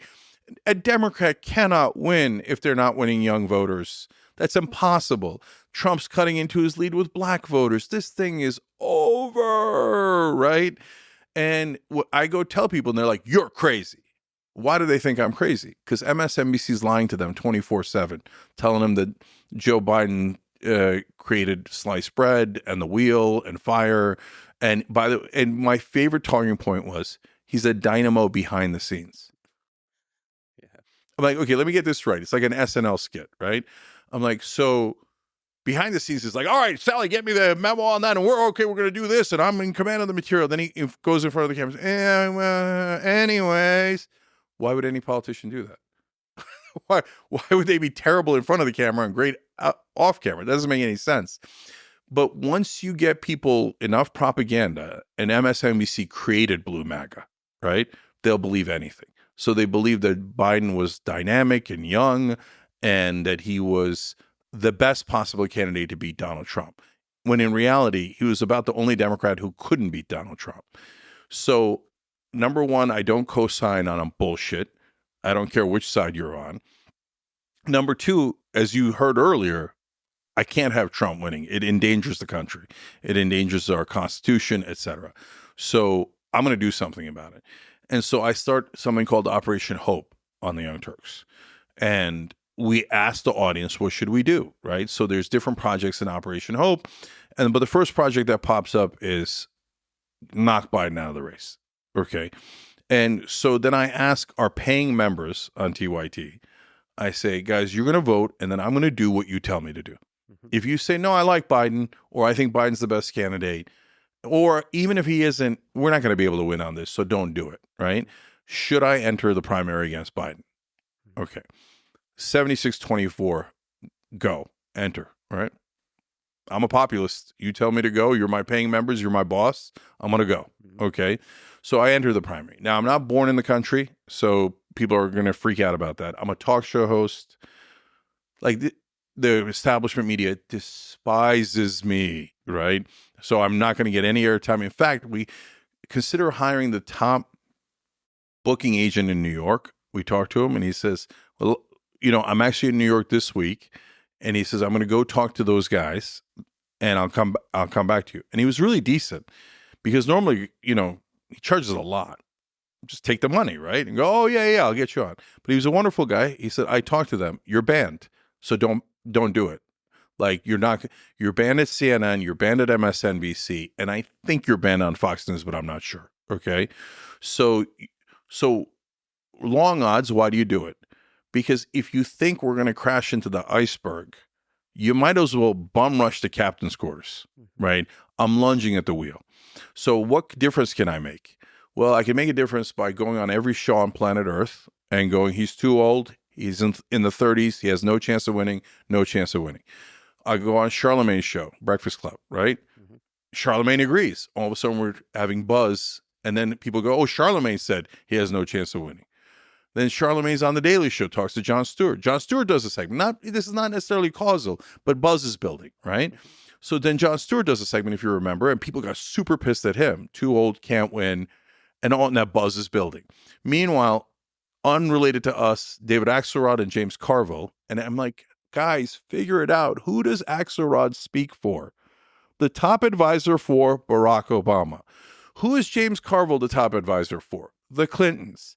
This is the Clintons and the Obamas sending their emissaries to say, we can read a poll. He's going to lose. Change direction. So when the debate happens, we laid the groundwork. If we hadn't laid the groundwork, debate would have been the first time that Blue MAGA would have thought, oh, maybe Biden can't win, right? But since all of us said it, and strange bedfellows, I loathe Nancy Pelosi, but she was on our side. I got a lot of issues with Bill Maher. He was on our side, right? I got a lot of issues with Axelrod and Carville, and they were on our side. So the people who believed in objective reality kind of independently made a plan. Let's show people objective reality. And we did, and we drove them out, and it made all the difference. So you think he stepped down voluntarily, or was he forced out? Both. So again, it depends on what you mean. So was he forced out? Of course he was forced out. You think he just woke up and he's like, oh yeah, you know what? Screw my legacy. I don't want to be a 2-term president. I'll just drop out for no reason. No, we forced them out. Of course we did, right?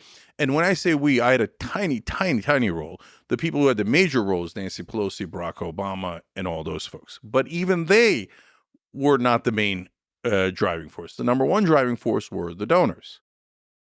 What is the source of power of Bernie or Massey? The people, right? What is the source of power for Biden? The donors. The donors made Biden. He is the donors' candidate. And the donors, that's why he told the donors, nothing will fundamentally change. That is, like, you can, if you say, Lex, no, Cenk, I think you're too extreme that Biden works for the donors 98%. I think he only works for them 80% or 55%. Fine, we could have that debate. But you can't argue that it isn't his source of power. And you can't argue it anymore, even if you were going to argue it earlier, because once the donors said, we're not giving you any more money, he didn't have any options. He couldn't go on. So, but was he forced out at like knife point or something? No. So was it voluntary? Yeah. Ultimately, if Biden decided to stay in, there was nothing we could do about it. And so he had to voluntarily make that decision, but he voluntarily made it because he had no choice left. Yeah, I wish he stepped down voluntarily from a place of strength. So I think presidents, I think politicians in general, especially at the highest levels, want legacy. And to me, at least, one of the greatest things you could do is to walk away from at the top.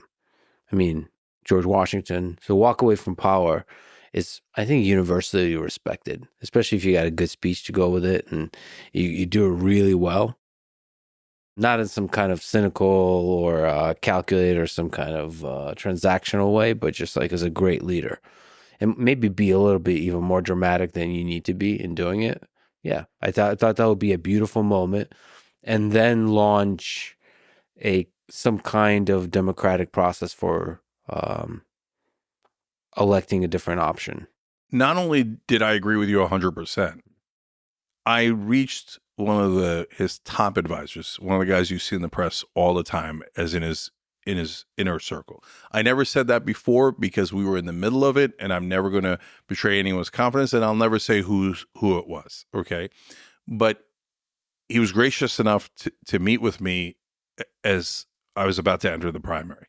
And look, it's smart too, because get information, intelligence, etc. Is this guy going to be trouble or not trouble, right? But at least he took the meeting. And the case I made is exactly the one you just said, Lex.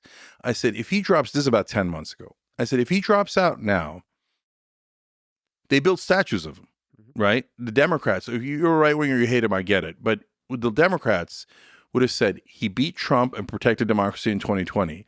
And he steps down graciously now to make sure we beat Trump again in 2024. And he lets go of power voluntarily. He's going to be a hero, an absolute hero. But if he doesn't, you're going to force all of us to kick the living crap out of him and tell everybody he's an egomaniac, which he is, and he's doing this so that he could be, if you don't know Washington, in that bubble, if you're a one-term president, you're a loser. If you're a two-term president, you have a legacy and you're historic. He's running for one reason only. My legacy. I will be a two-term president. I will be considered historic. Mm-hmm. I'm like, brother, now you're going to be considered the villain of the story. You're handing it right back to Trump. You're not going to win. And look at the numbers.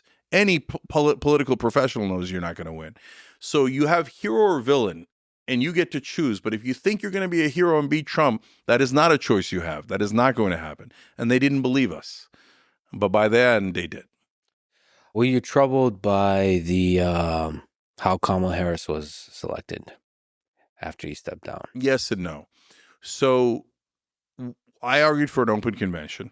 And so if Biden had stepped down when we were trying to get people into the primary, knock them out, then that would have been a perfect solution. Then all the governors could go in, Walz, Beshear, Whitmer, Kamala Harris goes in, obviously. They have a real primary. At that point, later Dean Phillips came in. Marianne wouldn't drop out. Me and Dean would definitely drop out because our whole point was get other people in the race, make sure we win, right? So, okay, then you would have had a great primary. It would have been the right way to do it, both morally, constitutionally, et cetera, but also as a matter of politics, because you would have gotten a lot of coverage for your young, exciting candidates, and you would have legitimized the idea that you're protecting democracy. Okay, so that didn't happen because of Biden. It is what it is. So now when Biden drops out, at least do a vestige of democracy. Go to the convention and do what it's designed to do, which is pick a candidate. Ezra Klein made a great case for this in a New York Times podcast that he did. That made a huge difference, and he was great for doing that. So I believe in an open convention. But I know Democrats, they love to anoint because they don't trust the people. So they think the elites are geniuses. Don't worry, we'll pick the right candidate. Yeah, I remember when you picked Hillary Clinton. How'd that work out? Right? And I remember when you said Joe Biden was the right candidate in 2024. How'd that work out? Do not anoint. Right? So, but in the end, they didn't. So what happened was Biden does the first announcement. He either forgot or on purpose didn't put Kamala Harris in there. So there's all this kumbaya now. Nah, they don't like each other. Okay, and Biden's been screwing her over the entire time she's been vice president. So he doesn't put her in the original statement. And I'm like, whoa, I do a live video in media. I'm like, Kamala Harris is not in the statement, right? In the middle of my video, they put out a second one. Going, okay, fine, Kamala Harris, right? Because that's too much for the president not to endorse. You think he was like really, like somebody like stormed into the room and said, you absolutely must? I don't know. I wasn't there, but probably, right? Or they planned, I don't know. But the bottom line is, it was glaring that he didn't put her in the first letter, okay? So he had to put her in the second one. Fine, no problem. But Obama, Pelosi, and Schumer did not endorse Kamala Harris. That's huge. Normally, the Democrats would all endorse her and would all say, she's anointed. Shut up, everybody. And then MSNBC would scream, shut up, she's anointed, right? But they didn't do that. So then Kamala Harris had to win over the delegates. And I thought she would win them over in the convention, but she locked them up in 2 days. And I know delegates because I ran. And the delegates are calling me saying, she's getting on a Zoom right now with us, right? She went to all the states and worked her ass off and locked up enough delegates to get the nomination in 2 days. Yeah, but come on, it's Biden endorsed. Of course. So but why is that an of course? Why not say sort of lay out Walz and Shapiro and Kamala Harris and the options to say, let's like at least a facade of democracy, of a democratic process.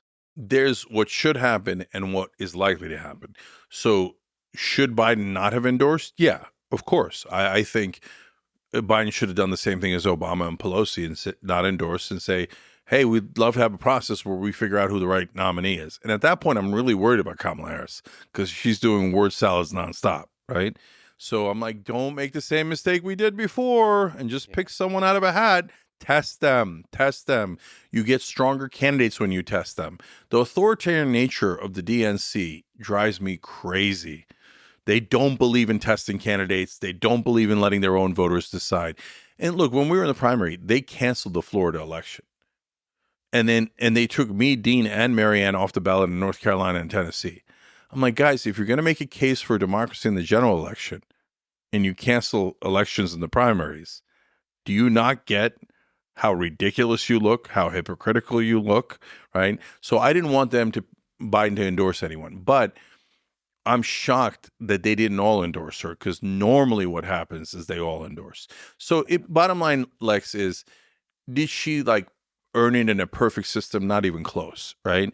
But did she earn it enough in this imperfect way where at least she showed some degree of competence that assuaged my concerns? Yes. So because a normal Democrat would bungle that.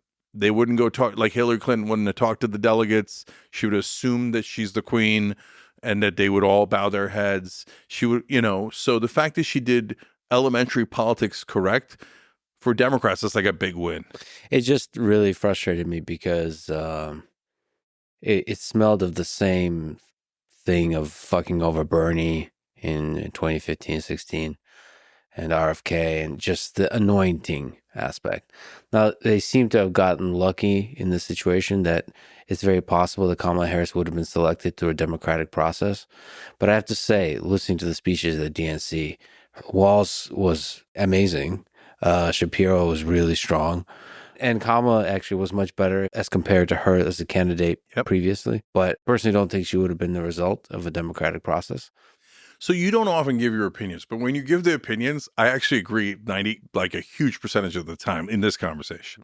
So I fought for Shapiro in the primary and when she was trying to pick for a VP because I thought there's no way she's going to pick Walz. He's way too not just progressive, but more importantly, populist, right? So I didn't think she'd go in that direction. And Shapiro actually did a bunch of populist things in Pennsylvania. That's part of the reason why he's so popular in Pennsylvania. He looks like a smooth-talking politician, but his actions are pretty good. And so Shapiro was great. Walz was great. The Obamas are legendary. Even Clinton at his advanced age makes terrific points in his speech where you go, well, that one's hard to argue with, right? And so I'm shocked at the competence of the DNC, shocked at it. But of all of those, Lex, so you can give a good speech and the Obamas give a mean speech. Yeah. But I saw Obama as president. He didn't deliver on that. So, but the one guy that stood out is Walz. And the reason is because he's a real person. Yeah, real person, populist. We all got to work towards picking the most genuine candidates. So here, on the right-wing side, for example, I would prefer a Marjorie Taylor Greene to a Mitch McConnell any day. Marjorie Taylor Greene is genuine. She might be genuinely nuts. I don't agree with her. She might be even more right-wing than others, but I believe that she means it. Mm-hmm. And I'll take that any day over a fraud corporatist like Mitch McConnell, who's just going to do what his donors command of him, etc. I got to ask you, because I also love Bernie still got it. I love Bernie. Always have. I enjoyed I think he might still do it, but I enjoyed his conversations with Tom Hartman. He's a genuine one. Like Bernie, even if you disagree with him, that's a genuine human being. Yep. So just talk about that. Does it trouble you that he's been fucked over in 2015, 16, and again 2020? He seems to be, and why does he keep forgiving people? Yeah. So I love Bernie for the same reason you're saying it, because he's a real person. He's a populist. He means it. And that is so rare in politics. I feel like I'm Diogenes and I went looking for the one honest man and found it in Bernie. And so I did a video in 2013 saying Bernie Sanders can beat Hillary Clinton in a primary. Mm-hmm. In 2013, that video exists. Because why did I think that? I didn't say it of any of the corporate politicians and the guys who were supposed to challenge her and stuff, because populist and honest, right? And the country's dying for an honest populist, dying for it, right? So love the brother. Now, that doesn't mean that he's right on strategy, and he drives me crazy on strategy. So two elements of that. Number one, in 2016 and in 2020, for God's sake, attack your opponent. You said something about Trump that I disagree with, where I'm defending Trump, okay? You don't like what he did to the public discourse. No, I don't mind it. And I'll tell you why. Yeah. Because at least he got a little bit past the fakeness. Like, he's a con man and he's a fraud overall, and he does everything for his own interest, but at least he doesn't speak like a bullshitting politician, right? And he's not wrong that you have to bully your own party to amass enough power to get things done. And he showed that that's possible. So the problem with the Democrats is civility. So my whole life, they're like, oh, no, don't say anything. Let's lose with civility, right? So, for example, in debates, whether it's on TV, online, or whatever, Democrats or people on the left are always saying, I'm offended. I never get offended. No, after I'm done, you're going to be offended. Okay? Fight back. Fighting back wins. and we couldn't get Bernie to fight back. In 2020, he was one state away. He won the first 3 states. He crushed in Nevada. All we needed was South Carolina. But in order to get South Carolina, we all knew, everybody on his campaign, everyone who's in progressive media, we all knew you've got to attack Biden. If you don't, they're just going to tsunami you. You know, corporate medias and the corporate politicians are going to run roughshod over you. You have to make the case against them. And so 2 times Bernie flinched. One in 2016 in the Brooklyn debate, they asked, did the money that Hillary Clinton taken from the banks affect her votes? And he said, no. Of course it affected her votes. Of course it did. You have to say yes, and you have to show it and prove it. The bankruptcy bill.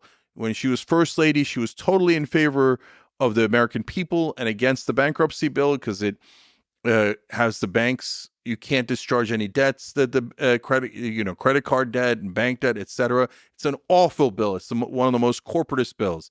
She was on the right side as a first lady. She becomes a senator, takes banker money, and all of a sudden she flips over to the banker side. Mm-hmm. Say it, Bernie, for God's sake, say it, right? Then in one of the debates in 2020, his team prepares attacks against Biden.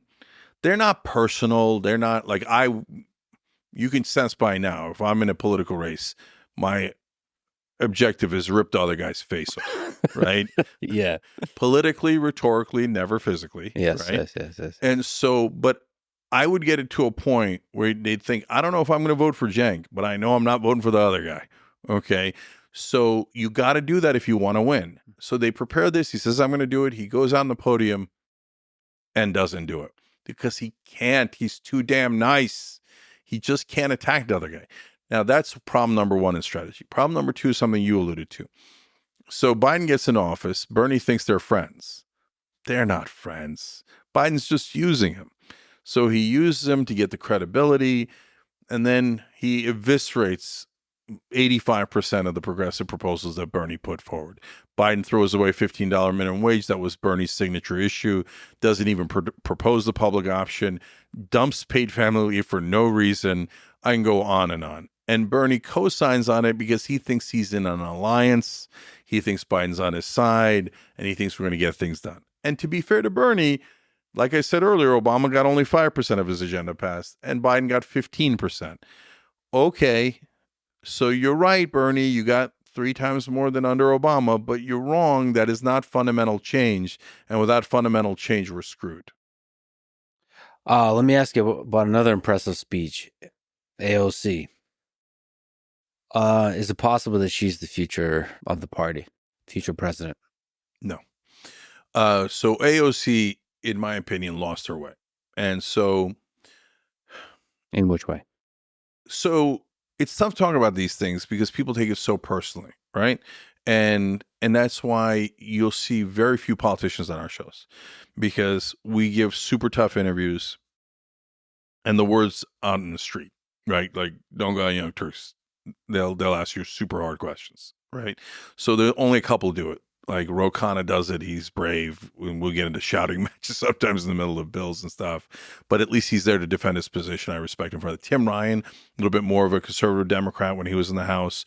He would take on any debate, et cetera. So there's a couple of good guys that do it, but generally they don't. So when this relates to AOC, because when AOC's running, we do 34 videos on her. We get her millions of views.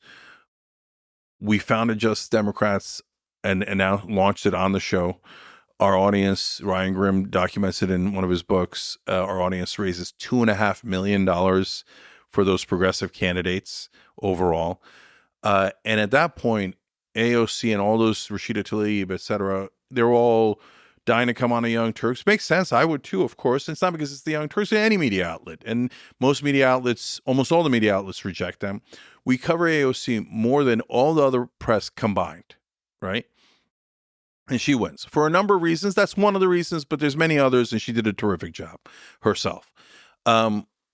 She then takes Shoykant and Corbyn, who were Shoykant was the head of Just Democrats, and Corbyn was communications director for Just Democrats. Then Shoykant made one of the most brilliant political decisions arguably in American history. He called me and he said, Cenk, I'm going to go from head of Just Democrats to running AOC's campaign. And I'm like, well, the other candidates are going to get pissed. And you're staking the entire enterprise on one candidate. And I'm like, Shortcut, I'm not in it. I'm doing the media arm. You're in the trenches. You're the guy making the decisions. So I'm going to trust whatever you say. You sure? And he said, yeah, I'm sure. So him and Corbyn go over to AOC's campaign. AOC then wins that miraculous win. Then she hires Shortcut to be her chief of staff, and she hires Corbyn to be her communications director. Within 6 months, they're gone. And once they're gone, AOC then goes on an establishment path. Okay. Because why were they gone? Oh, they insulted one of her colleagues. Yeah, that colleague who's a total corporatist and was selling out one of our policy proposals. If you don't call out your own side, you're never going to get anything done. But if you call out your own side, you become persona non grata, and it is super uncomfortable. And we couldn't get them to do things that were uncomfortable. Now, she's going to find that outrageous, and she's going to be very offended by that. And she's going to point to a bunch of things she did that were uncomfortable. And to be fair to her, she has. She's, until that speech, she was pretty good on Palestine when we desperately needed it. She was pretty good on a bunch of issues. Cori Bush did that campaign on evictions, et cetera, on the Capitol steps. That was great. AOC's original sit-in Pelosi's office.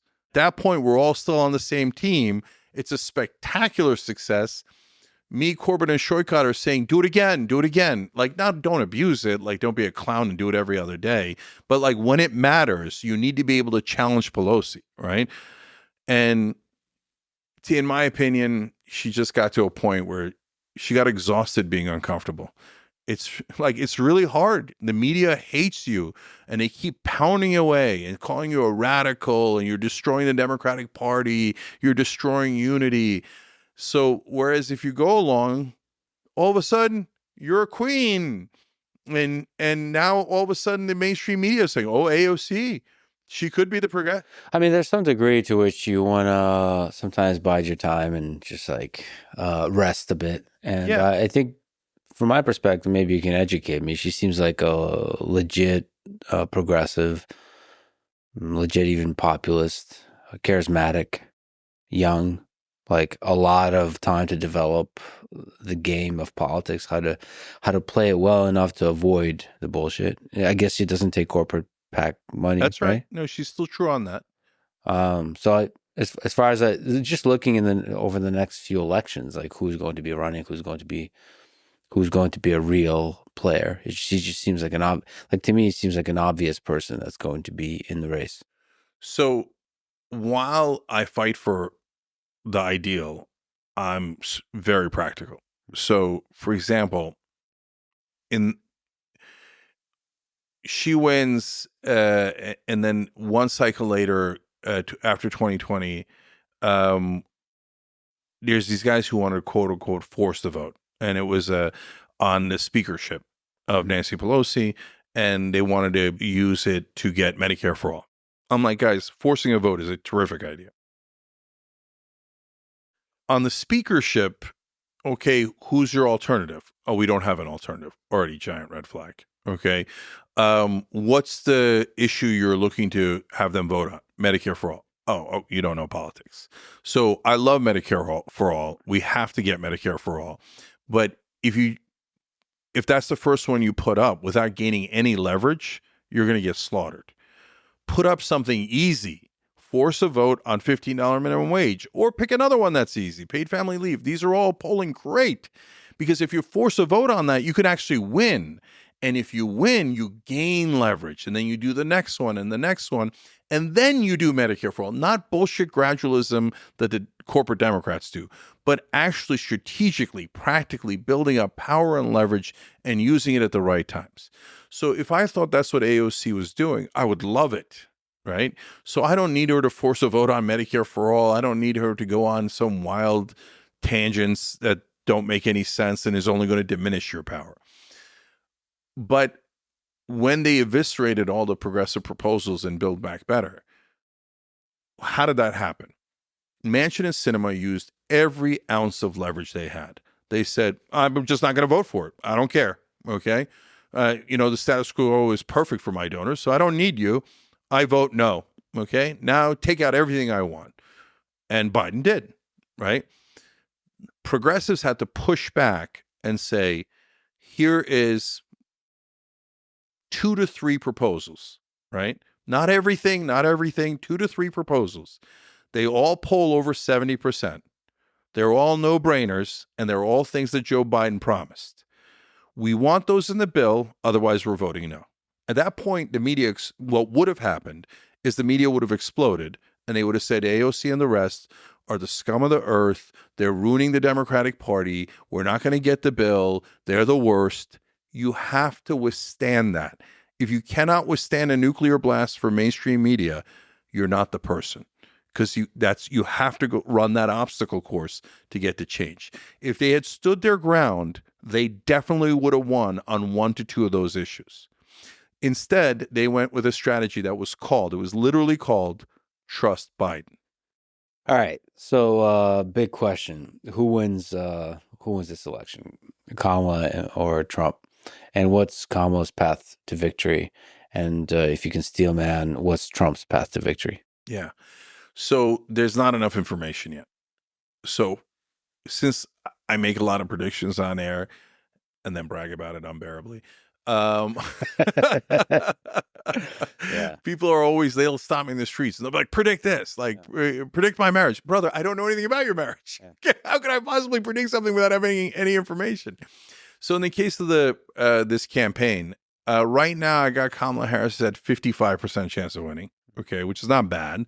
Doesn't mean she's going to win by 55 because that would be a 10-point margin. That's not going to happen, right? But I say around 51 to 55. But it's nowhere near over because of a lot of things. One, the Democrats are still seen as more establishment, and people hate the establishment. 2, if war breaks out in the Middle East, which is now unfortunately bordering on likely, right? If that war breaks out, all bets are off. Do you mean a regional war? Yeah, like Iran, Israel gets to be a real thing, not just a pinprick and a little bombing here and an assassination there. But no, we're going to war, right? If that happens, then all bets are off and no one has any idea who's going to win. Okay. And if they're pretending that they know, that's ridiculous because it's so unpredictable. And then the third bogey for her is if she goes back to word salads. So there's 3 phases of Kamala Harris's career. She's not necessarily any different in terms of policy. You can frame it in a bad way. You could frame it in a good way. You could say, oh, she's just seeing which way the wind is blowing. And then, oh, she's a tough cop prosecutor. Oh, and then she's doing justice reform when people want justice reform. Oh, she's a waffler, right? Or you could paint it as she's pretty balanced, right? She prosecuted serious criminals very harshly, but then on marijuana possession, got them into rehab. And you know what? That's actually what you should do, right? So I'm not talking about policy. So there you could have one of those views about Kamala Harris, and I get it. I'm talking about stylistically. So Kamala Harris, until the second debate in the primaries in 2020, is a very competent politician who's in line to be the next Obama, right? She's killing it. District attorney, attorney general, senator. And then the first debate, if you remember, she won. She had that great line about, there was a little girl on that bus that was integrating the schools, and that girl was me. And Biden, being the knucklehead that he is, he's caught on tape going, you're like, don't have that reaction, brother. Okay, because she's criticizing his segregation policy on buses back in the 70s, right? Yeah. So anyways, so she's doing terrific. And then after that debate, until Biden drops out, is a disaster area for Kamala Harris's career. In the primary, she starts falling apart. She can't strategize right. She's for Medicare for all. No, she's not. She's for Medicare for some. What's Medicare for some? I don't know, right? And she goes in the next debate, and Tulsi Gabbard kicks her ass, and then goes in the third debate, gets her ass kicked again, and she's starting to drift away. Then at this point, and this is funny, I have more votes for president than Kamala Harris does. Nice. Because Kamala Harris dropped out before Iowa, because that's how much of a disaster her campaign turned into when she was leading. She was leading, right? So then she becomes vice president, and Biden, probably because of that bus line, Jill Biden caught tremendous feelings over that line, okay? So Biden's like, here, have this albatross around your neck. It's called immigration. Good luck. I'm not going to do anything about it. I'm not going to change policy, but I'm putting you in charge of it to get your ass handed to you, okay? And she does. So that's a disaster. And then she starts doing interviews where she's like, we have to become the being, but not the thing we were, and the unbecoming. And you're like, what is going on? Why can neither one of them speak? Right? Yeah. And so, but then the third act shocks me. Biden steps down. She goes, grabs all those delegates in a super competent way that we talked about earlier. And then she goes out and gives a speech. I'm like, oh, that speech is good. Mm-hmm. Okay, another one. I'm like, wait a minute. These are good speeches. No more word salads. Then she picks Tim Walz and shocks the world. I'm like, that's a correct VP pick. Yeah. That is a miracle, right? And then she goes and does the economically populist plan, all those proposals about housing that people care about, grocery prices that people care about. Real or not real, that is correct political strategy. So this Kamala Harris is back to the original Kamala Harris, who was a very competent, skilled politician. And as I was telling you offline, she's doing, whoever's doing her TikTok is like blowing up, and they're doing risky, edgy stuff. Yes. I did not expect that from somebody that kind of comes from the Biden camp of just like, be safe, be boring, all this kind of stuff. So you have to give Kamala Harris ultimate credit because she's the leader of the campaign, Sure. And she makes the final decisions. But there's apparently a couple of people inside that campaign that are ass kickers, and they have convinced her to take risk, which Democrats never take. And it is correct to take risks. You cannot get to victory without risk. So the vice president pick is the bellwether. When Hillary Clinton picked Tim Kaine, I said, that's it, she's going to lose. Because Tim Kaine is playing prevent defense. He's wallpaper. I mean, he'd be lucky to be wallpaper. He's just a white wall, right? And when he speaks, it's white noise. He never says anything interesting. He's the most boring pick of all time. That's saying we already won, haha, okay? If Kamala Harris had picked Mark Kelly, that's the Tim Kaine equivalent. Mm-hmm. Okay. Oh, he's an astronaut. I don't give a shit that he's an astronaut. What is he saying? Is he a good politician? Does he have good policies? Is he exciting on the campaign trail? Is he going to add to your momentum? Mark Kelly, he might be a good guy, but number one, he's a very corporate Democrat. And number two, it's like watching grass grow. He's terrible at speaking, if you ask me, right? So I thought for sure she's going to pick Mark Kelly, right? Because that's what a normal Democrat does. Or if they want to go wild and crazy, they'll go to Bashir. So I was like, please let it be Shapiro, because he's at least not bad. Yeah. He's done some populist things, and he's strategic. He's really smart. I need smart candidates. Dumb candidates don't help. They don't have a mind of their own. They can't take risks. They're not independent thinkers. They're going to lose. So she picks the smartest, most populist candidate. Boom, boom, we got a winner. That's a good campaign. Speaking of risks, when they debate, when Kamala and Trump debate, what do you think that's going to look like? Who do you think is going to win? Oh, that's not close. Kamala Harris will win. Yeah, unless she falls apart. Unless she goes back to the bad era, right? That's risk number 3. Well, hold on a second. I guess in a debate, you can have pre-written. It seems like when she's going off the top of her head is when the word salad sometimes comes out. Sometimes. Well, yeah, we'll have to see, right? We'll have to see, because she hasn't done any tough interviews. She hasn't really been challenged. So I hope to God that doesn't happen. That she doesn't fall apart, you mean? Yeah. Because I hope she does a bunch of interviews, right? Oh, definitely. Yeah. I'm this is going to sound really funny. I'm too honest. But I am, like, in the context of Kamala Harris probably shouldn't come on the Young Turks. We do a really tough interview and it would hurt her. Okay. Do you though? Like it's tough, but like you're pretty respectful. Maybe I just have my sort of like I'm okay with a little bit of tension. You're pretty respectful. Even when you're yelling, there's like respect. Like you don't do like a gotcha type thing. Mm-hmm. There's certain things you could do, like you said this in the past. You can say a line from the past that's out of context. it forces the other person to have to define the content. You just, sort of debate type tactics over and over. Like you don't seem to do that. You just like ask them questions genuinely, and then you argue the point, and then you also like hear what they say. The only thing I've seen you do sometimes tough that you sometimes like interrupt, like you speak over the person if they are trying to do the same.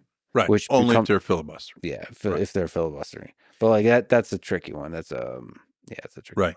No, but Lex, the problem for her coming on our show isn't that we would be unfair to her. It's that we would be fair. So we would ask questions she is going to have trouble answering. Oh, the corporate stuff. Right. I mean, like, so Biden said he was going to take the corporate tax rate to 28%, and he barely tried. You say you're going to take it to 28%. Why should we trust you? Right. You guys said $15 minimum wage, and then you took it out of the bill. Why should we trust you? Right. Those are very tough questions. She's never going to get that in mainstream media. Mainstream media is going to have faux toughness, but in reality, they're going to be softballs. Right.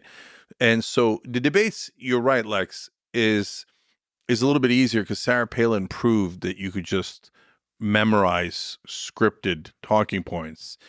And she admitted it later. She's like, she was super nervous. She memorized the talking points, and no matter what they asked, she just gave the talking point, which, by the way, people barely noticed because that's what all politicians do. Okay, she just admitted it. And so, no, Trump's a disaster in a debate. He's a one-man wrecking crew of his own campaign. So any competent debater would eviscerate Donald Trump. I mean, they just, on any given topic, when he says something like, here, let's take one lunatic conspiracy theory that he just had recently.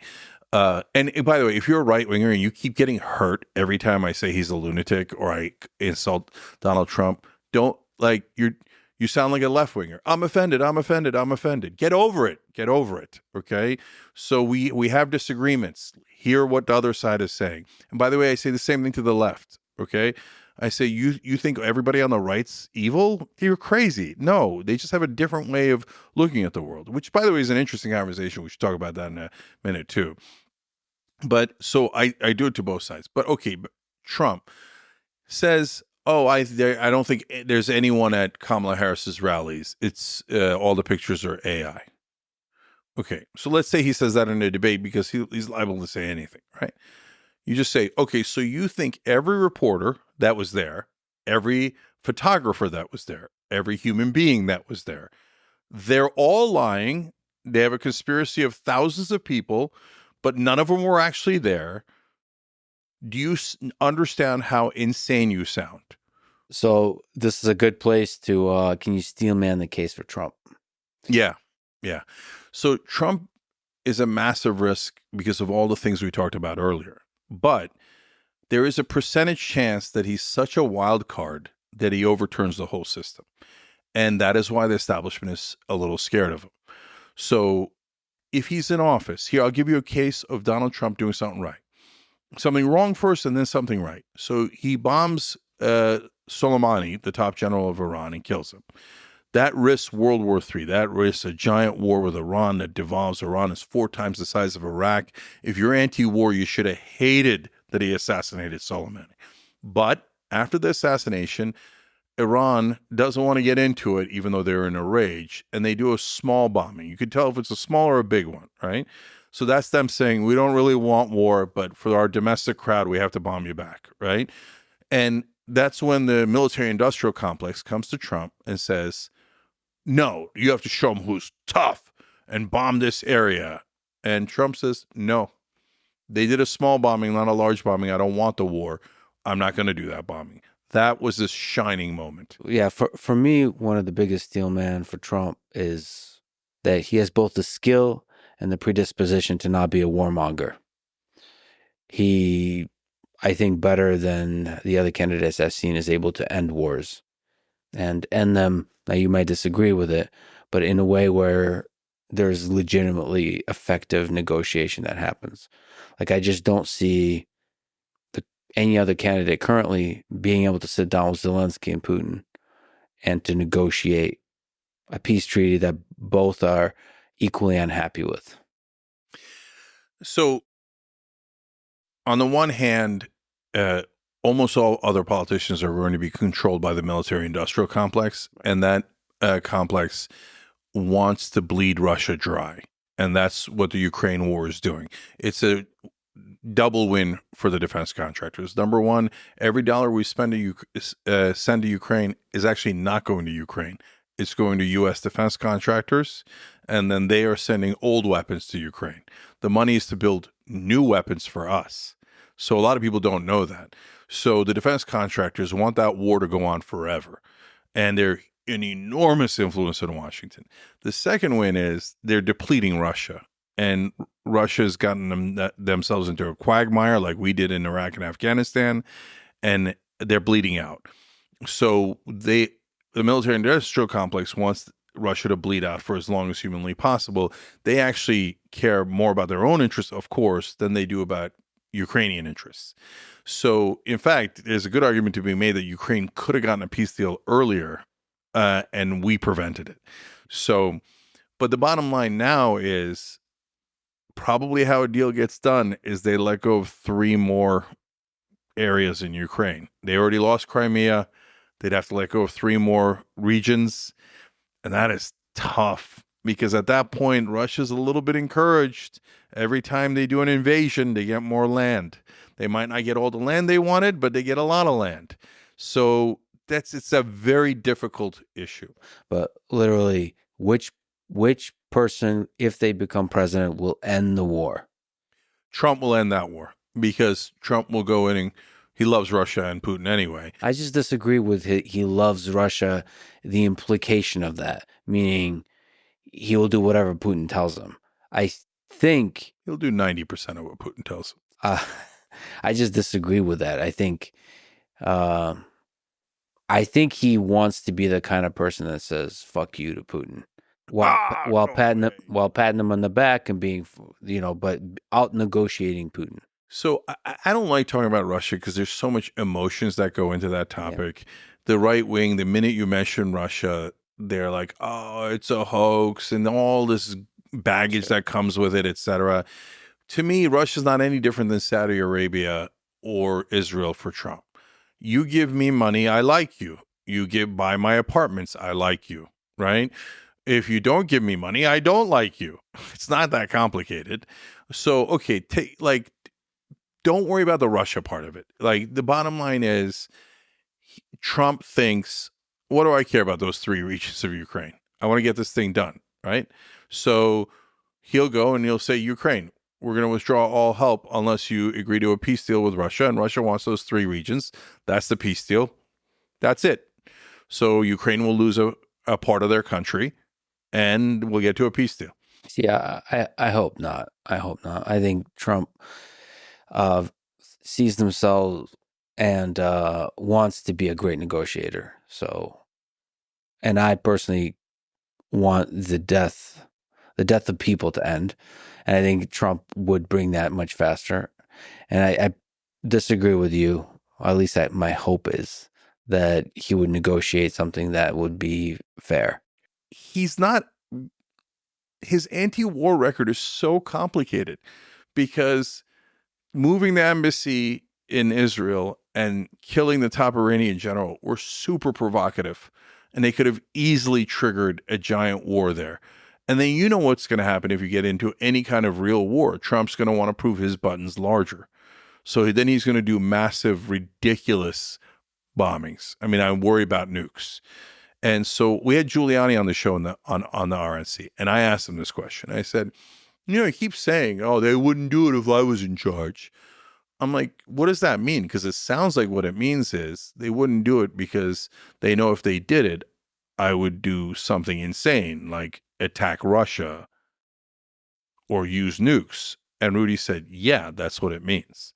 So that means you have to at least bluff that, and you have to get them to believe that he's a madman. That's the madman theory of Nixon. And Rudy said that too. He was very clear about it. But the problem is, if you get your bluff called, and so if you actually attack Russia, you're going to start World War III. So that's why, yeah, if you could just get away with bluffing, maybe, but he's playing a very dangerous game, and he massively increased drone strikes. On the other hand, he didn't bomb Iran further, and on the other hand, he started the process of withdrawal from Afghanistan. So not black and white, complicated record. And one thing, I'll give him another piece of credit here. I think I'm taking this steel manning too far. But here's the credit was that he changed the rhetoric of the right wing. They went from the party of Dick Cheney, war is great, and all Muslims are evil. And so he hates Muslims too, but that's a different thing, right? But we have to attack the enemy, we have to start wars, etc. To now Republican voters are generally anti-war and hate Dick Cheney. Oh, I'll take it. So that's a great thing that Trump did, even if he didn't mean it. Even if he does these provocative things that could lead to a much worse war, even if I'm worried that he'll be so reckless he'll start a bigger war, at least he did that right. And so I'm happy to have our right-wing brothers and sisters join us in the anti-war movement. And I'm not being a jerk about it. I love it. And so this is another thing the left does wrong from time to time, which is, if you agree with a right-winger 2%, they'll be like, oh, welcome in. Come on, vote for Trump. Come on in. Yeah, woohoo, water's warm, right? If you if you disagree with the left 2%, they're like, that's it, you're banished and you're a Nazi. Well, brother, how are we going to win an election if you're banishing everybody there is, right? So hold up. These Republican voters are coming at your anti-war position. Take the win. No, they're MAGA and I won't deal with them. Even when they agree with you, that doesn't make any sense. Take the win, right? So when Charlie Kirk says yes to paid family leave, when Patrick Bet-David on his program roughly says yes to paid family leave, take the win. RFK Jr., you said some positive things for a while about RFK Jr. And I think you said you would even consider voting for him, given the slate of people. This was at the time when Biden was still in. What do you think about him? What do you think about RFK Jr. as a candidate, as a person? He's been on the show, right? Yeah. So he was on our show. People love that interview. You could check it out anytime, right? And why do people love it, whether they're right or left? Because we're fair. We actually ask him about his policy positions. He explained them. I challenge him, and then he explains, and we give him a fair hearing. But I knew Bobby a little bit before he ran, when he was an environmental lawyer, right? And his legal work is excellent. And he's been on the right side of most of the issues for most of his life. So, I like him on that. 2, on his wildlife, the dead bear and the worms and all that stuff, right? So there's 2 important lessons you should get out of that. Well, one's just about Bobby, but the other one's a general one that's really important for you to know, no matter what you think of Bobby Kennedy. On the personal front, I have a friend that's very similar to him. In fact, he's one of my best friends. And I know why. This is my theory on why Bobby and my friend led a wild life. Both of their dads died young. When my friend's dad died, he was 18 and his dad died in his arms. And he has a motto: what is lived cannot be unlived. So if I had a great time and I thought it was hilarious to dump a dead bear at Central Park, then I lived it and I had a great time and nothing you could do about it. Okay. And sometimes that'll get you in trouble.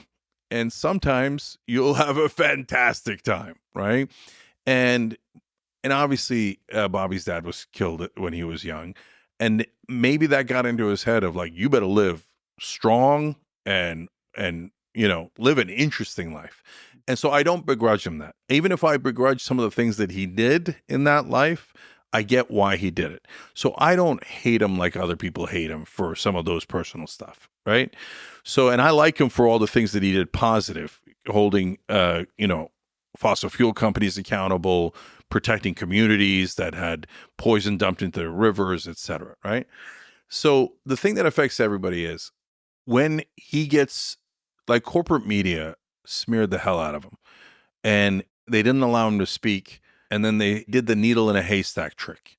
So whenever it's an insider, they find the best parts of their lives and then they amplify it. So Joe Biden is average Joe from Scranton. Motherfucker's been in D.C. for the last 52 years. You think we don't have eyes and ears? Okay. Like average Joe from Scranton. Who are you kidding? So there's a guy named Fred Thompson who's an actor, and he was a senator from Tennessee later. And he had this great little trick that he would do. Is a red pickup truck that he would campaign with, right? So he looks like a regular Joe, right? But he's a millionaire actor. But here's the funny part. He would drive to the red pickup truck in a limo. And he would drive back from the campaign event in a limo. But the press never reported the limo. They only reported him in the red pickup truck as if that's what he drives. See, that's the theater of politics. Why? Because Fred Thompson was a corporate Republican. So they loved him. So they go, yeah, sure. Yeah, red pickup truck. Oh, good old Fred Thompson, right? So, but if you're an outsider and they don't like you, then they're going to look at the haystack of your life and they're going to try to find needles. So they've done this to Trump. They've done this to Bernie. They've done this to Bobby Kennedy Jr. And with Bobby, they're like, ooh, there's some juicy needles in here. Okay. So they find those and they go, you see this? The only thing you should know about Bobby Kennedy Jr. is that he found a dead bear and put it in Central Park. Wait. I found another one. The other thing you should know about Bobby is that he once said in a divorce deposition that he had a brain worm that ate. By the way, it turns out that affects millions of people and it's not that big a deal, right? But look, he is a radical. This defines him completely. The spectacular case of that actually happened to me. So I ran for Congress in 2020, and the New York Times, LA Times, CNN, they all butchered me with needles. Okay. So they said, his long history of making anti-Muslim jokes. Well, first of all, they didn't even say jokes. They said anti-Muslim rhetoric. Mm-hmm. I'm like, I'm Muslim. I'm an atheist, but I grew up Muslim. My family's Muslim. My background's Muslim. You don't think that's relevant in the story? And they did it based on one joke I told about. And they say, oh, also, of course, they say that I'm anti-Semitic. You start with that. That's just baked in for everyone, right? So they said, I had made a joke about how Orthodox Jews and Muslims, they think that getting into heaven is a little bit of a fashion contest. Okay. So the Orthodox Jews go in there with the Russian coats from the 1800s and the giant Russian hat. The Muslims go in with their robe and the skull cap and stuff. And God's looking around going, no. Ooh, nice outfit. Come on in. Right. Like, do you really think the creator of the universe gives a damn what you wear? Okay. So the New York Times took that and said, long history of being anti-Semitic and anti-Muslim. Right. Okay. So there's this, this is a famous one, relatively famous. I did a joke about bestiality like nice a dozen years ago. Very nice. So I start out the joke nice and dry and I go, look, is the horse going to object if he's the one getting pleasure? Now, Anna's my co-host. She's younger at that time. And she's like, that seems like a bad idea, Jake. I'm like, of course it's a bad idea. Okay. But I'm being dry, but some people are laughing in the studio and stuff. And then I say, if I was emperor of the world, I would make that legal. And they cut the tape. Mm-hmm. If you watch the rest of the tape, I say, now, would the horse object? No. But they cut the tape. So the New York Times, originally a right-winger did that. And then a establishment troll in that primary started putting out those tapes to everyone. Jake Tapper retweeted it. Didn't look to see if it's edited or not edited. The New York Times implied that bestiality was part of my agenda. Jesus Please Christ. Tell me that's part of your Wikipedia. That the bestiality thing is part of your... I don't know. But guys, so in those stories, I'm not important. And even Bobby Kennedy Jr. is not important. What it reveals about the media is what's important. So they're going to find those needles, and even if they don't have the needles, you know what? We'll cut the tape before your joke's punchline, right? So we'll just run it and we'll lie about you. Who cares, right? And so, they also said that I had David Duke on to share his anti-Semitic point of view. If you watch the interview, I told David Duke, you're an anti-Semite, you're a racist, you're a bigot, you're an idiot, right? It was the toughest interview he's probably ever had in his life. And other journalists got mad at that part. And they were like, no, guys, you're just flat out lying. Like, I watched the interview. Did any of you watch the interview? He takes the guy's head off, right? And so the New York Times issued a correction on that one. So they're like, okay, fine. He was being sarcastic when he said, sure, you're not racist, Dave. Okay. Well, it's one of the sources of hope to all this is there's a lot of independent media now, but mainstream media has a lot of power still. It carries a lot of power. Do you think they're going to die eventually? Yeah, definitely. So two things about that are super important. First of all, this is why I tell people to have hope. I don't believe in false hope, right? So if you think Kamala Harris is your knight in shining armor, she's going to come in, she's going to get money out of politics, she's going to ignore the donors, that's false hope. That's crazy talk, right? So why am I in favor of Kamala Harris? I'm going to live to fight another day. I'm worried that Trump's going to end the whole thing, and then we're not going to have an opportunity to actually get a populist win, right? So, and I'm encouraged by some of the things she's doing, and maybe she does even 25% of her agenda, but I'm not going to give you false hope that she's your savior, right? But I believe massively in hope.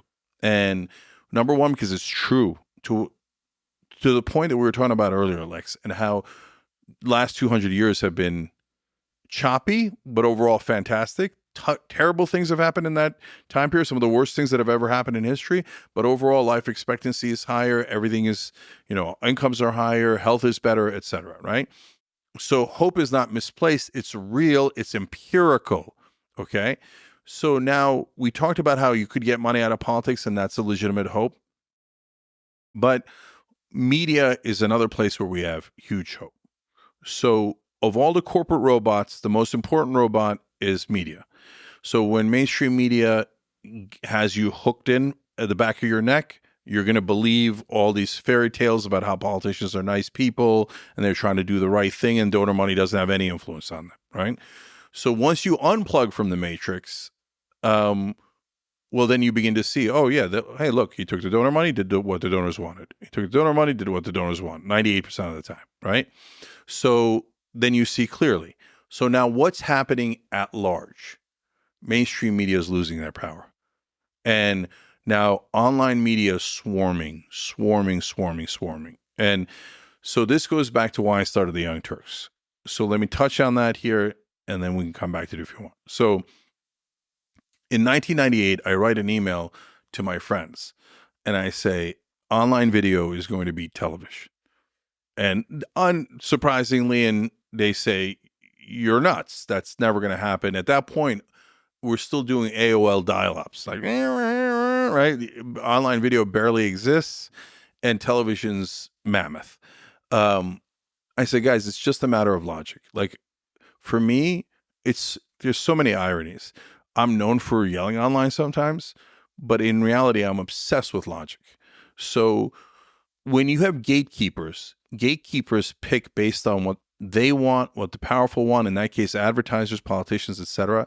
They are never going to design programming as good as wisdom of the crowd. When people start doing online video, I'm like, boom, there's no gatekeepers. This is democratized. Wisdom of the crowd is going to win.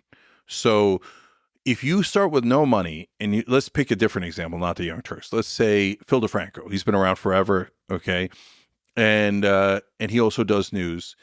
And so Phil starts doing a show, and he doesn't have any money, just like us. And so what does he have to do to get an audience? He has to do a show that is really popular. He's got to figure out a way, how do I get their attention? How do I keep their attention? And he starts doing a great show, right? And so every year it's us and Phil for best news show for like a decade, right? And meanwhile, I'm back over at CNN, Wolf Blitzer's still droning on from a teleprompter. You put Wolf Blitzer online without the force of CNN with him, he gets -7 views. No one's interested in what Wolf Blitzer has to say. It's not personal. I don't know the brother, right? I'm just saying institutionally, logically, etc. So I'm like, these guys are going to win.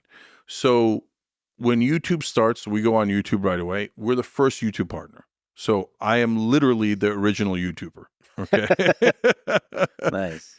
Susan Wojcicki, the former CEO of the late Susan Wojcicki, wonderful woman.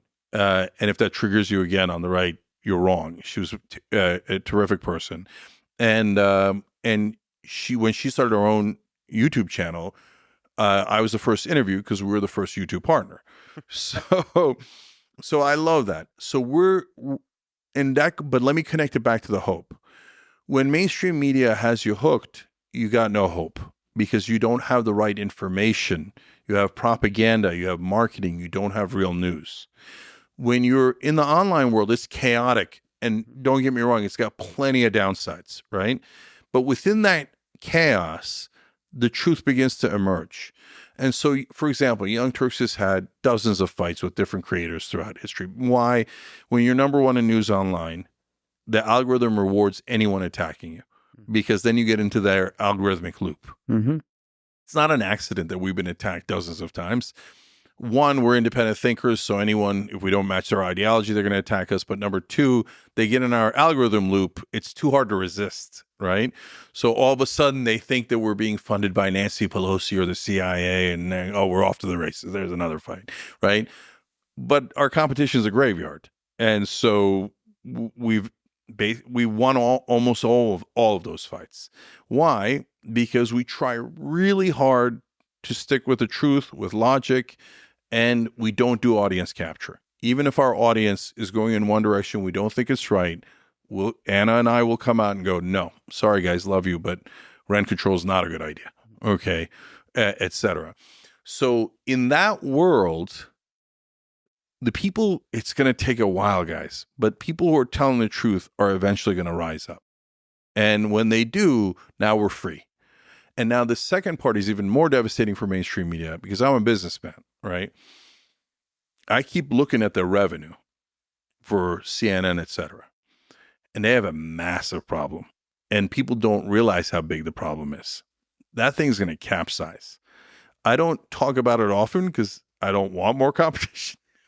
Okay, I also have a company, right, in the online world, et cetera, but I'm too honest. I gotta say it.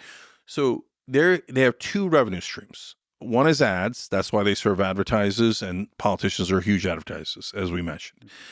The second revenue stream, depending on the company, is arguably more important, which is subscribers. So now what happens in a business normally is, so they started out low and then they got high, and now they got a ton of subscribers. At its peak, cable has 100 million households, right? So they're raking in unbelievable money from subscriber fees, and they got advertising on top. So when you're all the way up here, your costs start to rise. Why do they rise? Because then the on-air talent has leverage. And as an example, there's many others. And so the on-air talent, like Sean Hannity says, I do a program that brings in X amount of maybe 100 million, maybe 200 million. So give me 40 million a year. And they do. Sean is making 40 million a year last I checked. Okay. So I don't know if he's still getting that kind of money, and I'm just basing out on reporting, right? But that's a monster. So they have all these giant costs. But the minute you go from 100 million, now we're at, I think, around 70 million. You just lost a giant chunk of your revenue. Now, when your costs are higher than your revenue, nighty-night, it's been nice knowing you. Yeah, it's going to collapse and it's going to be painful. But what we need, guys, is like, sorry, last thing on that is we need the print guys like AP, Reuters, Intercept, The Lever, that Sirota runs, whatever Ryan's working on now, Ryan Grimm, etc. We need those badly. We need someone to collect actual information and do the best they can in presenting it in an objective way. We all got to support that. So you can't lose text. That's so important. The TV guys are just actors. You can lose them overnight and it won't hurt you. It'll help you. Yeah, just it's going to be a messy battle for truth, because the reality is there's a lot of money to be made and a lot of attention to be gained from drama farming. So they're just constantly creating drama. And sometimes drama helps find the truth, like we were mentioning, but most of the time it's just drama, and it doesn't care about the truth. It just cares about drama. And then the same as like conspiracy theories. Now, some conspiracy theories have value and depth, and they allow us to question the establishment institutions. But the bottom line is conspiracy theories get clicks. And so you can just keep coming up with random conspiracy theories. Many of them don't have to be grounded in the truth at all. And so that's the sea we're operating in. And so It's a tricky space too. But Lex, look at all the people who are the biggest now, because we've now had a couple of decades at this, right? So, and I mean as an industry. So I would argue you're huge, and you don't do that. You don't do the conspiracy theories. You don't do the drama at all, right? Rogan is huge. Yeah, maybe there's drama, but he's genuine, right? I got a lot of issues with some of his policies. Mixed opinions on Joe in a lot of different ways, but I don't doubt that he's genuine, and people can sense that, right? And he's huge. We're genuine. We're huge. Yeah. So this is the market beginning to work. Yeah. So speaking of Joe, let me ask you about this. Here we go. I didn't actually know this, but when I was prepping for this conversation, I saw that you actually said at some point in the past that you can beat up Rogan in a fight. Yeah. No, you said that you have a shot. It's a non-zero probability. Yes. Do you still believe this? Yes. But the probability is dropping. It's dropping every day. I think it's probably the stupidest thing I've ever heard you say. So I did I wrestled and did jiu-jitsu and judo and all the kinds of fighting sports my whole life. And I just observed a lot of really confident, large guys roll into gyms. He's ripped, he could deadlift, he could talk all kinds of shit, and he believes he's going to be the next world champion, and he just gets his ass kicked. Yeah. Of course. Okay. And I've seen, like, I saw this Israeli MMA fighter take on an anti-Semite who was huge and thought that, he believed in like Nick Fuentes' conspiracy theories or something. And the MMA fighter dismantled him, and I loved it. Okay. And then we tweeted back and forth, etc. So, guys, first, let me just assure you, I get it. So now let me tell you why I said it, and then why I think it's a non-zero chance. So Michael Smerconish had written this blog, 10, 15 years ago on Huffington Post. We were both bloggers at that point, about the wussification of America. Now, he was saying the left is a bunch of wussies, right? So I wrote a blog saying, hey, Michael, I would rather debate you. So if you want to debate about how we're wussies, let's do it. Let's find a thing. But, you're mentioning physicality, right? And how you guys are tougher. So if you prefer, only in a prescribed setting, right? And we're not going to go do it in the streets like idiots, right? But if you want, we'll have a boxing match or whatever you want, and we'll see who's tougher. And he panicked, and he cried to mommy, which was Ariana Huffington, and said, oh, Jake's intimidating me, right? Okay, all right, well, who's the wussy now, bitch, right? So that is not to actually get into a fight with poor Michael Smerconish, right? It's to prove, hey, don't use rhetoric like that. That's dumb. And this is me proving that it's dumb. Okay, so now Joe had said, I forget what he said at the time, and he said something similar, right? And I'm up to here with Joe at that point. I don't know if we'll ever talking yet, right? But you've been on a show, and that was a good conversation. It was a great conversation. It was a while back, yeah. Yeah. I hope he has you on again. Yeah. So I get it. I bet you, I don't like this take you have a lot. I bet you he hates it because him as an MMA commentator, he gets to hear so many bros. Yeah. It's all about the mindset, bro. Now, to Steelman, the point you're making, which I do think it's the stupidest thing you've ever said, but the actual intent, which is whether you're left or right, there's strong people on the left, like mentally strong, physically strong. Like, I think the whole point is not that you can beat them, but you're willing to fight if you need to. It's 100%. So it's not like I believe I could beat them. It's like I'm willing, like all this shit, calling the people on the left wusses or whatever. I'm willing to step in the fight, even if I'm untrained, even if I'm out of shape. I'm willing to fight. Yeah, I get it. I understand that, but it's just pick a different person. That's why I wrote down my genuine curiosity is if you can beat up Alex Jones versus Cenk. That the legitimacy, I would pay for that because you're both untrained. You both got, I would say, the spirit. No, he has. Look, I'll give the same fairness. Yeah, I think I got an 8% chance of beating Rogan. Yeah, you're lost. Nuts. I know. I got it. Okay, Hold on. All right. And I think, to be fair, Alex has an 8% chance of beating me. Okay? Oh, wow. Yeah. Okay. Okay, because you never know. He catches you on a lucky punch. I got punched in the ear once, and you lose your balance, and then you're in a lot of trouble, right? So I can get lucky. Alex Jones can get lucky. It's me against Rogan is harder. Like you, if you said to me, you don't have 8% chance, but Alex does. Okay, I'm not gonna. It's fine, right? So why does Alex stand almost no chance against me? So first of all, it's not just because I'm big and he's big. One, I wrestled. Oh, you wrestled? Yeah, if you wrestled, then you're like, I watched this show with my kids, Physical 100. It's like a Korean show where they try to find out who's the best athlete. They have one thing where they have to wrestle away the ball and keep it, this big giant ball. I'm like, every wrestler's going to win. Every MMA fighter's going to win, and every time they win. And they're like, Dad, how'd you know that? Because we get trained. We're not going to lose to a non-wrestler in a wrestling contest. It's not going to happen, right? So you can get lucky, but it's unlikely. So one, wrestling. Now, that was from a long time ago, but at least you know the mechanics, right? Number two, I've gotten into about 30 actual street fights in my life. And you could say street fight's not the same as MMA. Of course, that's true. Obviously true, right? But it's not no experience. It's some experience. And the most important part of a street fight is being able to take a punch to the face. Okay. Yeah, knowing what it feels like to get punched in the face. Yeah. So I've been punched in the face, I don't know, dozens of times in my life. I used to start fights by saying, I'll let you take the first punch. Okay. So I didn't start the fights. They just started because they'd punch me in the face. Okay.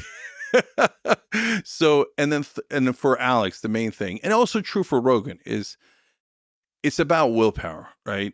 So if Joe has a 92% chance, in my opinion, of knocking me out or beating me because he has the skill and he's trained and he knows what he's doing. So all the willpower in the world isn't going to help you if you get kicked upside the head, right? So, but in the unlikely circumstances that I've worn him down, right, then I'm a little bit more in the ballgame because I got willpower. For Alex, he doesn't have the willpower I have, okay? Because to me, the idea of losing to Alex Jones is unthinkable. I would do anything not to lose. Anything. Let me just say, so that's beautiful. I love this. I would pay a lot of money to watch the two of you just even like wrestle.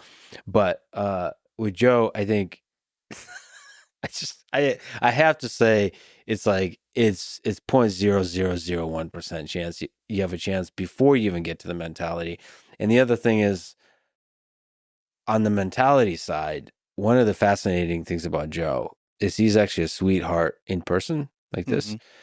But there's something that takes over him when he competes. Brother, we've been around 22 years in the toughest industry in the world. Yeah. Right. If you like, do you have any idea how hard it is to run a 75-person company and make money online and survive after all the guys who took billions of dollars went down? I hear you. Tremendous willpower. Yeah. So, but overall, this is not the hill I'm dying on. Right. Okay. Joe would win. I get it. I think we're all allowed one kind of blind spot, I suppose. So you don't think a big guy that still is in good shape, that was a wrestler, that's been in a lot of street fights, you still think 0.0001?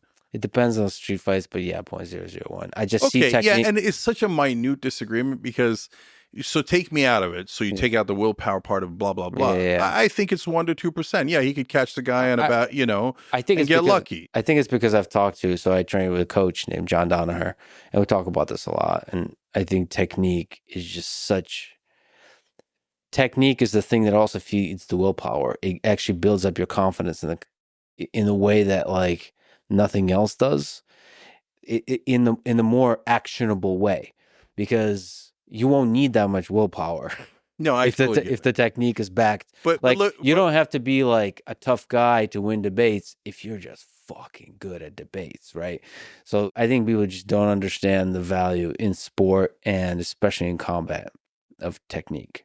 No, a great irony here is I actually totally agree with that. That's why I mentioned the physical 100. Technique's going to win almost every time.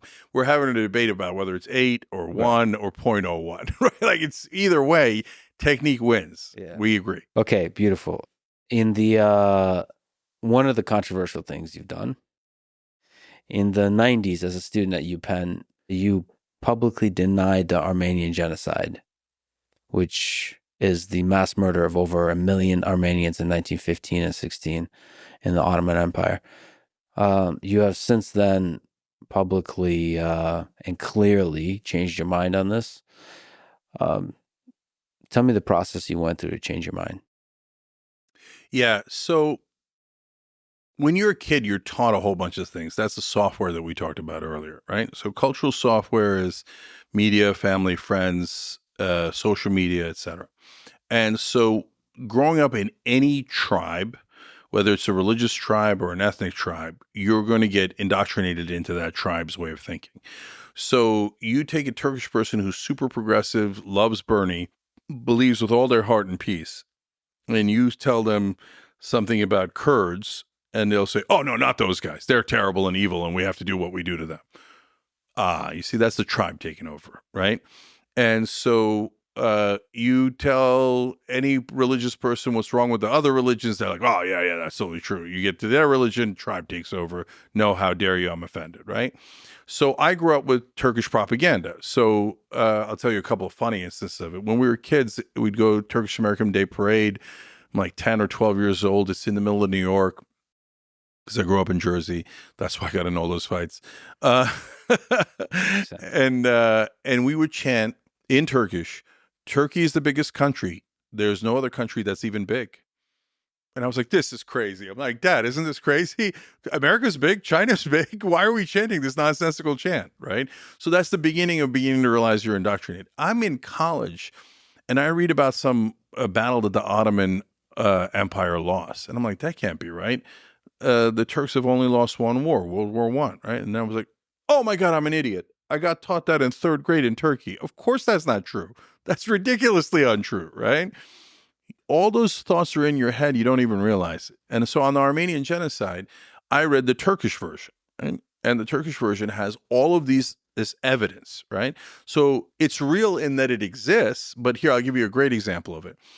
I think it was Colonel Chester. He's some random American military guy after World War One, and he says about the Armenians after the mass march, the forced marches. He says they returned to the area fat and entirely unmassacred. Okay, I'm like, hey, that's an American colonel that's saying that, so that's obviously true. You see, that it didn't happen, right? Or at least in the way that the Armenians say. Now, as a grown-up, I look at it and I go, are you kidding me? That guy's obviously trying to get a contract with the Turkish government, right? Nobody returns from a forced march fat and entirely unmassacred, right? So that's propaganda. And so and that one was so indoctrinated that it was tough to let go. So at Penn, I write that op-ed, etc. And then over the course of time, and so Anna and I disagree on things from time to time, and we've been co-hosting now she's been at the Young Turks for 18 years and co-hosting for, almost 18. And so she's Armenian. And by the way, I love America. I mean, we came to America because we love this country, land of hope and opportunity. That's part of why I fight so hard for the average American, for the American idea. So here's a Turk and an Armenian doing a show together, and it becomes the #1 online news show. That's the beauty of America, right? So she's telling me things, and we're having some on-air discussions about it, et cetera. And then it just dawned on me, like, no, this too was obviously propaganda. So at that point, once you realize that, it becomes easier. That's why I'm trying to unplug people from the matrix. Because once you realize it's propaganda, oh my God, it gets infinitely easier to start telling what's true or not true. So maybe by way of advice, how do you know when you're deluded by propaganda? How do you know you're not believing how do you know when you're not plugged into the matrix, when you're plugged into the matrix? You have to keep testing it against objective reality. Okay, they said something. Did it happen or did it not happen? So here's an easy one. Alex Jones, for a long time, especially under Obama, kept saying, they're going to put us in FEMA camps. They're going to stuff us all in the FEMA camps, and they're going to put us in, and they're not going to let us out. And I know it for sure, right? Nobody's been in a FEMA camp. Obama left, there was no FEMA camps. So what I asked, like, for the right-wing conspiracy guys, has any of their things ever come true? Like, they always say all these crazy things that never, ever happen. So the third time it doesn't happen, can you please start to wonder, maybe I'm on the wrong side? Maybe, but that's not just for right-wingers. That's easy, right? but it's also for mainstream media. And that's where I get the biggest pushback. And that's where, because my tribe is what the kids call PMC, professional management class. Okay. They're careerists. You go up the ladder, you have this route, that route, etc. And so for that class, the status quo is pretty good. So when Biden gives you 15% change, you're like, what else do you want? That's amazing. He just course corrected a little bit. Now it's perfect, right? But for the average guy who needs 100% change, not 15, they look at it and they go, what the fuck? He only did 15% and everybody's declaring him a hero, right? So those are the hardest guys to get through on. And those are the guys who get most mad at me, not the right wingers, the establishment. That's why I'm nails on a chalkboard for them, because I'm on the left, but I call out their crap and their marketing and propaganda. And that's why I mentioned earlier, no one he might not even consciously know it, but no one dislikes Bernie more than Obama, because if Bernie got into office, he'd embarrass Obama by doing a lot more change. And Obama told us that change wasn't possible. You could only get 5%. And so if Bernie does 50%, then Obama's humiliated and his record and his legacy is ruined, right? So I don't think he makes that conscious decision, right? But it's subconscious. It's a way of thinking. So if you're watching Morning Joe, test him. He says something that Biden is for $15 minimum wage. When Biden takes it out of the bill, know that Morning Joe was lying to you. He says that Biden said he was for the public option, but he never even proposed it. When Morning Joe still defends him, and you see an objective reality, Biden didn't actually propose that bill, you know that they're lying to you. Test it against objective reality. Did it actually happen or didn't it? I mean, there's some of that, just to steal me out some of the conspiracy theories. Do you think there's some value to the conspiracy theories that come from the right, but actually more so come from the anti-establishment? So, I mean, for me, there's a lot that raise a bit of a question. A lot of them could probably be explained by corporatism and the military-industrial complex. But there's also a lot of them can be explained by creepiness and shadiness in human nature. Epstein is an example of that. There's a lot of ways to explain Epstein, including the basic creepiness of human nature. But there could be bigger explanations underlying it. So sometimes when we have long, thoughtful conversations like this, I'll say it depends a lot. Yeah. And then people get frustrated by that. But then you're frustrated by the world because it depends. So conspiracy theories, if you say, are they all right or are they all wrong? Already the question's wrong. So it depends. What is the conspiracy theory? So if it's, some of the absurd ones we've mentioned here, it's easily disproven, right? On the other hand, there's a conspiracy theory about JFK's assassination. Which one's the conspiracy theory? That Lee Harvey Oswald from like 12 miles away shot a magic bullet that went like this and hit like 13 people and came out Kennedy's brain? Or that the government might have wanted to cover up an assassination of the president for whatever reason? Okay, come on. Now, I'm of course doing hyperbole, and like the JFK enthusiasts will be like, no, it did. The bullet didn't actually go like this. It didn't actually hit 13 people. I'm kidding, guys. Okay. But in terms of, is that conspiracy theory real that JFK was not just killed by Lee Harvey Oswald? Almost certainly. Right. And so if you read real books with tons of information, the most likely culprit is Allen Dulles, the head of the CIA that he fired. Back when there was a deep state, there actually was a deep state. They did coups against other countries' leaders all the time, but they tell us, oh, they wouldn't do it to our own leader. But remember, it's not the CIA. He'd left the CIA already, right? So so I don't know if it was ex-CIA guys. I don't know if the mob was involved. I don't know any of those details, but I know some things that are obvious. That bullet didn't magically hit him from over there. Jack Ruby killed Lee Harvey Oswald.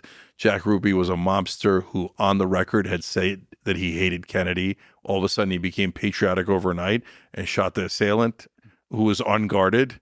Maybe, less likely. Okay, so let's speed up though. So my point is, yeah, some conspiracy theories could be true. It depends on objective reality, right? You get to Epstein. Again, I always do it ahead of time because I want you to test me and see, does it match objective reality? So I said the minute that it happened, you'll have your answer based on whether the video in the hallway worked or not. If the video in the hallway works, there'll be just as many conspiracy theories, but it'll show actually who went in and didn't go in. Okay. But if the video in the hallway doesn't work, they definitely killed him. Okay. So a couple of days later, oh, the video in that particular hallway happened to not be working. And the guards both happened to be on break at the same time. And the most notorious pedophile criminal in the country happened to be unguarded. And that is the one time he decided to hang himself. Listen, man, the only way you believe that is if you got mainstream media to get you to believe that the minute the phrase conspiracy theory is mentioned, you have to shut off your mind. And you have to believe whatever the media tells you. Yeah. Well, it's interesting you just mentioned. Do you think the CIA has not grown in power versus? No, they've greatly waned in power. Interesting. So in the old days, the CIA has an actual deep state. And because the country was run by a bunch of families, right? So you go to Yale, the skull and bones thing was real, right? And you go to Harvard, you go to this, and look at the Dulles family, right? Half of them go into government, the other half go into banking. Why are the Central American countries called banana republics? Because we America did a coup against one of those countries because a banana company wanted it. Okay. Because they're like, how dare you charge whatever you want for your natural resource? We American corporations have the right to all of your natural resources at the lowest possible rate. Alan, get rid of these guys. Okay. And Alan would. And so, and sometimes they would go extrajudicial, right? Like potentially with the JFK assassination. So now, and by the way, you pissed off J. Edgar Hoover, he was just going to put a bullet in your head and we were done with you. Okay. Fred Hampton, among others. So, but nowadays, that's not how the world works. So a small number of families cannot control a country and an economy this size. New people pop up. Well, Mark Zuckerberg wasn't part of those families. Elon Musk wasn't part of those families. Neither was Bezos, right? For you to believe those conspiracy theories, you have to think that Bezos and Musk, et cetera, were like, oh, you guys are still running the country? No problem. Go ahead. They're not going to do that, right? So now we've gotten into a system where it's the invisible hand of the market that runs the country. But unfortunately, it's only for the powerful. And so it's more of a machine. And they don't do, and this is super interesting and ties to what we were talking about earlier, Lex, which is that they don't do political assassinations anymore. They do character assassinations. That's the needle in the haystack thing. So, and if you do an assassination of someone, you build up their status. They become a martyr and you build up their cause. But if you do a character assassination, you smear the cause with the person and the cause goes down, not up. So the market found a better way of getting rid of agitating outsiders. Well, that's, one of the conspiracy theories with Epstein is that he's a front for CIA, and they're getting data on people, like creepy pedophile kind of data, they can use to then threaten character assassination, and they put the people in their pockets.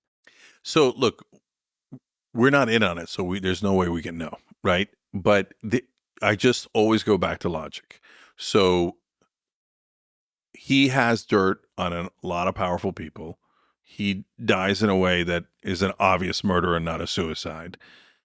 And then you begin to think, who would have enough power to be able to get away with that crime?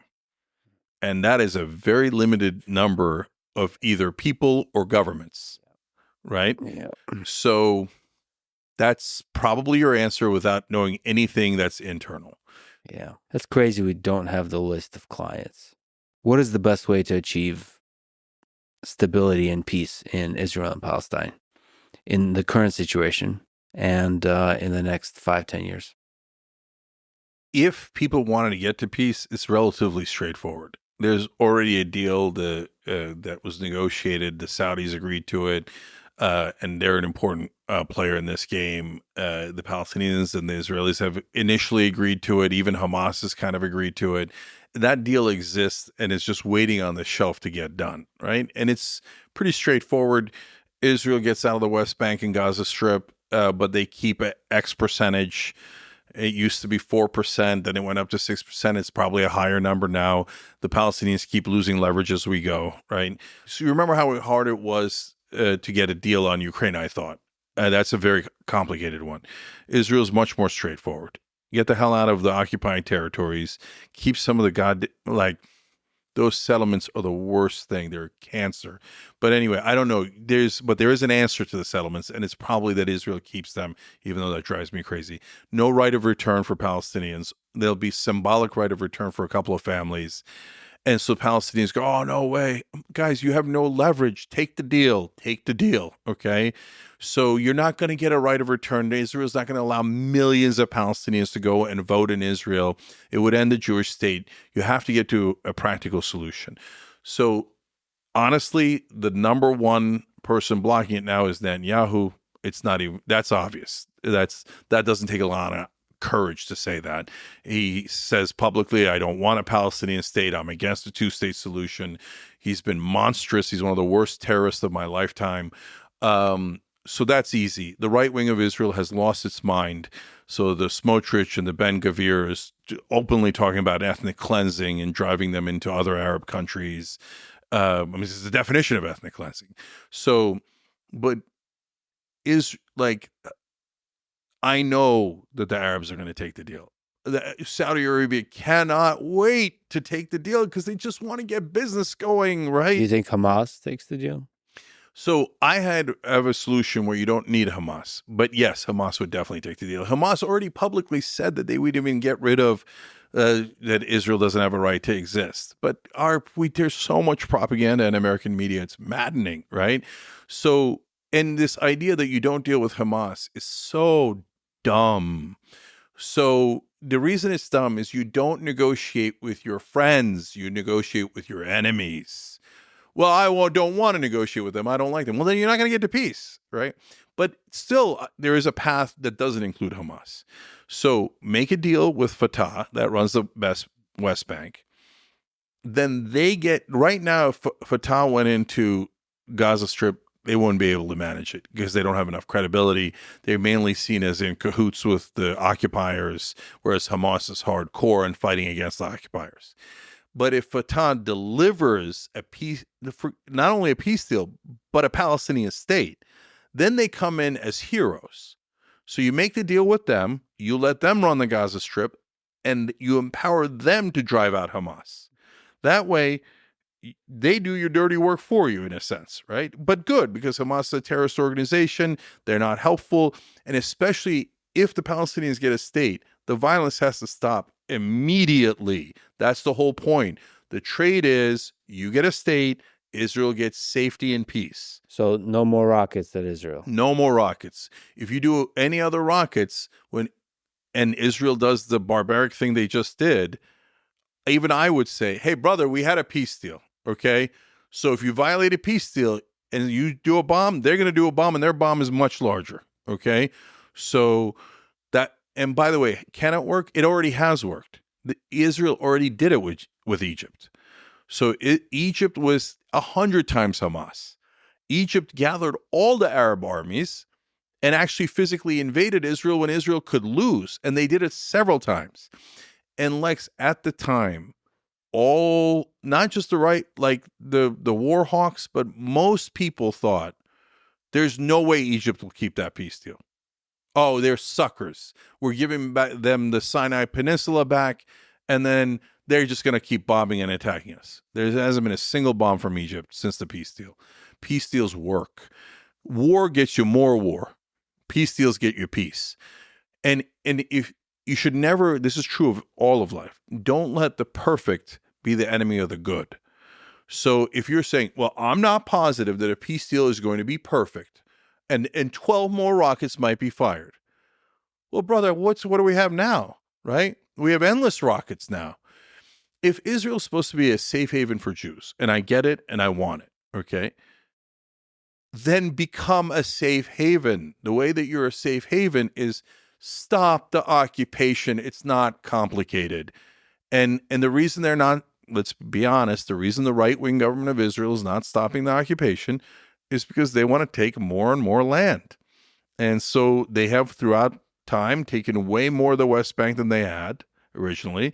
And now Netanyahu is saying, I want a corridor in the middle of Gaza, and I want a corridor at the border of Egypt. Now we're back to occupying Gaza physically, let alone through power and et cetera. So Bibi has to go. Definitely. What's the role of U.S. in making a peace deal like that happen? It's going to sound outlandish, but I can get you a ceasefire almost overnight if Bibi's gone. And because the Israeli negotiators have said publicly, please, not publicly, it got leaked and it was in the Israeli press. You have to give us a little bit of wiggle room. If you don't give us a little bit of wiggle room, obviously they're not going to do the deal. And he's like, I know, right? That's why he's not giving them the wiggle room. So don't ask for land in Gaza. Get the hell out of Gaza. You just ceasefire. That's the easy part. So the hard part is the occupation, ending the occupation. But even that, I can get it to you in 2 months as long as Israel actually wants a deal. So go to an election, get rid of Netanyahu, put in, Benny Gantz. Is Benny Gantz an angel? No, he's the one that ordered all the bombings of Gaza to begin with, right? Benny Gantz has got massive war crimes on his record. So don't worry, he's not a softie, okay? But he's not my favorite guy in the world, to say the least. But Benny Gantz can do a peace deal if he wants to.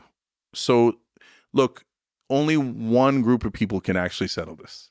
Well, there's actually two groups of people. One is the Israeli population. You vote in someone who wants to do a peace deal, you'll get a peace deal, okay? Number two is the American president. So if I'm the American president, I'm saying a hypothetical, right? Or any American president that actually wants to get a peace deal done. You just say, I'm going to cut the funding. Israel will do the deal immediately. They don't say they want to cut the funding because AIPAC gives them $100 million. It's not complicated, not 1% complicated. Yeah. So Lex, tell me this, okay? So if the U.S. president said, I'm going to cut the funding, do you think that it might have a giant problem for Netanyahu? Might it hurt his government? Might they have to go to an election? Would Israeli politicians, let alone the population, begin to really, really worry that they're going to lose an enormous source of funding and weapons? Yeah, absolutely. Absolutely. So why wouldn't we use our leverage? It's crazy not to use our leverage. Yeah. And this is where we go back to the steel man of Trump. It feels like he's the only one crazy enough to use that leverage. But crazy, I mean in a good kind of sense. Bold enough, not giving a shit about convention, not giving a shit about pressures and money and influence and all that kind of stuff. Yes, but with the biggest asterisk in the history of the world, which is 12% chance he does that, and that's great, but a huge chance he does the opposite, and he goes, let's call it 80 again, 80%. Oh, yeah, Miriam wanted me to give Israel to West Bank to Israel. So you have it, guys, now. You just occupy the whole thing forever, okay? Giant war. Oh, yeah, I'm going to prove how tough I am. I'm going to nuke Iran. Oh, no, what are you doing? What are you doing? Like, Trump is a massive risk. He's an enormous amount of risk. If you were running a company and not a country, would you hire Trump as your CEO? Everyone watching just screamed inside their heads, no! Okay, you would never take that kind of risk with your company. You got an 80% chance the guy's going to blow up the company? No way. And you know it too. Especially if you're a businessman, you know you're not going to hire that loose cannon to run your company. It's unacceptable risk. But you're not wrong. We talked about it earlier. But as part of that risk, there's a sliver in there that he could accidentally do the right thing. We talked a lot about hope in this conversation. Zooming out, what gives you hope about the future of this whole thing, of humanity, not just the United States, of us humans on Earth? So why am I center left and not center right? It gets to that question. So you look at the polling, not just here in America, but in almost any country, and it almost always breaks out to 2/3 or 1/3, right? 2/3 of the people say, let's be empathetic, let's share, let's do equality, justice, let's be fair, right? 1/3 goes, no, me. Okay. That's just the nature of humanity. And so, and usually the same third goes, no change. And the other 2/3 go, well, some change, right? So, because if you don't do any change, you're never going to get to the right answer. For the wisdom of the crowd to work, for free markets to work, for everything to work, you have to keep changing because the times change and the culture changes and the situation changes, right? So that's why there's amendments in the Constitution, because you need to be able to change the document from time to time. Be careful with it, right? But you need to allow for an avenue for change. So now, why does the 1/3 keep winning in so many different places?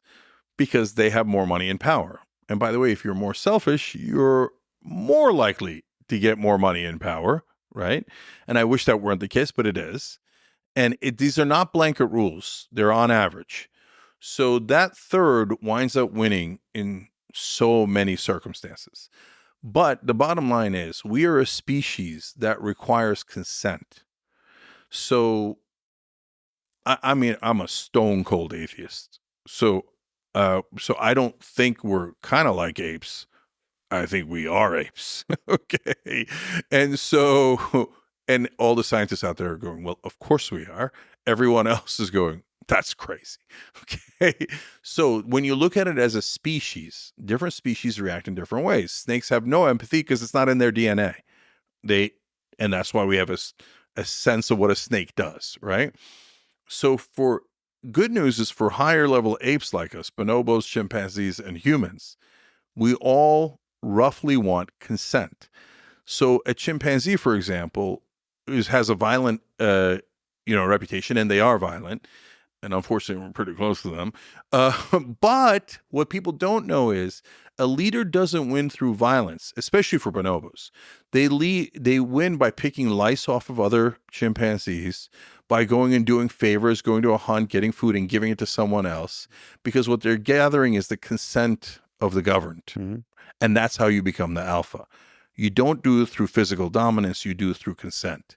So that's how we're hardwired. That's in our DNA. That 2/3 in the long run will win. And we will have empathy, we will have change, and that's the hope that we're all looking for. Hope has got the numbers, it seems like. Yeah. And in fact, one more thing, Lex. Yes. Look at history. Hope and change always win.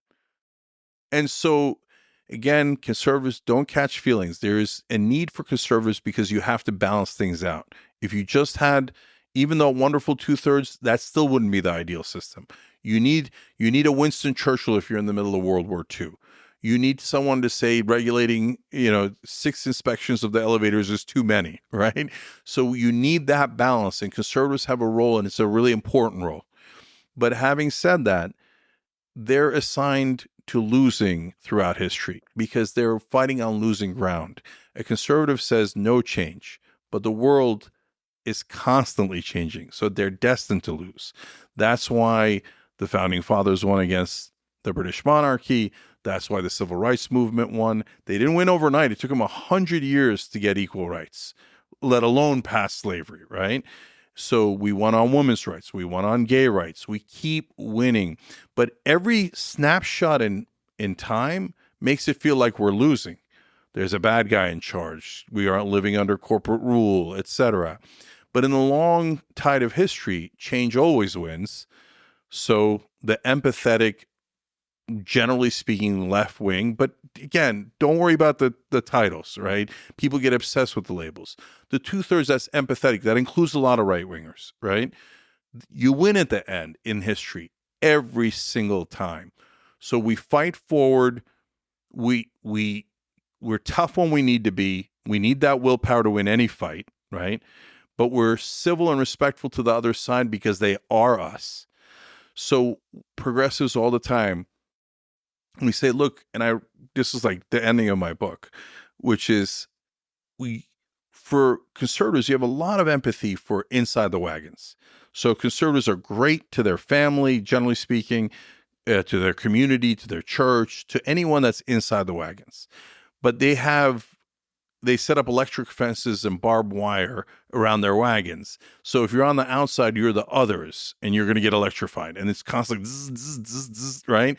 And so I like to think the left wing has wider wagons. So we view the world as more us and not you. But the good news of that is, if we win, we're not going to do Medicare for only the left, right? We're going to do Medicare for all. You're all going to get universal health care. We're going to do higher wages for all. The right wing is not going to be left out. And Lex, I'm going to tell you a fun story. It's about my family, and I'm sure that parts of it are apocryphal because it's from like 500 years ago. But it gives you a sense of the old Mark Twain quote, if it's really Mark Twain's, of change happens really gradually and then all of a sudden. So my mom's last name in Turkish is Yavaşça. It means slowly. It's a weird name even in Turkish. Mm-hmm. And so one day we're walking past the mosque in Istanbul when I'm a kid, and it says on the mosque, Yavaşça. We're like, what is this? Okay. So it's a small little mosque. We go inside, and my dad starts asking their mom questions. Okay. So he says, why is the mosque named that? And he said, well, you don't know? And because my dad said my wife's last name is Yavaşça. He's like, oh my God. And he's like, your ancestor was the admiral of the Ottoman Navy when they conquered Constantinople. Okay. So Grandpa from 500-600 years ago came up with the idea. So you can't ever conquer Constantinople because there's a giant chain underneath the Bosphorus. All the ships get stuck on the chain. There's cannons on both sides. Half the ancient navies in the world are at the bottom of the Bosphorus, right? So it hasn't been conquered in over 1,000 years. Nobody thinks it can be conquered. Grandpa comes up with the idea of, why don't we build giant wooden planks over land and grease them and pass our fleet over land onto the other side? Everybody goes, because whenever anybody proposes a new idea, no matter how logical it is, they go, oh, it's impossible. No way it's going to work. Oh, you're crazy. This is an unconquerable city. What are you guys even doing? Every day, Mehmet the Conqueror comes up to Grandpa and says, all right, how's your plan to do this project going? And Grandpa says, slowly. And he names him Commander Slowly. Yeah. And one night, after the whole thing's done, they pass the entire Ottoman fleet over the land, wind up in the middle of the Bosphorus, and the Holy Roman Empire concedes. They surrender.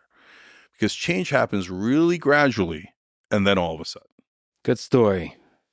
Well, Cenk, thank you for fighting for that change for many years now, for over 2 decades now. And thank you for talking today. Appreciate it, Lex. Thank you for having the conversation. Thanks for listening to this conversation with Cenk Uygur. To support this podcast, please check out our sponsors in the description. And now, let me leave you with some words from Hannah Arendt. Totalitarianism is never content to rule by external means, namely through the state and a machinery of violence. Thanks to its peculiar ideology and the role assigned to it in the apparatus of coercion, totalitarianism has discovered a means of dominating and terrorizing human beings from within. Thank you for listening, and hope to see you next time.